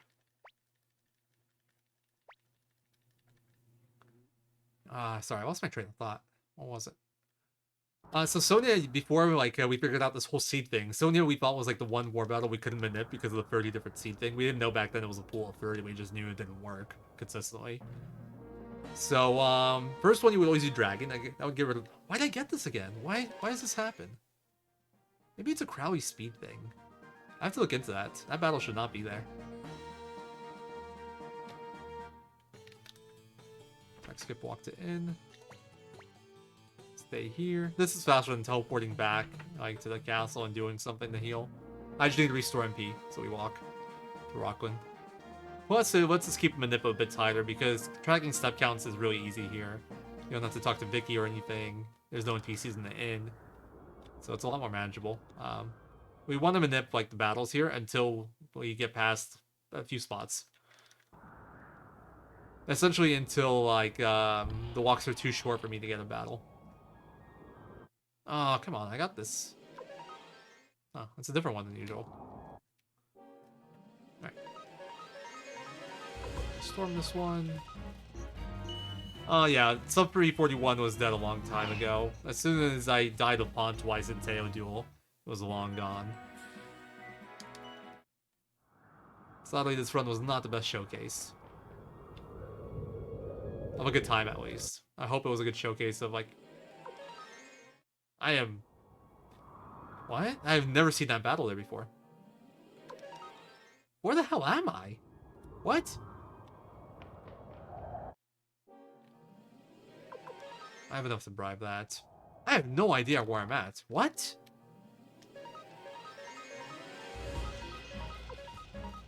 I'm so confused. What? Oh, okay, no, my fault. I did this wrong. I read my notes wrong. Okay, that's on me. I was supposed to teleport and Blinking Mirror and teleport back to Gregminster. Instead, I walked. Okay, that's my fault. My illiteracy cost me a bit of time. It's fine. Glad to hear you've been having fun. Okay, little skip here. We don't consider this a glitch, by the way. This is not a glitch because these loading zones work as they are intended. Like, they're doing exactly what they were programmed to do. They just didn't cover those small spots right there. So, yeah, you can run past those. Yeah, see, I preemptively said that because of SRD right there.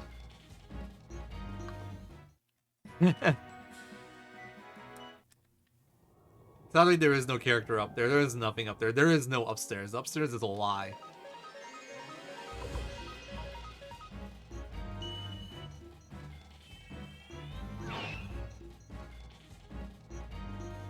Just like, so on that walk there to the first force battle, I was expecting certain battles, and I got none of them. So I was just really confused for a moment there. Like, it should normally go 3 soldiers, 3 phantoms, and then 2 phantoms, at which point you have to bribe.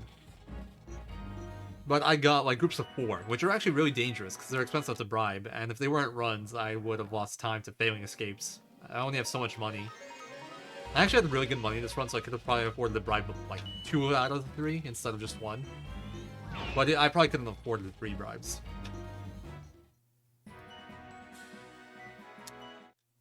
Then you can get stuck in a battle there for a while. It's annoying. I have 1 storm left.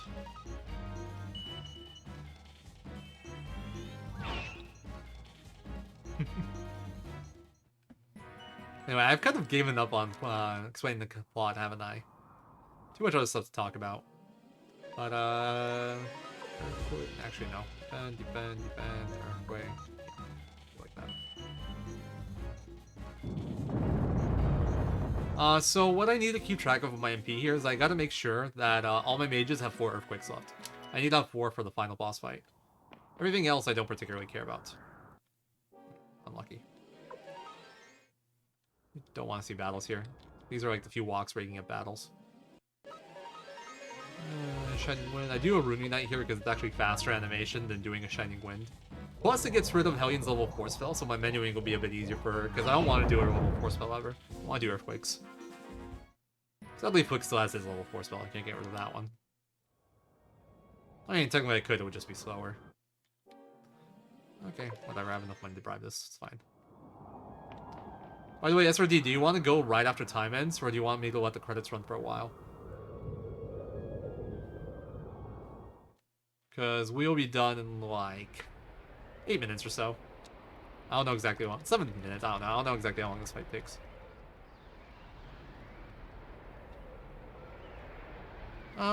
Okay, so here's what we'll do. I'll go until,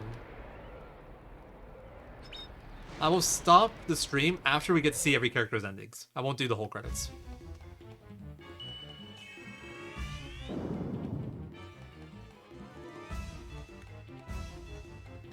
Alright. So, here we see the power of the science. I mean, not the science, the earthquake. So, these 3 heads all have various elemental resistances. They all also have, like, 10,000 HP, if I recall correctly. So, it should take a while to take them down. But the cool thing about this is that 2 of them don't resist Earth, and the middle one only resists Earth. They can also be immune to like elements. So we're just gonna spam the hell out of Earthquake. That'll kill all the side ones. Well, for the most part, we'll need a bit more damage, and we'll get that from Black Shadows. And then the middle one will be getting additional damage on because it resists Earthquakes with 2 Judgments and 3 Shreddings, and that'll give me enough to kill it. Nice, it did nothing first turn. Okay, this is like basically guaranteed comfortable win now. I say do nothing because that doesn't actually heal it. What it would do, though, is if a head was already dead, it would bring back that head. But we kill them all at the same time, so they never have a chance to do that. At least if the fight goes properly. I think you might be the only one on one. I'm kidding. I like saying it too. But I feel like a lot of people aren't familiar with Exit Fate. So, I don't know. For those of you that haven't heard of Exit Fate, you'll get CSRD do a run of it now, but it's essentially a game heavily inspired by the Suikoden Final Fantasy series. Made by one guy, SCF Works, using RPG Maker. It's a free game available on PC and mobile nowadays, I think. It's really cool. Black Shadow, Defend, Earthquake, last Shredding from Crowley. That hurt McDole. If he does another one of those Earth attacks on him, he might die, but he has a G though, so it's fine. We'll come back.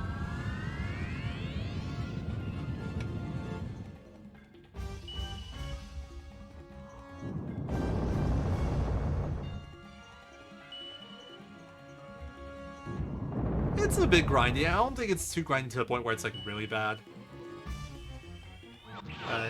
I can see it being a bit grindy. The thing I didn't like is I felt like there weren't enough options in the battle system. That's another healing thing. Okay, so this is like a really tame Barbarossa fight. Also, that was the Emperor. We're fighting the Emperor right now. He turned into Hydra with 3 heads. You know, Hydra. And yeah, we're dealing with that now. It's like he uses True Rune to turn into this thing. His Sovereign Rune. I don't know why it lets you turn into a 3-headed Hydra, but whatever. Also makes him immune to magic. Yeah, Wendy actually gave him a black rune. But because he had the Sovereign Rune, he was actually never controlled by her. He just did what she asked because he loved her. It's quite sad. And that's what led to the fall of his empire and all its corruption and bad stuff happening.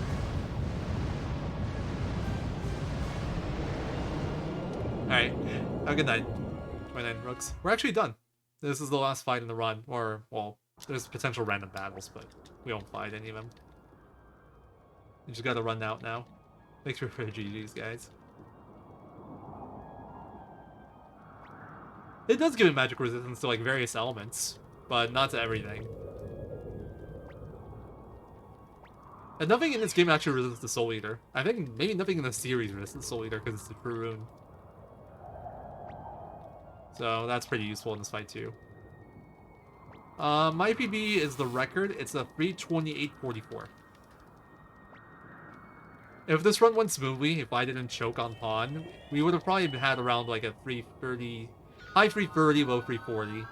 Part of that is because I'm doing marathon safety strats, and I'm playing a lot of things a bit more slowly to be safe. And part of that is because I grind extra money for safety, which costs like an extra 4 minutes. Yeah, that's 108. Look, well, we don't have him with us, but Gremio is revived. This is 108 glitchless. So we get all 108 stars, we bring back Gremio, and no glitches abused. Doesn't say anything about RNG manipulation. We abuse the hell out of RNG manipulation, but no glitches.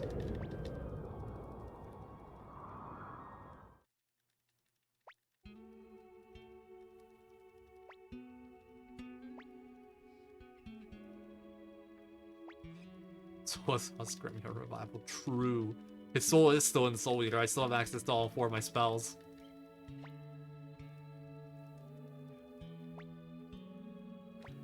My god, SRD. The loading zone is working exactly how it's programmed. It is not a glitch. See?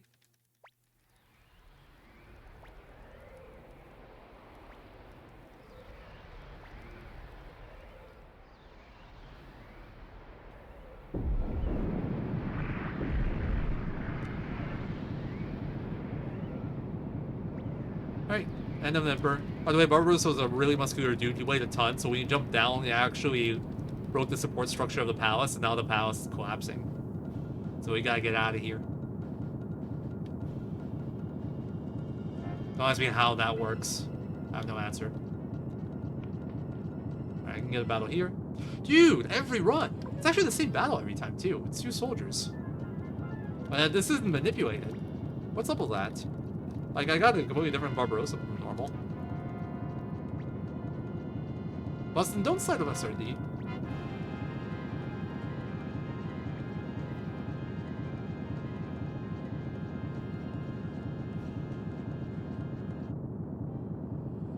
Okay, this is a different one.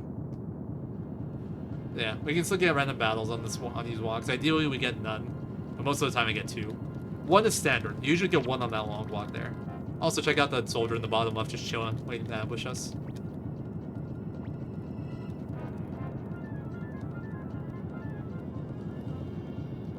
Well, their homes have nothing to do with them surviving, but they do both live. They just apparently run after us and still get out. I mean, Victor and Foot get out too, so... Apparently the palace collapsed pretty slowly. And honestly, it didn't really collapse, because we see it in Suikoden too. Probably had some structural damage or something, but was otherwise fine. Oops, didn't skip that.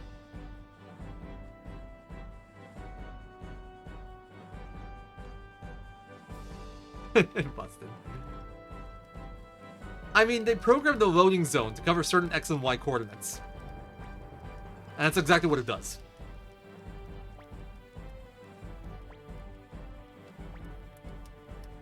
Maybe they intended for it to work that way. It's not like a bug in the code. It's not like we do some weird stuff that changes the coordinates of the loading zone. Not an overflow, not an underflow. It's just they didn't... Maybe if they want to cover the whole area, they should have set different coordinates. Anyway, this is the end, guys. That concludes the adventures of Taco Nacho. Hope you've all enjoyed. Time is coming up now. Rest in peace, Matthew, by the way. Dies right after the war to his wounds from Sanchez attacking him. And we will let the credits run. Thanks, Bustin. Yeah. Oh, it was an oversight I can agree with.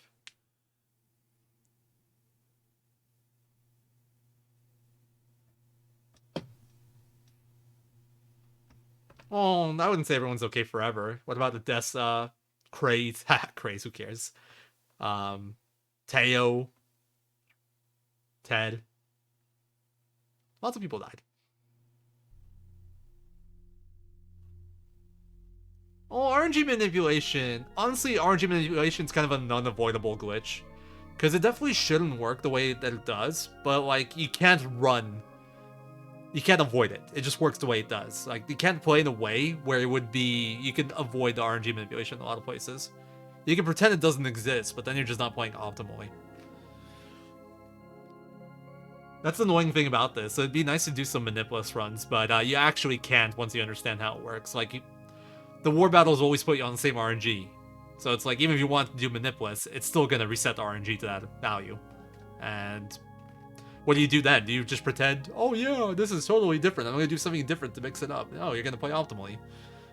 So at some point, it'll just be manipped.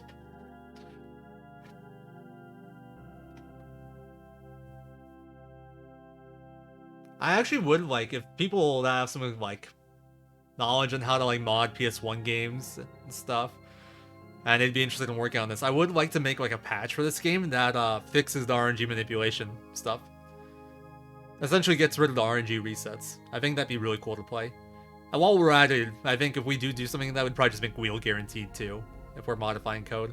I think that would be really fun to run. Well, random is much more complicated than what we're talking about here, but I also would love a randomizer. It's just a much bigger project, because the issue with the rando is with how scripting in this game works. Like, you need characters to be in certain spots for scripts to run. If they're not there, then things just break. Kind of like how Invisible Clive, for example, softlocks the game.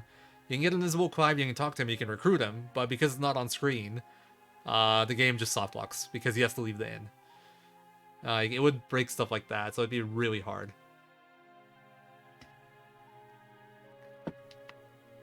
It's not even a check, I'd call it. It's just breaks.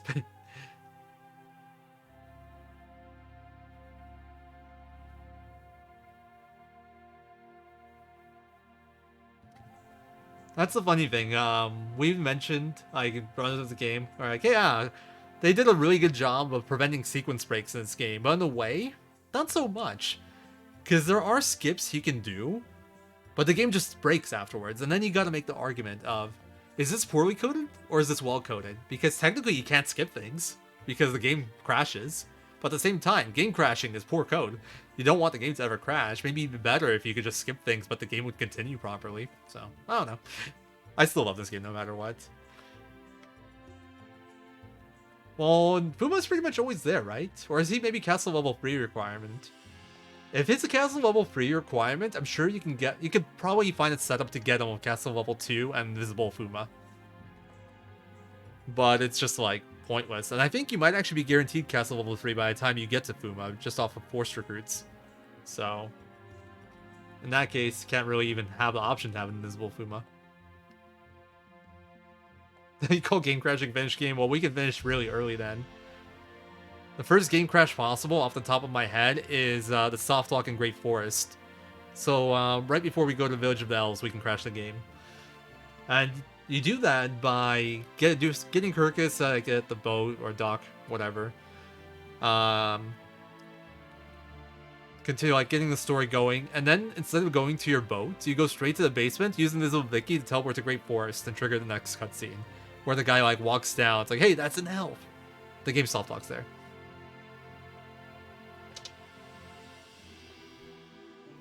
You can actually softlock the game in other ways in that part too. If you use Invisible Vicky to get around Kirkus and go recruit characters until you have castle level 2, Kirkus won't show up at the dock. And you just can't continue on. There's all sorts of fun stuff you can do to like break the game within like the bounds of the game, but obviously it's not very useful. That's an L for reality breaks, yep. Anyway. I'm not really talking about this, but for anyone that wants to see what happens to all the characters in the game, the credits tell you. So, enjoy. I'm not going to bother reading it, you guys can read it. And as soon as this ends, I will end stream and let SRD take over, so thank you all for watching. I hope you've all enjoyed. And next run's going to be cool. And everything after that. We still got 2 more days of Suikothon. I'll be hanging around in chat and chatting with you guys, hopefully. Aw, thank you, Sora. But I'll chat with you guys until this ends. If anyone has anything to talk about. I was thinking during this run, for One Away Glitched, the recruitment order might change a bit, but it would actually be really good to get Invisible Matthew and Garen. Like, it would save you a whole trip to the castle to do Invisible Matthew and Garen, change your party there. That'll definitely have to get routed in. Oh, I'm sorry, Barbarossa. I wish nobody had to go back to work if they didn't want to. That'd be the ideal world. Right. Hey, you're welcome, Tyrant Lord Avatores. I'm glad you enjoyed it. Alright. I'm gonna end it here, and we're gonna transfer things over to SRD. Thank you all, and bye guys. Enjoy the next run.